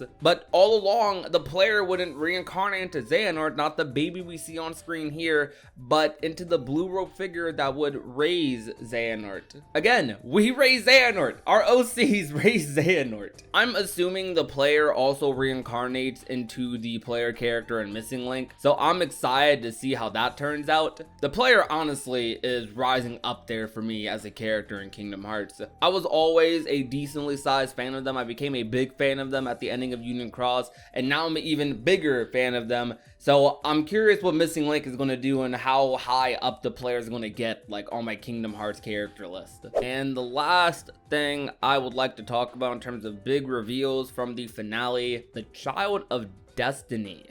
Xehanort is the Child of Destiny. Interesting. I kind of want to dive even deeper into this topic in another video, because I am very much so still thinking about my thoughts, collecting my thoughts on this. But I suppose if I did have to say something about Xehanort being the Child of Destiny, I would say, Sora? Now that will be all for today's video. I know I didn't go over every single reveal that happened in Dark Road, but these were some of the biggest things I felt like happened in Dark Road. Some of the things that stood out to me the most, at least. There are a lot of other things that happen in Dark Road that I am definitely going to go way more in depth on in some other videos. Even some of these things individually I'll probably cover in videos and go even more in depth about. But I just hope you guys enjoyed the video at the end of the day, and tell me what some of your biggest reveals, biggest moments were, biggest memories were from experiencing Kingdom Hearts Dark Road. I would totally love to hear about it. This story was magnificent. I loved it, loved it, loved it. Definitely one of my favorite stories in the Kingdom Hearts franchise, which the Key Saga has been providing a lot of those as of late. The story for the future of the series is going to be very exciting to witness, and if even an ounce of this type of writing, this type of storytelling, characterization is in Kingdom Hearts 4, then I think we are just in very good hands. But that will about do it. Thank you guys so much for watching. If you enjoyed, be sure to leave a like, share it with a friend or family member, and last but not least, if you're not already, and want to become a part of the Union, all you have to do is hit that red subscribe button down below. My name is Prodigy, and I will talk to you guys soon. Peace out, you guys. Bye. Now she's a daydreamer. She's always thinking about him. No more room in this picture for you to fit in. Now she's crying on the phone, telling you she's not good enough for him. When you think that she is perfect in every way, oh, crumbling away. Kingdom Hearts is coming to an end, but that doesn't mean anytime soon. It's just eventually going to happen. Maybe even by the end of this decade. A few months back, the director of Kingdom Hearts, Tetsuya Nomura, was interviewed by Young Jump magazine. In this interview, he mentioned that he was going to retire soon. And with this, the ending of the Kingdom Hearts series has come up in discussion. The big takeaway from this interview is that Kingdom Hearts 4 is being created with the ending of Kingdom Hearts in mind. This is a huge reality check for fans because Kingdom Hearts has been going on since many of us were kids, but as the saying goes, all good things must come to an end, at least at some point. I take this as an even greater reminder to really enjoy what's coming next and really cherish it, because Kingdom Hearts is probably not going to be around for much longer, at least in the same way it was before. So what does Kingdom Hearts ending actually look like, and when does that happen if not with Kingdom Hearts 4? Some predict that maybe we're looking at another trilogy of numbered titles, Kingdom Hearts 4, 5, then 6, ending off the franchise. Or maybe after Kingdom Hearts 4 we just get a Verimax type game, and then Kingdom Hearts 5 to end off the series at the 5th numbered title. It's all purely speculative, seeing as we're still waiting to even see KH4's second trailer. Though today I thought it'd be fun to speculate a little bit about what Kingdom Hearts' ending looks like and what those possibilities are. And as we dive right into this, make sure to subscribe if you like Kingdom Hearts and want to be updated on all new things happening with the series. So let's be honest, Kingdom Hearts hasn't always been known for having the most conclusive of endings. Kingdom Hearts endings typically wrap up their own individual game stories, but while simultaneously setting up the next ones. But if there is no next game, then what does a Kingdom Hearts ending really look like? Even in the most conclusive of series endings in Kingdom Hearts 2, there's many mysteries that still remain about the nobodies, much of Organization 13, and the true power of the Keyblade and its wielders. But this isn't a negative, it's actually more of a plus for Kingdom Hearts that manages to have amazing stories while still keeping you guessing about what's next. Even the very first Kingdom Hearts game was created with these elements of mystery added to it, even though back then they had no idea if Kingdom Hearts 1 would be successful enough to even get a sequel. I bring up these points to say that Kingdom Hearts 4 may not have an ending that wraps up everything. While its goal should definitely be to wrap up most major plot points, there still will likely be many mysteries left remaining, some we probably haven't even seen yet from the new saga. Nomura loves to write his games this way, because he loves seeing fans speculate and make theories regarding his titles. So perhaps a ending that is true to Kingdom Hearts still remains vague and mysterious like the series has always been. Now, truthfully, an ending that still leaves questions doesn't sound the most appealing on paper.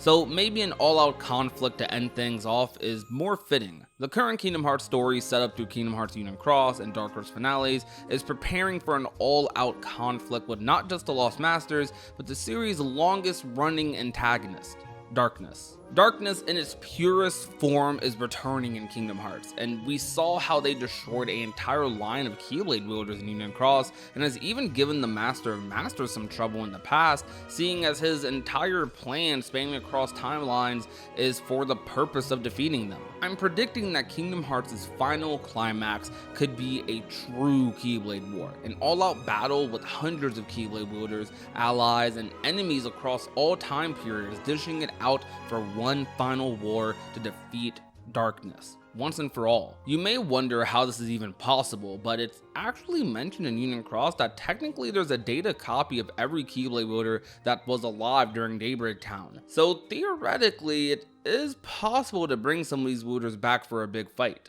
though there's probably other means of doing this as well. In a series about light and darkness, I can't imagine what gets much bigger than defeating literally the purest form of darkness. So you could say the introduction of the Darknesses in Union Cross was a teaser that we were heading towards the end to begin with. Now, this next thought about the ending to Kingdom Hearts is something a lot less happy or even climactic, but more bittersweet. What if Sora never returns to his world? Maybe he decides to stay in Quadranum himself and live out a semi-normal life. Now, this may not be in character for Sora, some would say, but is it really? As badly as Sora wants to be with his friends, Sora has also been shown to be content as long as he knows everyone is safe. So if he knew that everyone would be more safe with him staying in this world, then maybe he would end up staying. This story and build up to Sora making this decision could have a lot to do with Yozora and Versus 13 elements Nomura may mix into the story. Noctis at one point was one of Nomura's most beloved characters and likely still is, as he's living on through the creation of Yozora, some would say.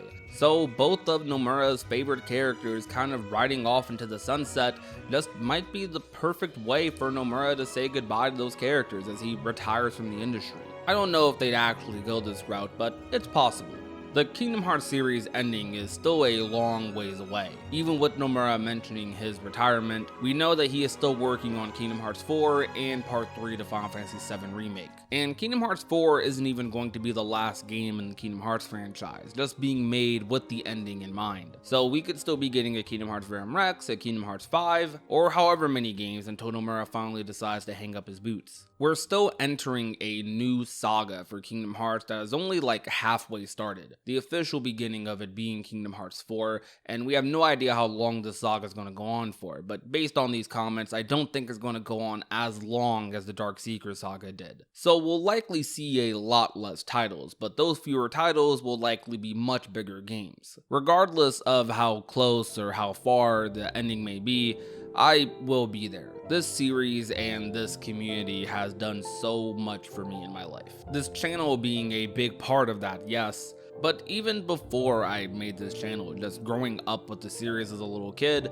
those cheesy messages about friendship and the heart and light really stuck with me more with this series than any other media made it. And still to this day, I find myself loving this series and loyal to this franchise because I feel like it gave a lot to me back when I was a kid and still gives a lot to me now. Sometimes during the darkest of days in my life, like Kingdom Hearts has been there. Kingdom Hearts was something that I would be looking forward to. I remember there were definitely days where I was not the best mentally and I would just be telling myself, man, I gotta be around when Kingdom Hearts 3 is going to release. There's just not enough ways I can say thank you to it. We're definitely still a long way from the ending, I think, but just the thought of it now is definitely something to think about. Overall, I think Kingdom Hearts does have many possibilities for what its ending could look like for the actual game.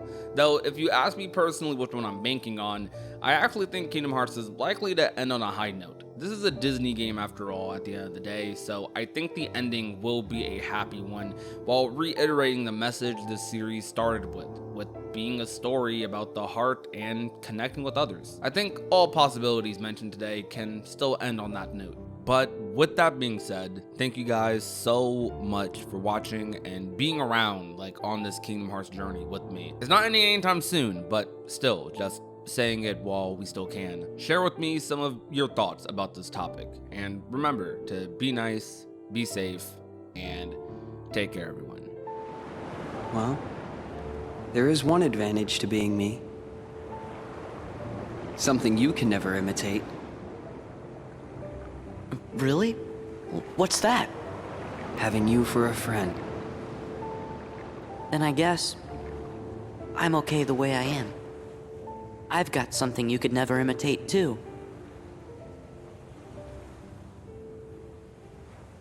It's closing in on nearly a year since we've last seen Kingdom Hearts 4, and the only time we've seen it. Kingdom Hearts 4 represents a lot of different things to a lot of different people. For some, it's a game of redemption, to right the wrongs of the previous games, a chance for them to fall in love with Kingdom Hearts once again. For others, a new slate to finally bring something fresh and new to the Kingdom Hearts story after the end of the last saga, which went on for 20 years, by the way. The Master and Yozora just scream rich and new storytelling. For some others, it could just be another game in their favorite franchise. Or perhaps you're new to the franchise, and just like with the newcomers from KH3, you want to see what all the fuss is about. Regardless of where you sit on this complex spectrum of opinions and hopes and dreams, I think we should talk and have a discussion about the idea of managing expectations. Something I find that people attempt to do a lot. Oftentimes though, people fail, the marketing, the infectious hype of those who are genuinely excited,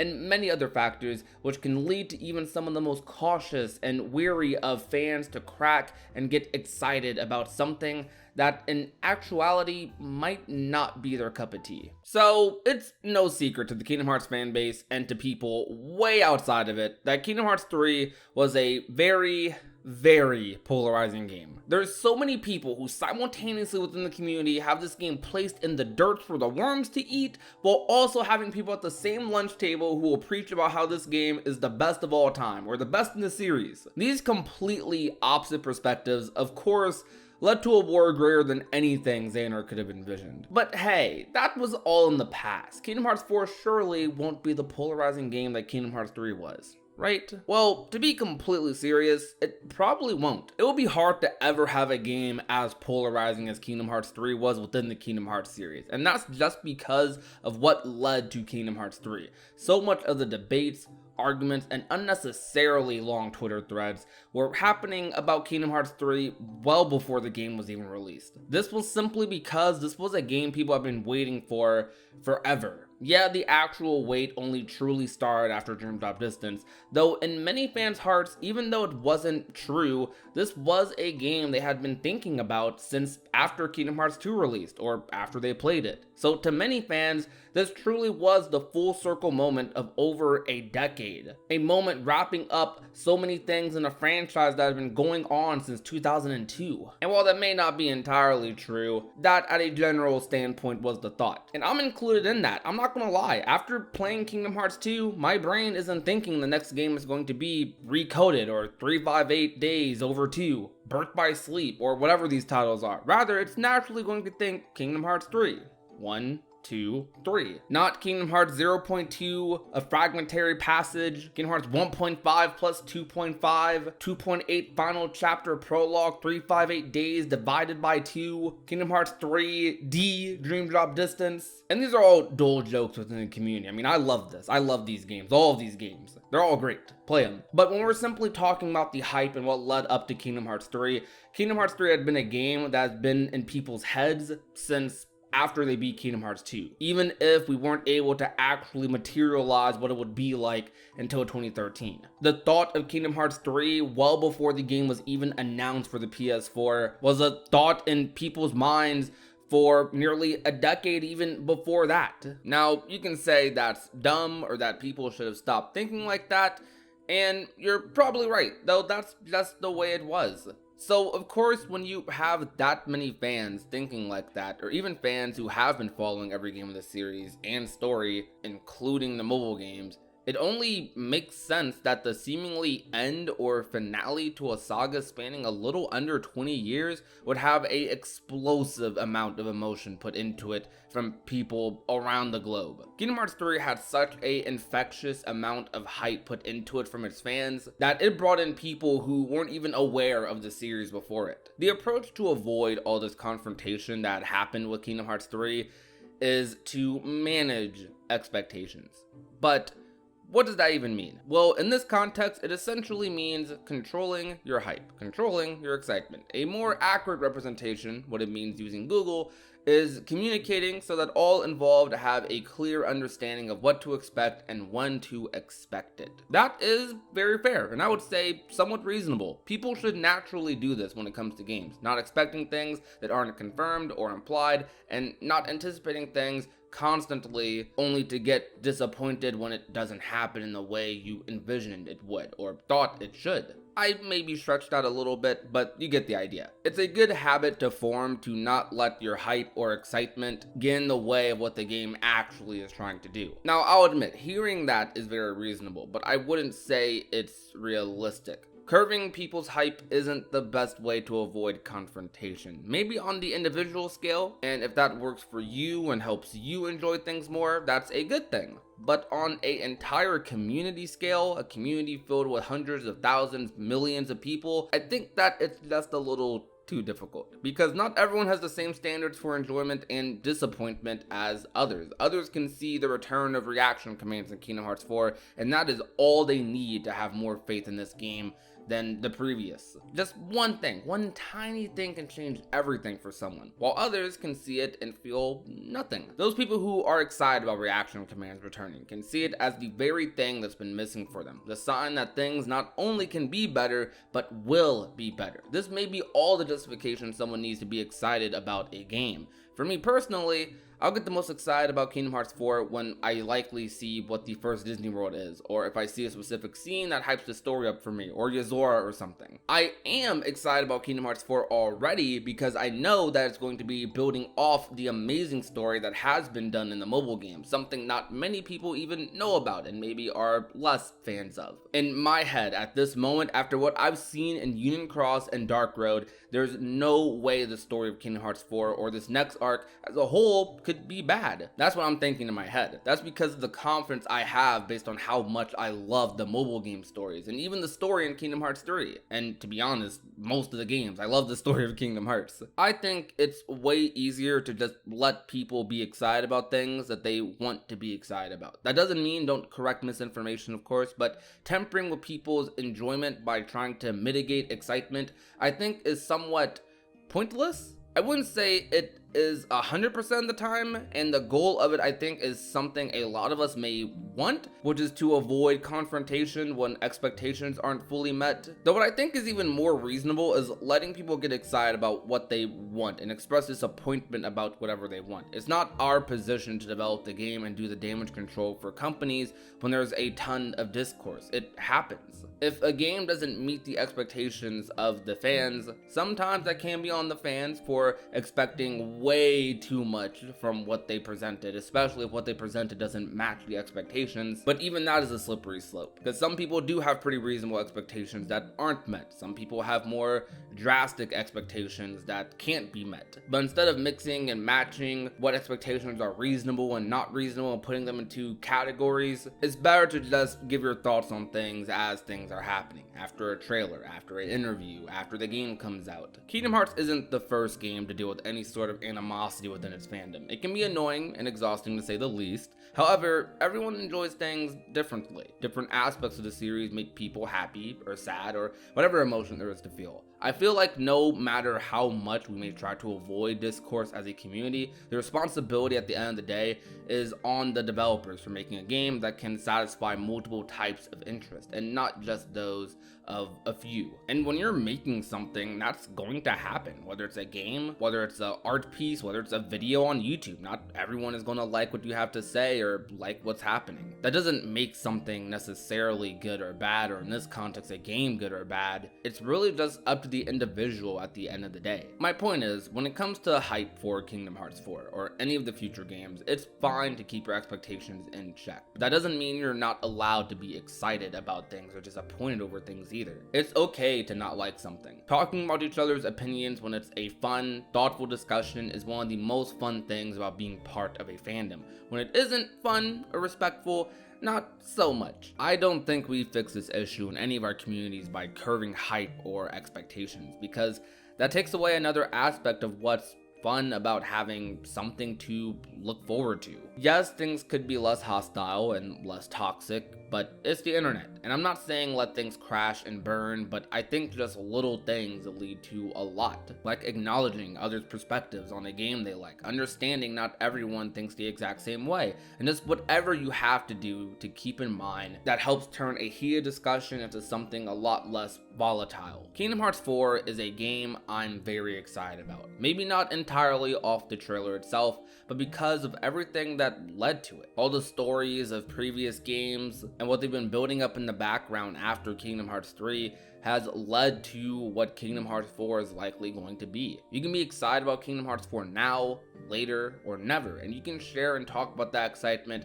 wherever and with whomever you like. You've probably already done it. I personally am not on the end of the spectrum that was super disappointed with the previous game, so when people tell me to not be excited about something or not to share that excitement because we'll just have another Kingdom Hearts 3 situation, I definitely raise an eyebrow. But if that helps you have a better experience when the game releases, that's good. Managing expectations is up to you, and if you need to take a step back from trailers and fan bases to have a better experience with the game, that is your decision. If you want to consume every piece of media that the game reveals up to its release, that is also your decision. We all have our own thoughts and opinions. You don't need me to tell you that. Enjoy what you want, trash on what you want. Let's just try to be nice about it and leave it at that. Oh, and delete your Twitter accounts. Now she's a daydreamer.